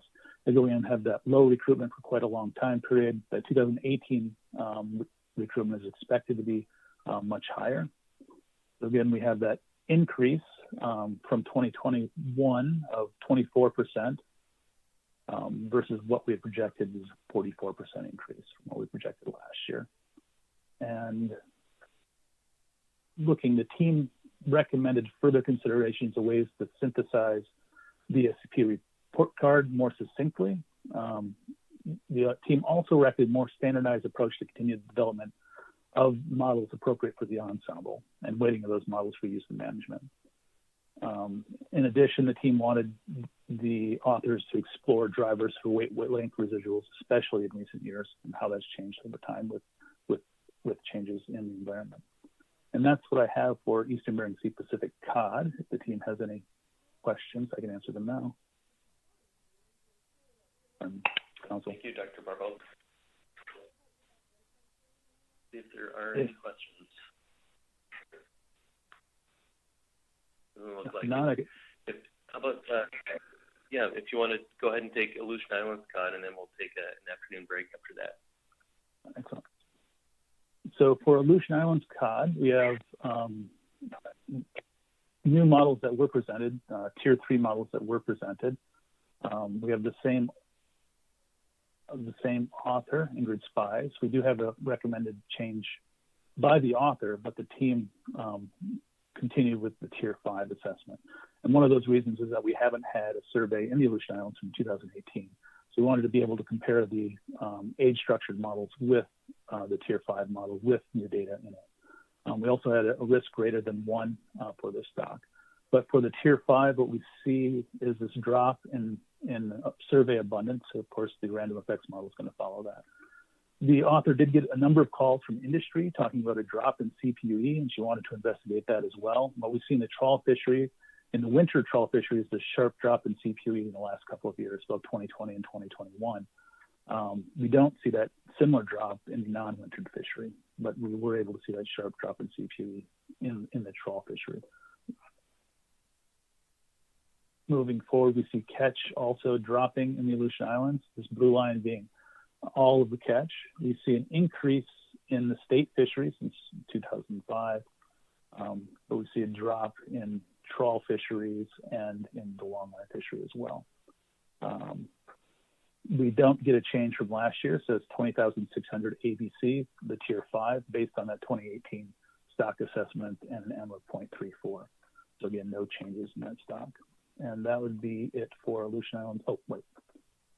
The team recommended further examination of fisheries CPUE, beginning with methods to control for changes in fisheries and management, and really for them to join the current efforts looking at CPUE in both the Bering Sea and the Gulf of Alaska, which is being done by a student from Dr. Curry Cunningham. The team recommends further exploration of age-structured models, given that there's likely to be an Aleutian Islands trawl survey in 2022. So we definitely want to see these age-structured models again next year. The team also recommended the authors investigate other sources of fisheries independent data for application in Tier 5 or to fit these within an age-structured model. So looking at the longline surveys that are conducted out in the Aleutians. And that would finish my talk for Aleutian Islands Pacific Cod. Back to the chair. All right, thank you, Dr. Barbeau. Any questions here before our break? All right, don't see any. Okay, let's take a 10-minute break, come back at 2:50 Alaska time, and we'll move on to flatfish.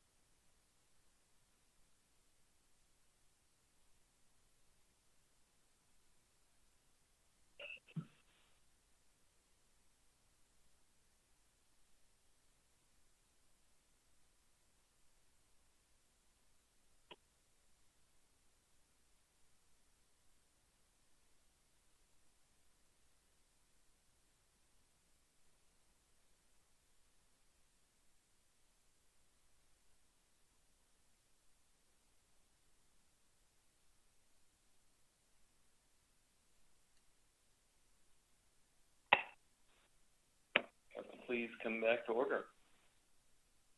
Okay, we are ready to continue with the Bering Sea Plan Team report. Dr. Barbeau, whenever you're ready. Thank you, Chair. And moving forward to flatfish, we only had 2 full assessments this year, yellowfin sole and Alaska plaice.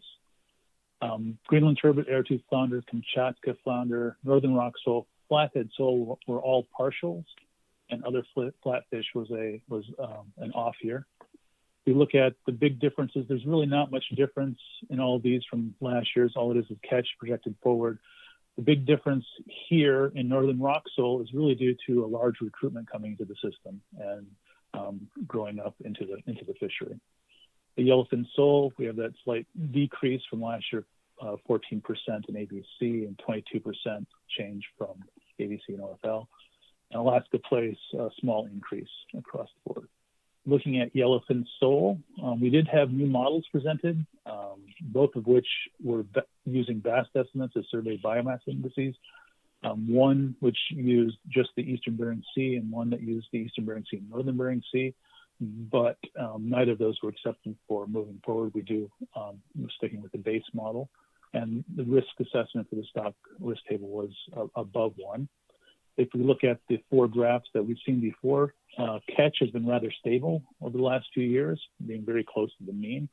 But we do see a decline in both total biomass over the time period as well as spawning biomass, but we're still well above BMSY.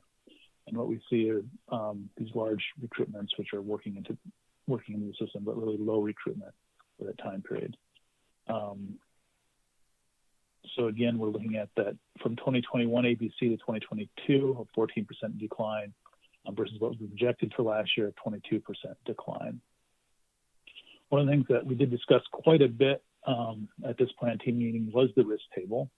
And we have 2 2s, one for the population dynamics risk increase because the stock has been on this long-term decline, and the 2021 survey estimate is at its 3rd lowest.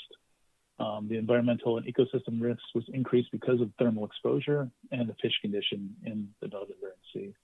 The author recommended a 24% reduction from the 2022 ABC, Tier 1 ABC, Max ABC, based on an average of the Tier 1A and Tier 3A Max ABCs.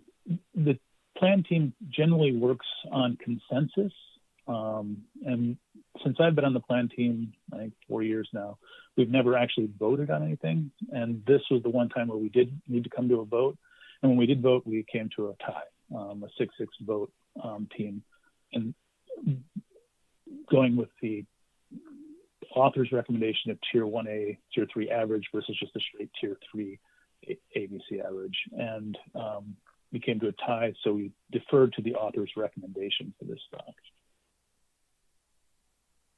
The other thing that we did discuss was the Northern Bering Sea. The team recommended that the connection between the Northern Bering Sea and Eastern Bering Sea portions of the yellowfin sole population be investigated, and that alternative models be developed for consideration next year using the combined Eastern Bering Sea and Northern Bering Sea BAST estimates for biomass and BAST-derived age composition data, which wasn't available this year.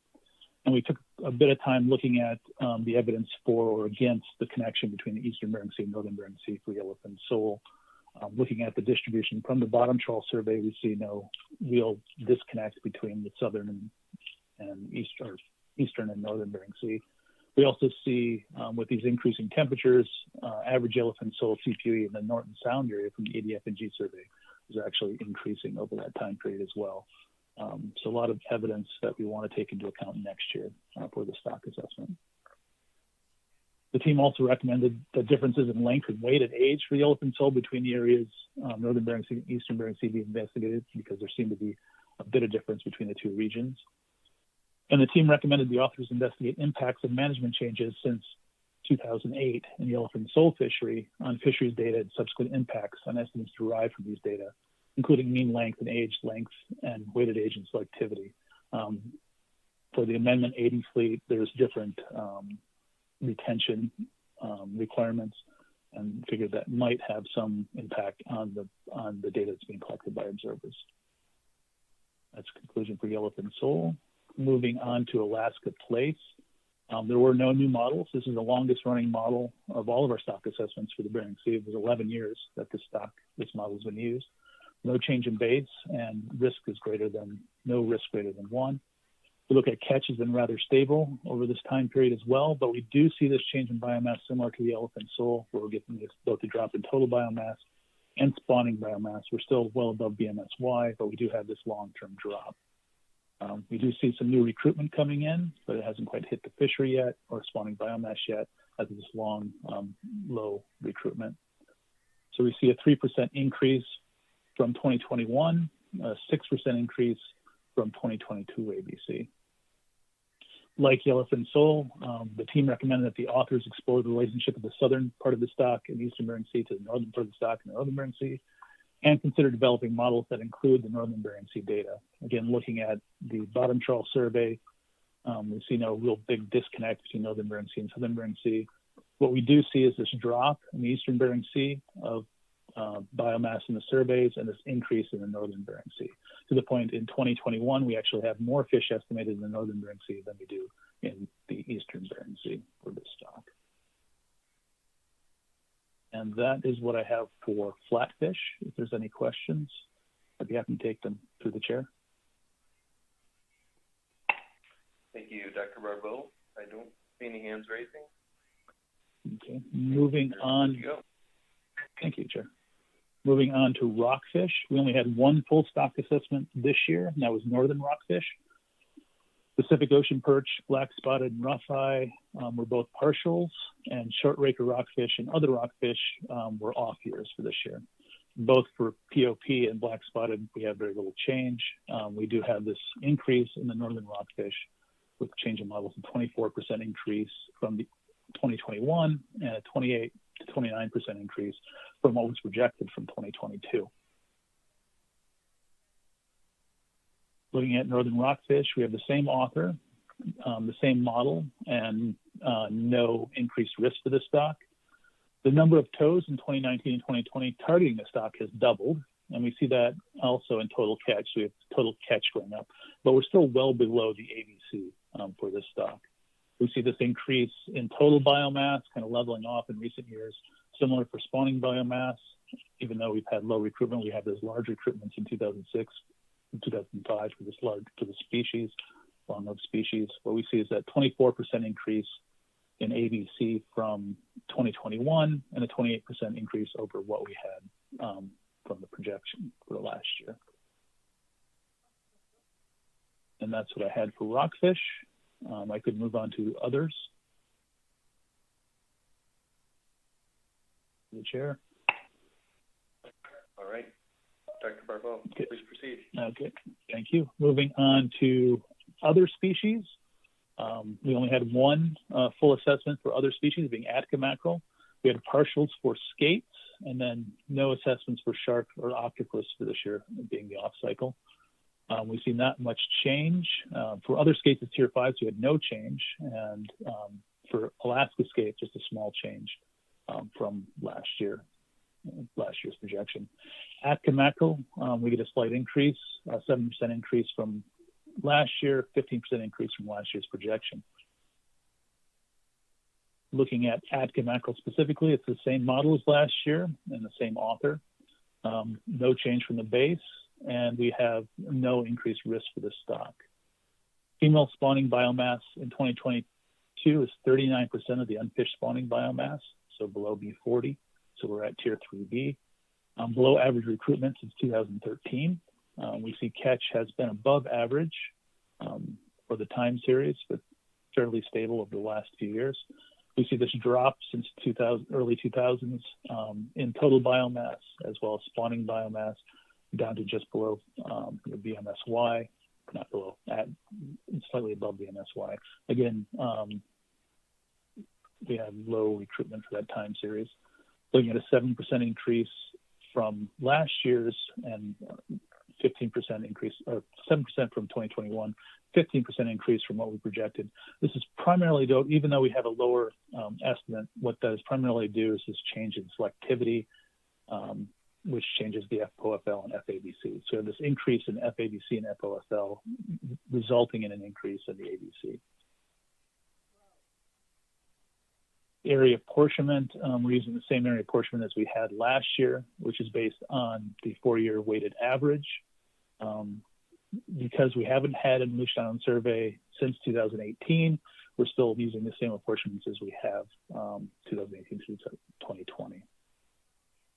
One of the things the team discussed was this assessment using dome-shaped selectivity for both the survey and the fishery, and we really wanted them to look into possible reasons for this dome-shaped fishery and survey selectivity pattern, including senescence or differential distribution by age. And that is all we have for other species. And now we can move into forage species. For forage species, we have the same author, Olaf Wormseth, who will be leaving our group this year and moving back to Minnesota. But what we're seeing is a drop both in capelin, eulachon, and other FMP forest species have decreased greatly in abundance since 2015. This general pattern occurs both in the eastern Bering Sea and northern Bering Sea. So we see this drop. This is in log scale abundance for or biomass for capelin. And we see since 2015 this sharp drop to below 2 standard deviations. Similar for eulachon, we see that similar drop since the early 2000s in eulachon. Herring abundance is relatively high in the eastern Bering Sea, shelf bottom trawl survey. Prohibited species of herring exceeded the limit and been discussed in 2020 ESR. The herring bycatch in 2021 is high relative to previous years, but is still below the limit. A new index that they provided in ESR was this aggregate forage index already presented. We're showing a decrease in trend in abundance since 2015. So we had really high abundance 2015 dropping off recently to be well below average. One of the things that we did discuss in detail was this increase in squid catch since moving to the ecosystem component in 2019. So doubling and almost tripling in 2020 of catch of squid since it was moved into the ecosystem component. If you look at those catches on the smaller graph, this is catch over the time series, catches back in the 70s and 80s, which was used for determining what our OFL was. Our OFL is about 6,900 tons. So in 2020, we're coming fairly close to that OFL level that was set before 2019, dropping 2021, still a bit lower, but still not for what it was back during it was part of the ecosystem component. Our recommendations for the team, through the chair, I do see a question. Thank you, Dr. Barbeau. Ms. Van Roven. Thank you, Mr. Chair. Thank you, Dr. Barbeau. My question is on the squid. Was there any effort to determine if there were certain fisheries that have been running into more squid than normal, or retention requirements, or I guess I'm looking to see if there's any effort to kind of quantify or explain those increases that we see in recent years for squid. Yeah, I think Diana's going to present on that, but we did discuss that. It's predominantly the pollock fishery that was catching these extra, increasing this catch in squid. Diana, were you planning on addressing this in more detail? Thanks. Through the chair, Ms. Vanderhoeven, we did talk about this for a while at the plan team meeting, which is going to lead to the recommendation that we'll show. We looked at some information on the relative catch in the pollock fishery, as well as what it's been turned into bait and primarily fish meal, but that has occurred in recent years. And then if you remember with the sculpins being moved to ecosystem 2, there was a regulatory amendment to allow for retention to fix a glitch in the regs there. And so I believe that just came through. So that is something that you may also see an increase in. But the trends that we talked about at the planting meeting had to do with how it was being processed in terms of fish meal and bait, and the dramatic increase in the catch that at the time that we moved into the ecosystem component was considered to be just an intrinsic bycatch rate that we didn't anticipate from that analysis increasing as much. Hopefully that gets at your question. I think it does. Thank you. And since it'll come up again in the plan team report, if I do on it and that didn't get to it, I'll ask you a more specific question there. Thank you very much. Thank you, Mr. Chair. Thanks, Ms. Vanderhoven. Dr. Barbeau. Thank you, Chair. And from that discussion, the team had recommended that we really need a workshop where scientists, a member of the team, SSC, and council staff can discuss these issues, both on how we get our population estimates, the importance of these forage to different managed species, questions about how climate change impacts these forage biomass and exploitation rates, how best to report changing populations, scientific knowledge about forage species and the dependence of other species on them, including timing, frequency, and scope of the report, and also potential resulting management measures from shift in bycatch or spatial distribution of the forage space. We really wanted to emphasize that this workshop is needed, and it's probably a great time for this to move forward. The team recommended coordinating with editors of the ESR to reduce redundancy in reporting between the forage and ESR reports, and consider a combined forage species report for Alaska rather than two separate region reports, since the impacts in the forage species seem to be Alaska-wide, not necessarily specific to any one region. And I think that is the end of my report. If I have any questions through the chair. Ms. Kimball. Thank you, Mr. Chair. Thank you, Dr. Barbeau. It was on the previous slide, still on forage fish. I can't bring it up. Oh, there. So was the idea with the last bullet in that recommendation that the forage fish, I see that be combined for Alaska, but also be kind of situated in with the ESR report? Because not having seen this recommendation, I still noted when we get the forage fish information from the ESR report, we also get the context. We get all of the reasons why, you know, they think since 2014 in these warming years, we've seen declines in forage fish and make connections across the ecosystem Alaska-wide, which is more, I think, than what we see in this report where we just see, here's the decline. So I'm wondering if that was, if I'm reading too much into that recommendation, that we try to put forage fish in with the ESR report so we get that added context as opposed to your report. Through the chair, it really was, we'll still have both reports, but to coordinate between the authors. So right now we get a lot of duplication between the forage, at the plan team level, we get a lot of duplication with the forage report and the ESR, and really having those portions better coordinated so that we don't get them repeated in both the indices and other things that are being reported in both regions, so that the authors can split out that job, not necessarily going to just one ESR or forage within the ESR, but to have better coordination without getting duplication of effort. Okay, I'll think about that. Thanks. Thanks, Ms. Kimball. Any further questions for Dr. Barbeau? Not, I think it's back to Dr. Stram. Thank you, Mr. Chairman. I just have a couple of slides just to walk you through the actions in front of the council today in terms of the things that are listed in your memo. You're obviously going to consider approving the SAFE report that you just heard the report of. You're setting your TAPs based on the SSC's recommendations on OSLs and ABCs, and you're also setting the tax and the apportionments, and you're including in that the state water considerations for Pacific cod. One of the items that's attached to your agenda is called a max TAC table, and what that does is takes the recommended ABC and the reduction for the GHL, which leads to the maximum amount of Pacific cod that could be set as a recommended tax. You can obviously set your tax below that, but you could not set it above it because you have to accommodate the amount that is taken in the state GHL fishery. And so just to note for you that in the Aleutian Islands, then that amount for the GHL is 39%. In the Bering Sea, it is a reduction of 11% plus an additional 45 tons to the area O jig fishery.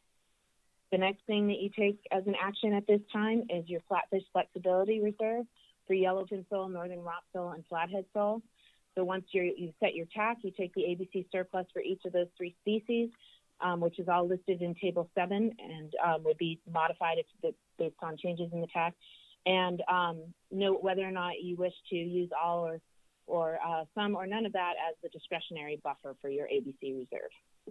And there is information in the NIMS in-season report under B2 that provides you the 2021 flatfish exchanges by the Amendment 83. Next, with respect to PSC limits, these are all listed in tables 8 through 11 for the crab PSC, and you're designating the crab PSC for red king crab, tanner crab, and snow crab. And I would just note for you that the red king crab savings sub area that usually has a portion of the 25% of that limit, a portion to it, that area is closed due to the closure of the Bristol Bay red king crab fishery in 2021 and 2022. So those tables reflect that closure in this year. Herring, you have a letter posted to your agenda from the state of Alaska to provide you the updated spawning biomass aggregations for the herring stocks across the Bering Sea. And the relative increase that you'll note there is as a result of a large increase in the Togiak stock. And the limit there is set as 1% of the herring biomass, and that's shown for you in Table 9. Finally, then, you have the limits that you set for the apportionments that you set for halibut and the trawl fisheries. And here, the limit is set in regulation, as we've obviously talked about. But you do, in specifications, apportion them for the TLAS to the target categories and seasons. And as well in the halibut and the hook and line fisheries, you apportion the season inspector for the cod and the non-trawl, non-cod limits. And I would just note the last page of your memo on page 4 provides you from the SMP the factors to be considered for modifying seasonal apportionments of bycatch allowances. And then the final thing that you take up at this meeting for specifications is adopting the discard mortality rates. These are shown in Table 12 that's attached to your memo. And you saw these are unchanged from the ones that you saw during preliminary specifications in October, and provides you the proposed 2022 and 2023 discard mortality rates by the gear in the sector. Mr. Chairman, that would conclude our staff report. Thank you, Dr. Stram. Any final questions from council members on the staff report?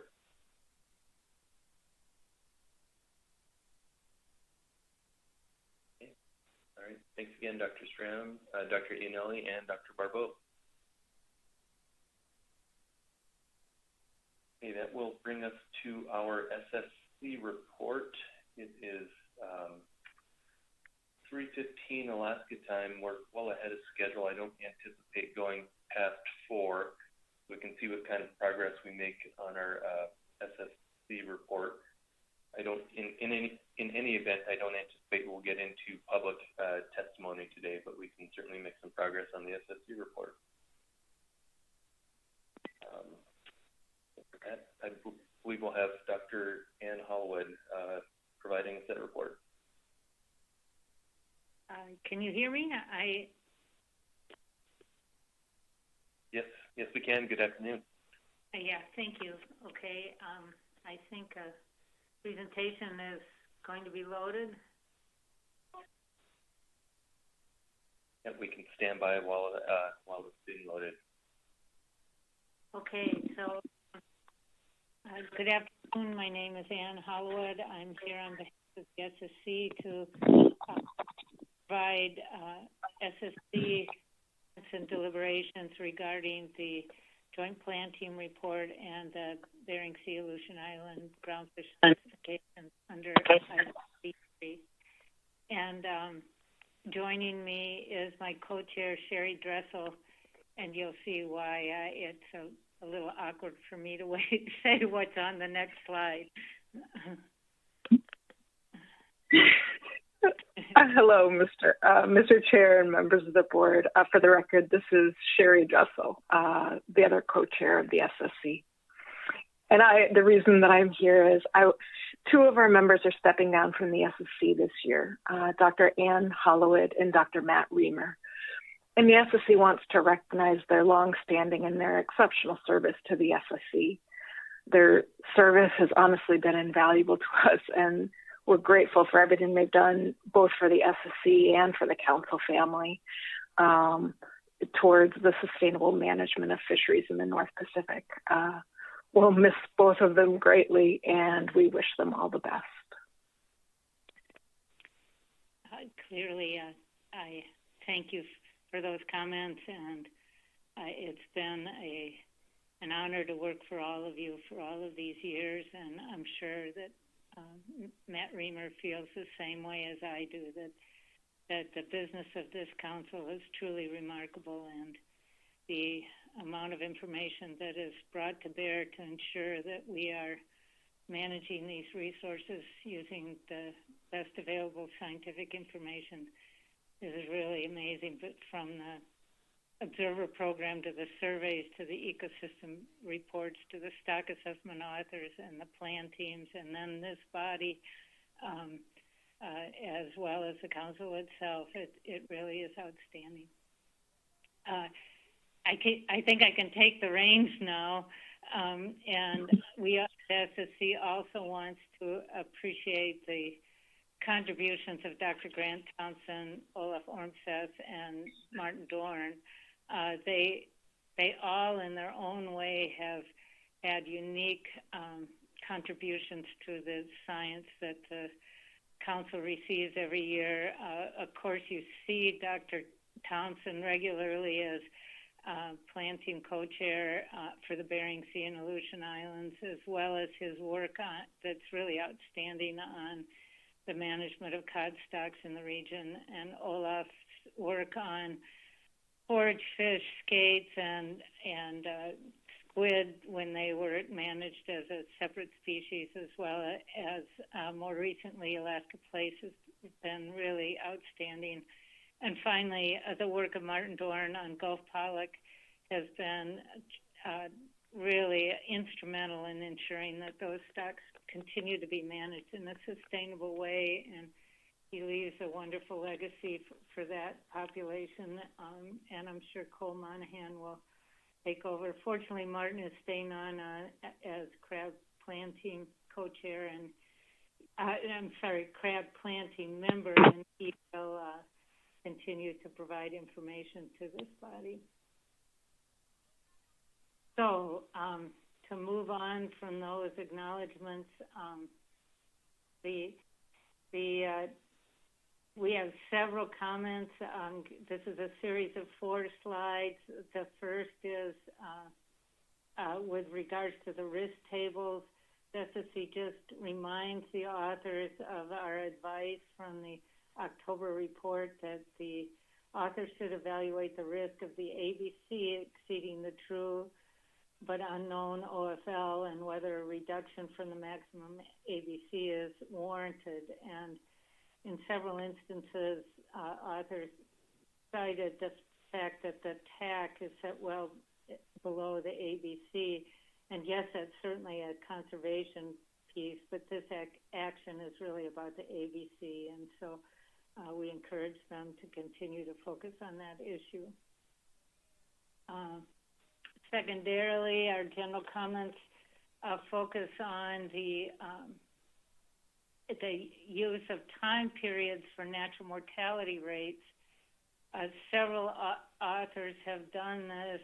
The most recent in terms of groundfish is the assessment for Gulf of Alaska Pacific cod. And we request that the authors provide a discussion of whether the period of elevated M should be included in the calculation of reference points and or stock status. And Dr. Barbeau did a good job of showing the trade-offs of making those assumptions. In addition, the SSC encourages authors to consider whether changes in mortality and potentially growth represent anomalies or actual shifts in the underlying dynamics, with the goal of ensuring consistency across different calculations within the assessment. Dr. Holland? Yes. We've got a question, and I'm going to go ahead and allow them to pop up as we go through here.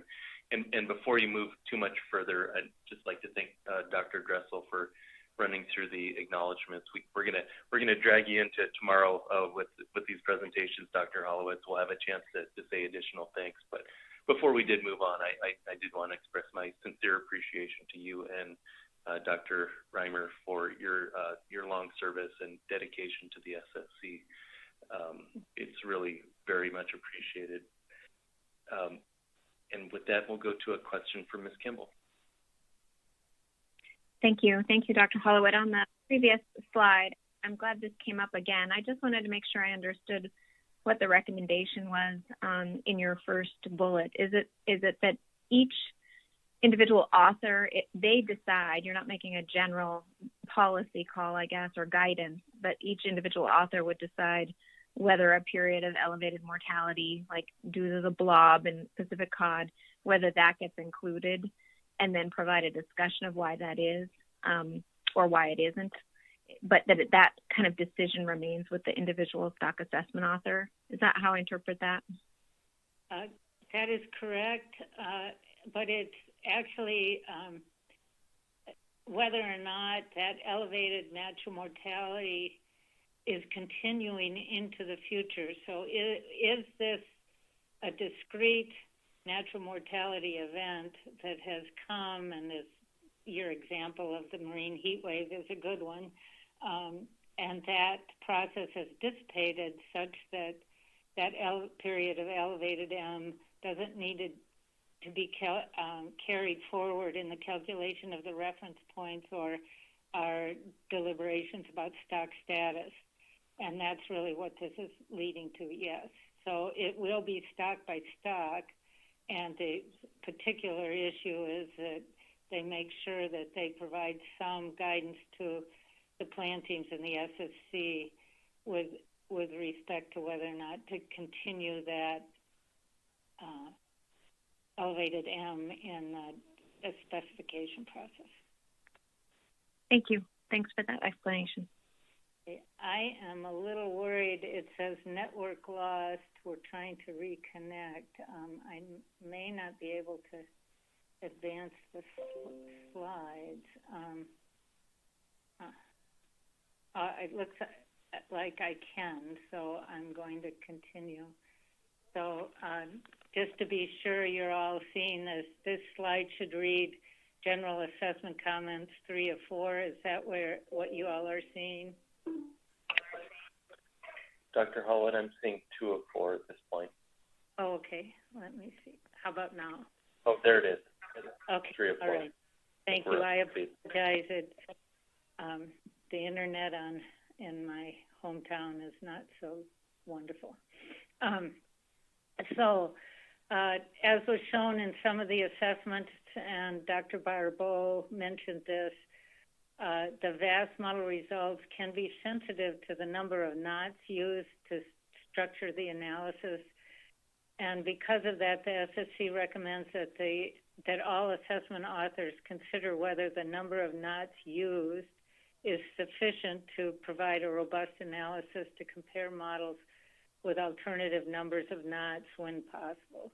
And so this is just, again, a general comment, but of course many authors are beginning to use VAS model results, and thus we're bringing it forward at the beginning.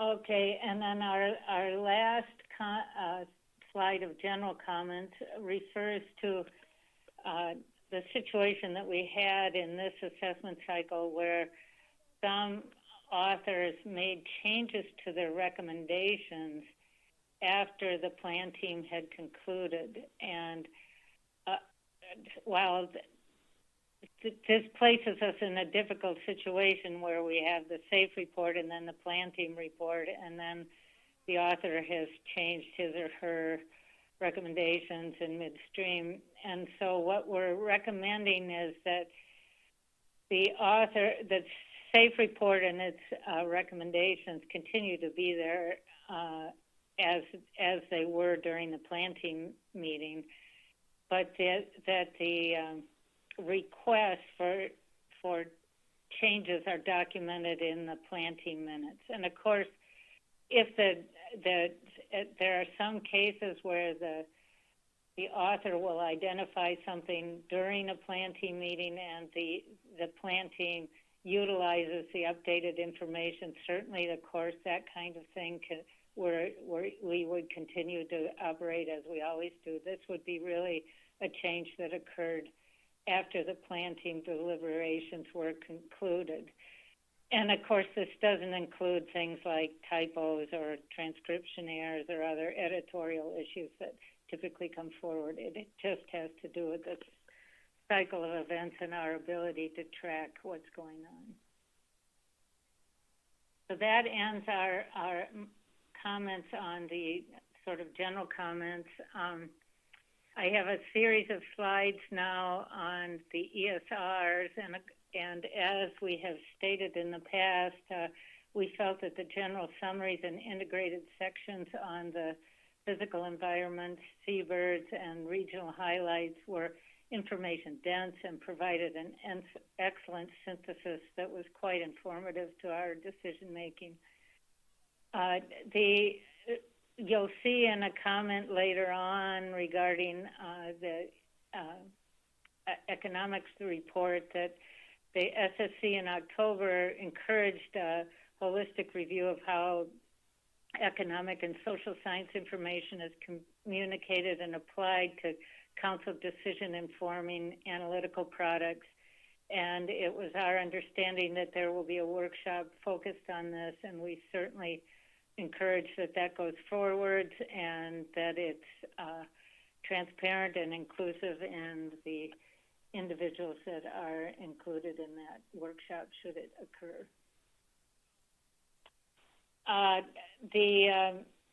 There were numerous ecosystem-related documents that are produced by not only the ESRs, but the ESPs and now the FEP team. And within those, there are a few documents that have excellent infographics, particularly in the FEP, that identify how information is transferred throughout the council process. And we think that it would be useful to have that infographic included in the ESR in the future, just so the general public, when they're looking at it, can understand how the ESR contributes to a variety of different decision bodies.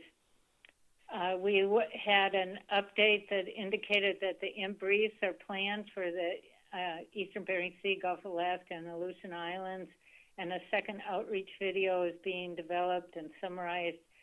And the SSC is very supportive of these continued efforts to disseminate ESR information to stakeholders and communities, and we really appreciate the efforts to provide hard copy products for remote communities. We think these are quite useful. And then finally, there was a general comment about harmful algal blooms. We note that these were reported in all three regions, as well as the Northern Bering Sea and the Chukchi Sea. Toxins were detected in shellfish in the Gulf and the Aleutian Islands, and in marine mammals in the Northern Bering Sea and Chukchi. Unfortunately, this year there were no fatalities reported in 2021.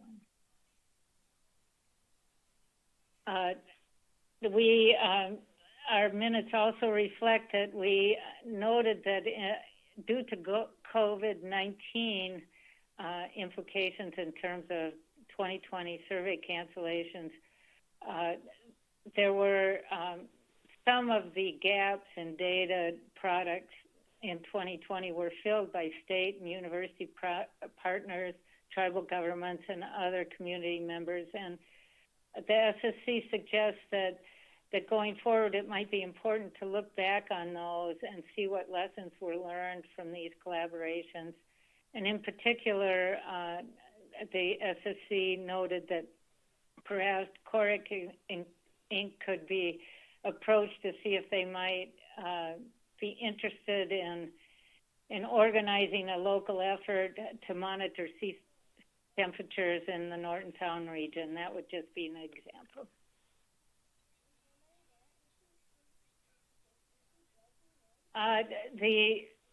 SSC also noted that the editors might consider the development of a single all-purpose map for the regions within the eastern and northern Bering Sea. There were several different maps included in the ESR and identifying a common structure for the zones within the eastern Bering Sea.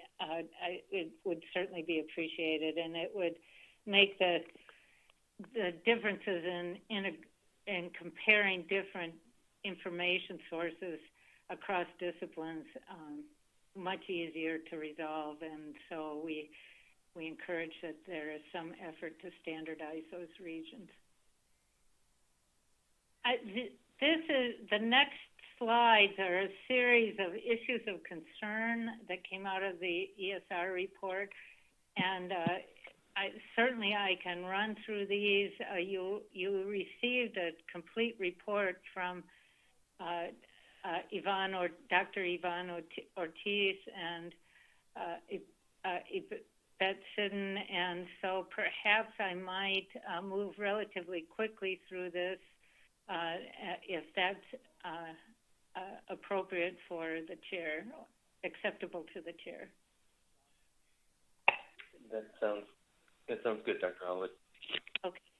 Certainly, if there are any questions, but the key issues of concern is that, as was noted in the ESR report, there were multiple indications of warming in the region. There were also multiple indications of declining productivity, and these included chlorophyll concentrations over the shelf, a diatom anomaly, and that changes in the pelagic forager gill and the benthic foraging gill.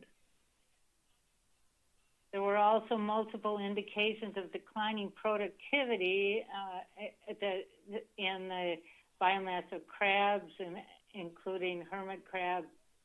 These were all below the long-term means. This would be hermit crabs, tanner crabs, snow crab, and king. And the CPUE of all fish combined, and the major invertebrate taxa decreased in both the northern Bering Sea and the EBS. And finally, there was evidence of changes in fish condition, as you already heard from the presentation from Dr. Iannelli on walleye pollock. The returns of Yukon River Chinook salmon were extremely weak, and the seabird die-offs and reproductive problems in the northern Bering Sea may indicate the abundance of large, a reduction in the abundance of large lipid-rich zooplankton and forage fish in the region. And there are multiple hypotheses regarding some of these changes, and the SSC is certainly supportive of continued research and monitoring efforts to explore the various hypotheses that the SR authors presented that may explain the observed changes in both the EBS and the northern Bering Sea. In terms of the Aleutian Islands, as was noted, the authors identify issues regarding mercury in food webs and plastics in seabirds, and certainly our minutes highlight both of those.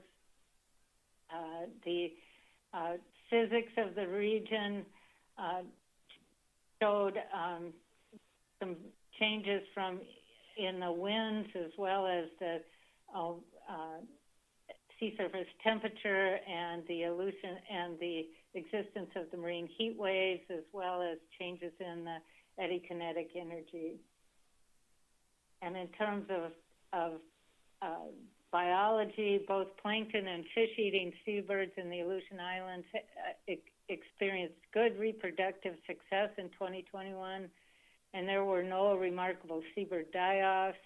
And the recent status, however, on the other side of this, the recent status of northern sea otters in the western Aleutians found the population to be low but stable, and harbor seals have continued to decline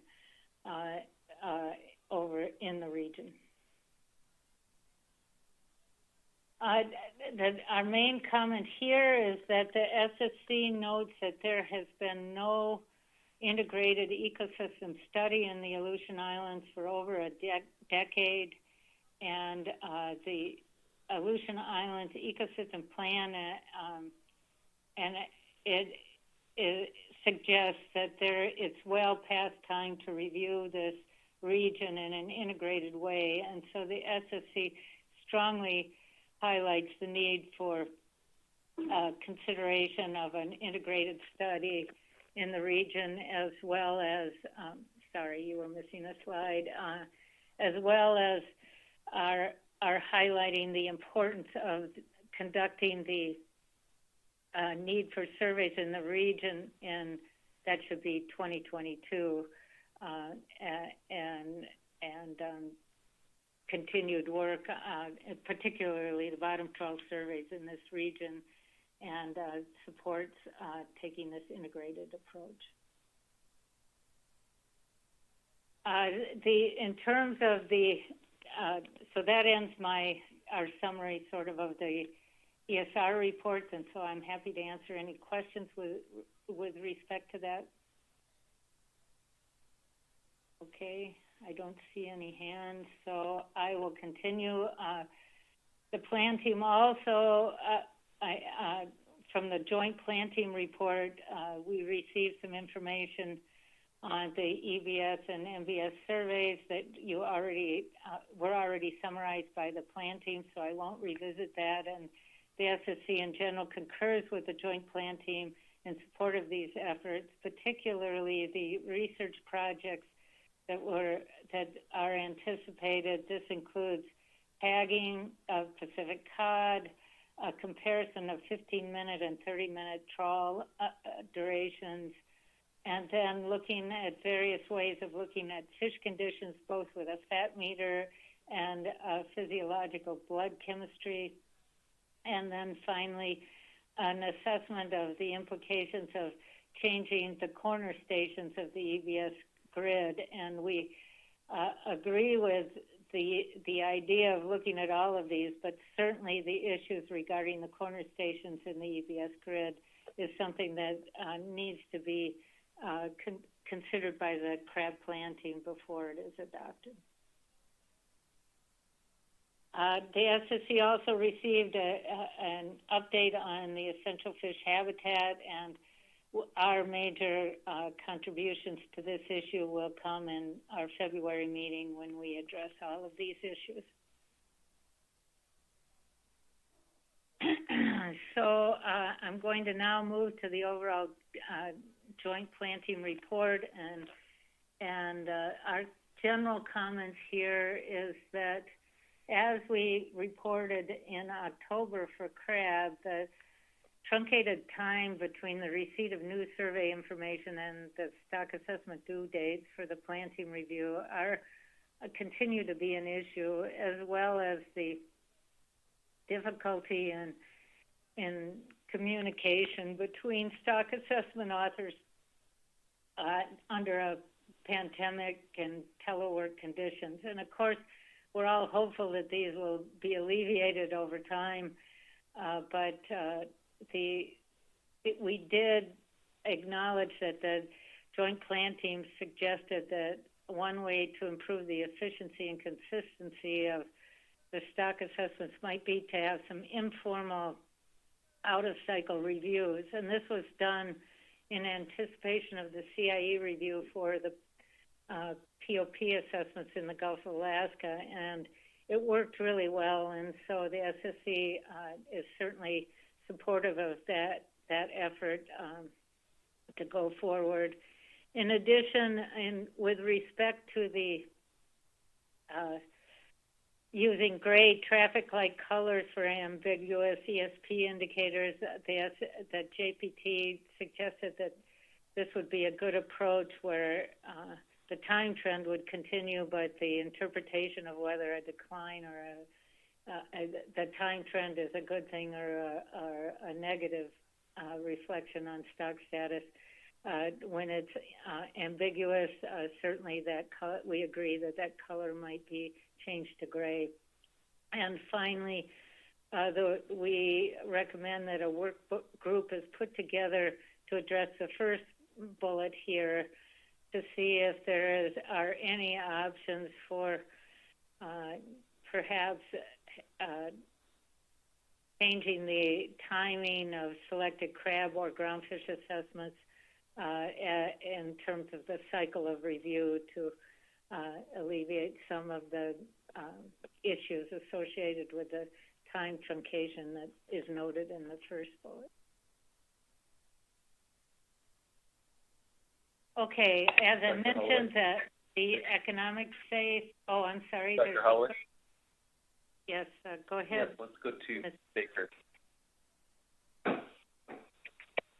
Thank you, Chair, and thank you, Dr. Hellewood. I appreciate your review of the previous slide. I am concerned about the SSC's recommendation from the October meeting, and concerned about the truncated time between receipt of survey information and stock assessment due dates, particularly for the crab stocks, of course, as we talked about at the last meeting. My question is about the last bullet on your slide.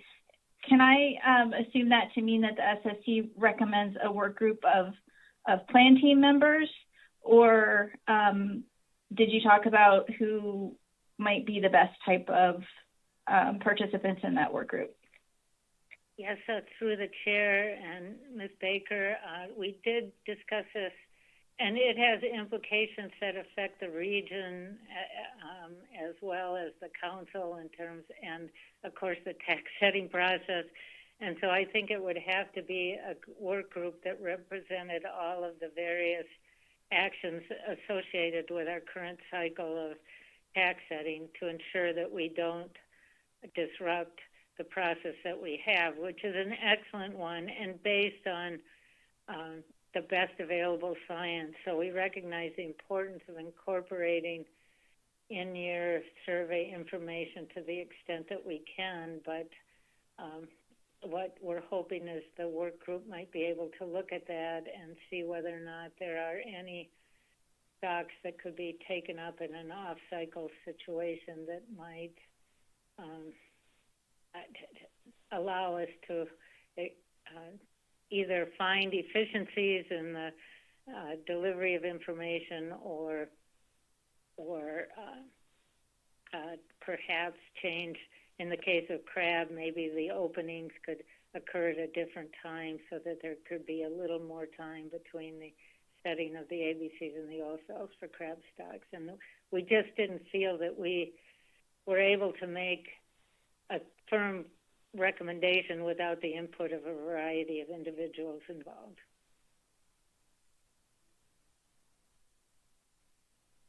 Through the chair. Thank you, Dr. Hellewood. That's very helpful. I appreciate that explanation. And then the same recommendation that I was looking at does indicate the SSC's recommendation for a work group to explore the different types of options for both the crab and groundfish assessments. And I wonder, I got a sense of urgency, if you will, from the discussion and SSC recommendations in October about this truncated time, particularly for the crab stock assessments. And so in terms of prioritization between exploring these options for altering the timing for the crab and groundfish assessments, did the SSC discuss at all if the timing for the crab assessment should be prioritized in any way, or did you get into that at all? Through the chair and Ms. Baker, no, we didn't prioritize one over the other, although I think that we would agree that timing is much more truncated for crab than for groundfish, although it's truncated for groundfish as well. Through the chair, Dr. Hellewood, thank you very much. I appreciate that. Nothing further. Okay. Dr. Hellewood. Oh, yes. Okay, so... sorry. Oh, I'm sorry. No, I apologize. We got a communication flag. I was just going to say, please proceed. Okay. Thank you very much. So this slide really deals with the economic safe, and as I mentioned, we will take this up in our February meeting, so I won't spend a lot of time on this slide. However, we reiterate our October recommendation, and that is supported by the Joint Plan Team, that a comprehensive review of how socioeconomic information is incorporated in a range of evolving council decision-informing products is done. And so I mentioned this in our general comments for the entire SSC report, but here is the specific place where it comes up. So if there are... Looks like we got a question from Ms. Kimball.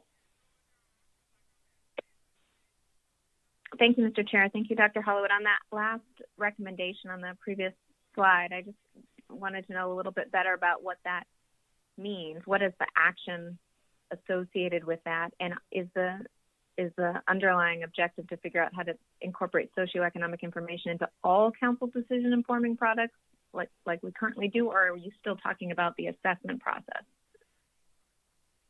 Through the chair and Ms. Kimball, this is more of a streamlining the products and ensuring that the products are responsive to the needs of the council.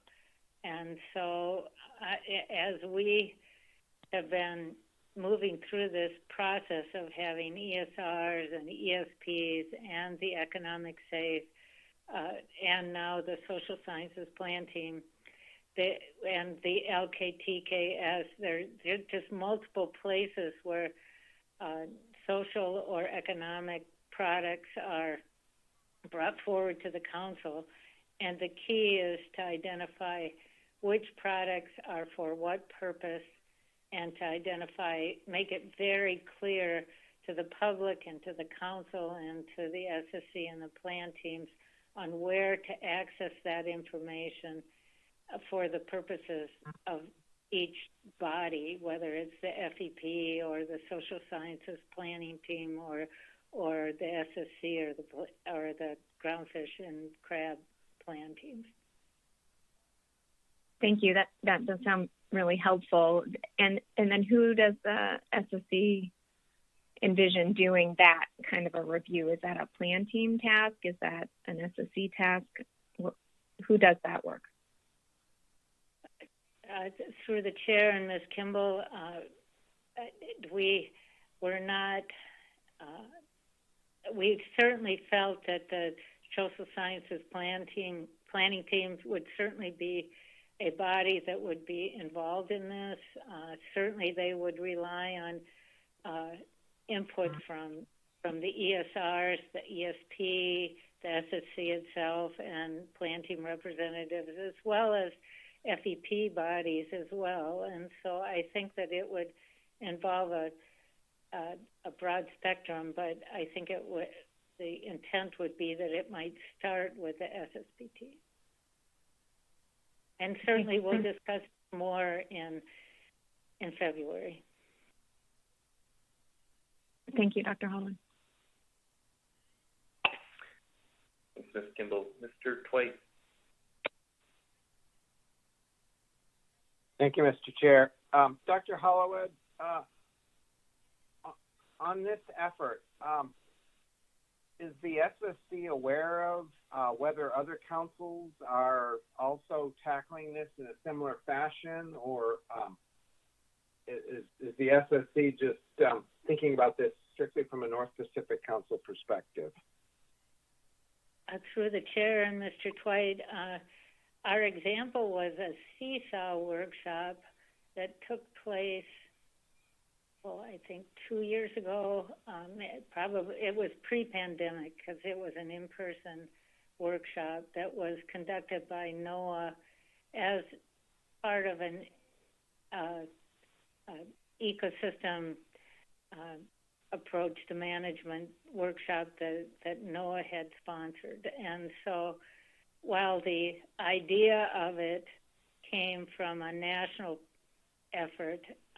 The need for it is regional. So our thought process here was that it should be a regional group of individuals so that we ensure that the social and economic products that we do bring forward are really easily accessible. Everyone knows where they are, and that they are developed to address the issues that, after all, we're trying to provide decision-informing products for the council, and so ensuring that they're designed to do that is really what the workshop would be focused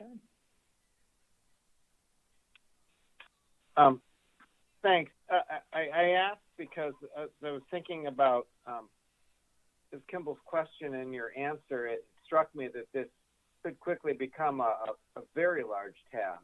And but it sounds to me that based on the results of the national level workshop that you spoke of, that the SSC members are convinced that this could be that this effort could be done fairly surgically, I guess is one word for it, and not become just a sprawling or all-encompassing sort of effort.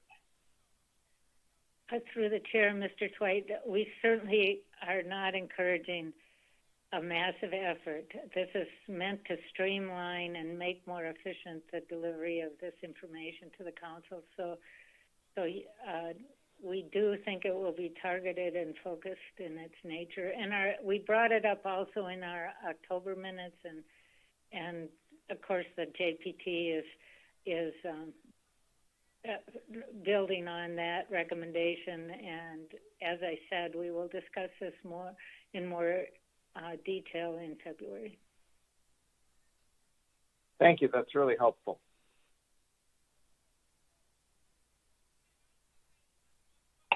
Okay, I don't see additional questions. Okay. My computer has locked. Just a minute. I don't seem to be able to advance the slide. We're getting really close to clock anyway. If now might be a fine time to break. I guess I can take my lead. I guess this would be a good place to break. Maybe. Okay, let's do that. I am so sorry about my internet, but it is just my computer is frozen. So either okay. I'd have to stop and come back, or I will work on your schedule. Great. Well, let's go ahead and break for the day and come back at 8 o'clock Alaska time tomorrow morning, and we'll continue. Okay, thank you. Thanks. We'll see you in the morning.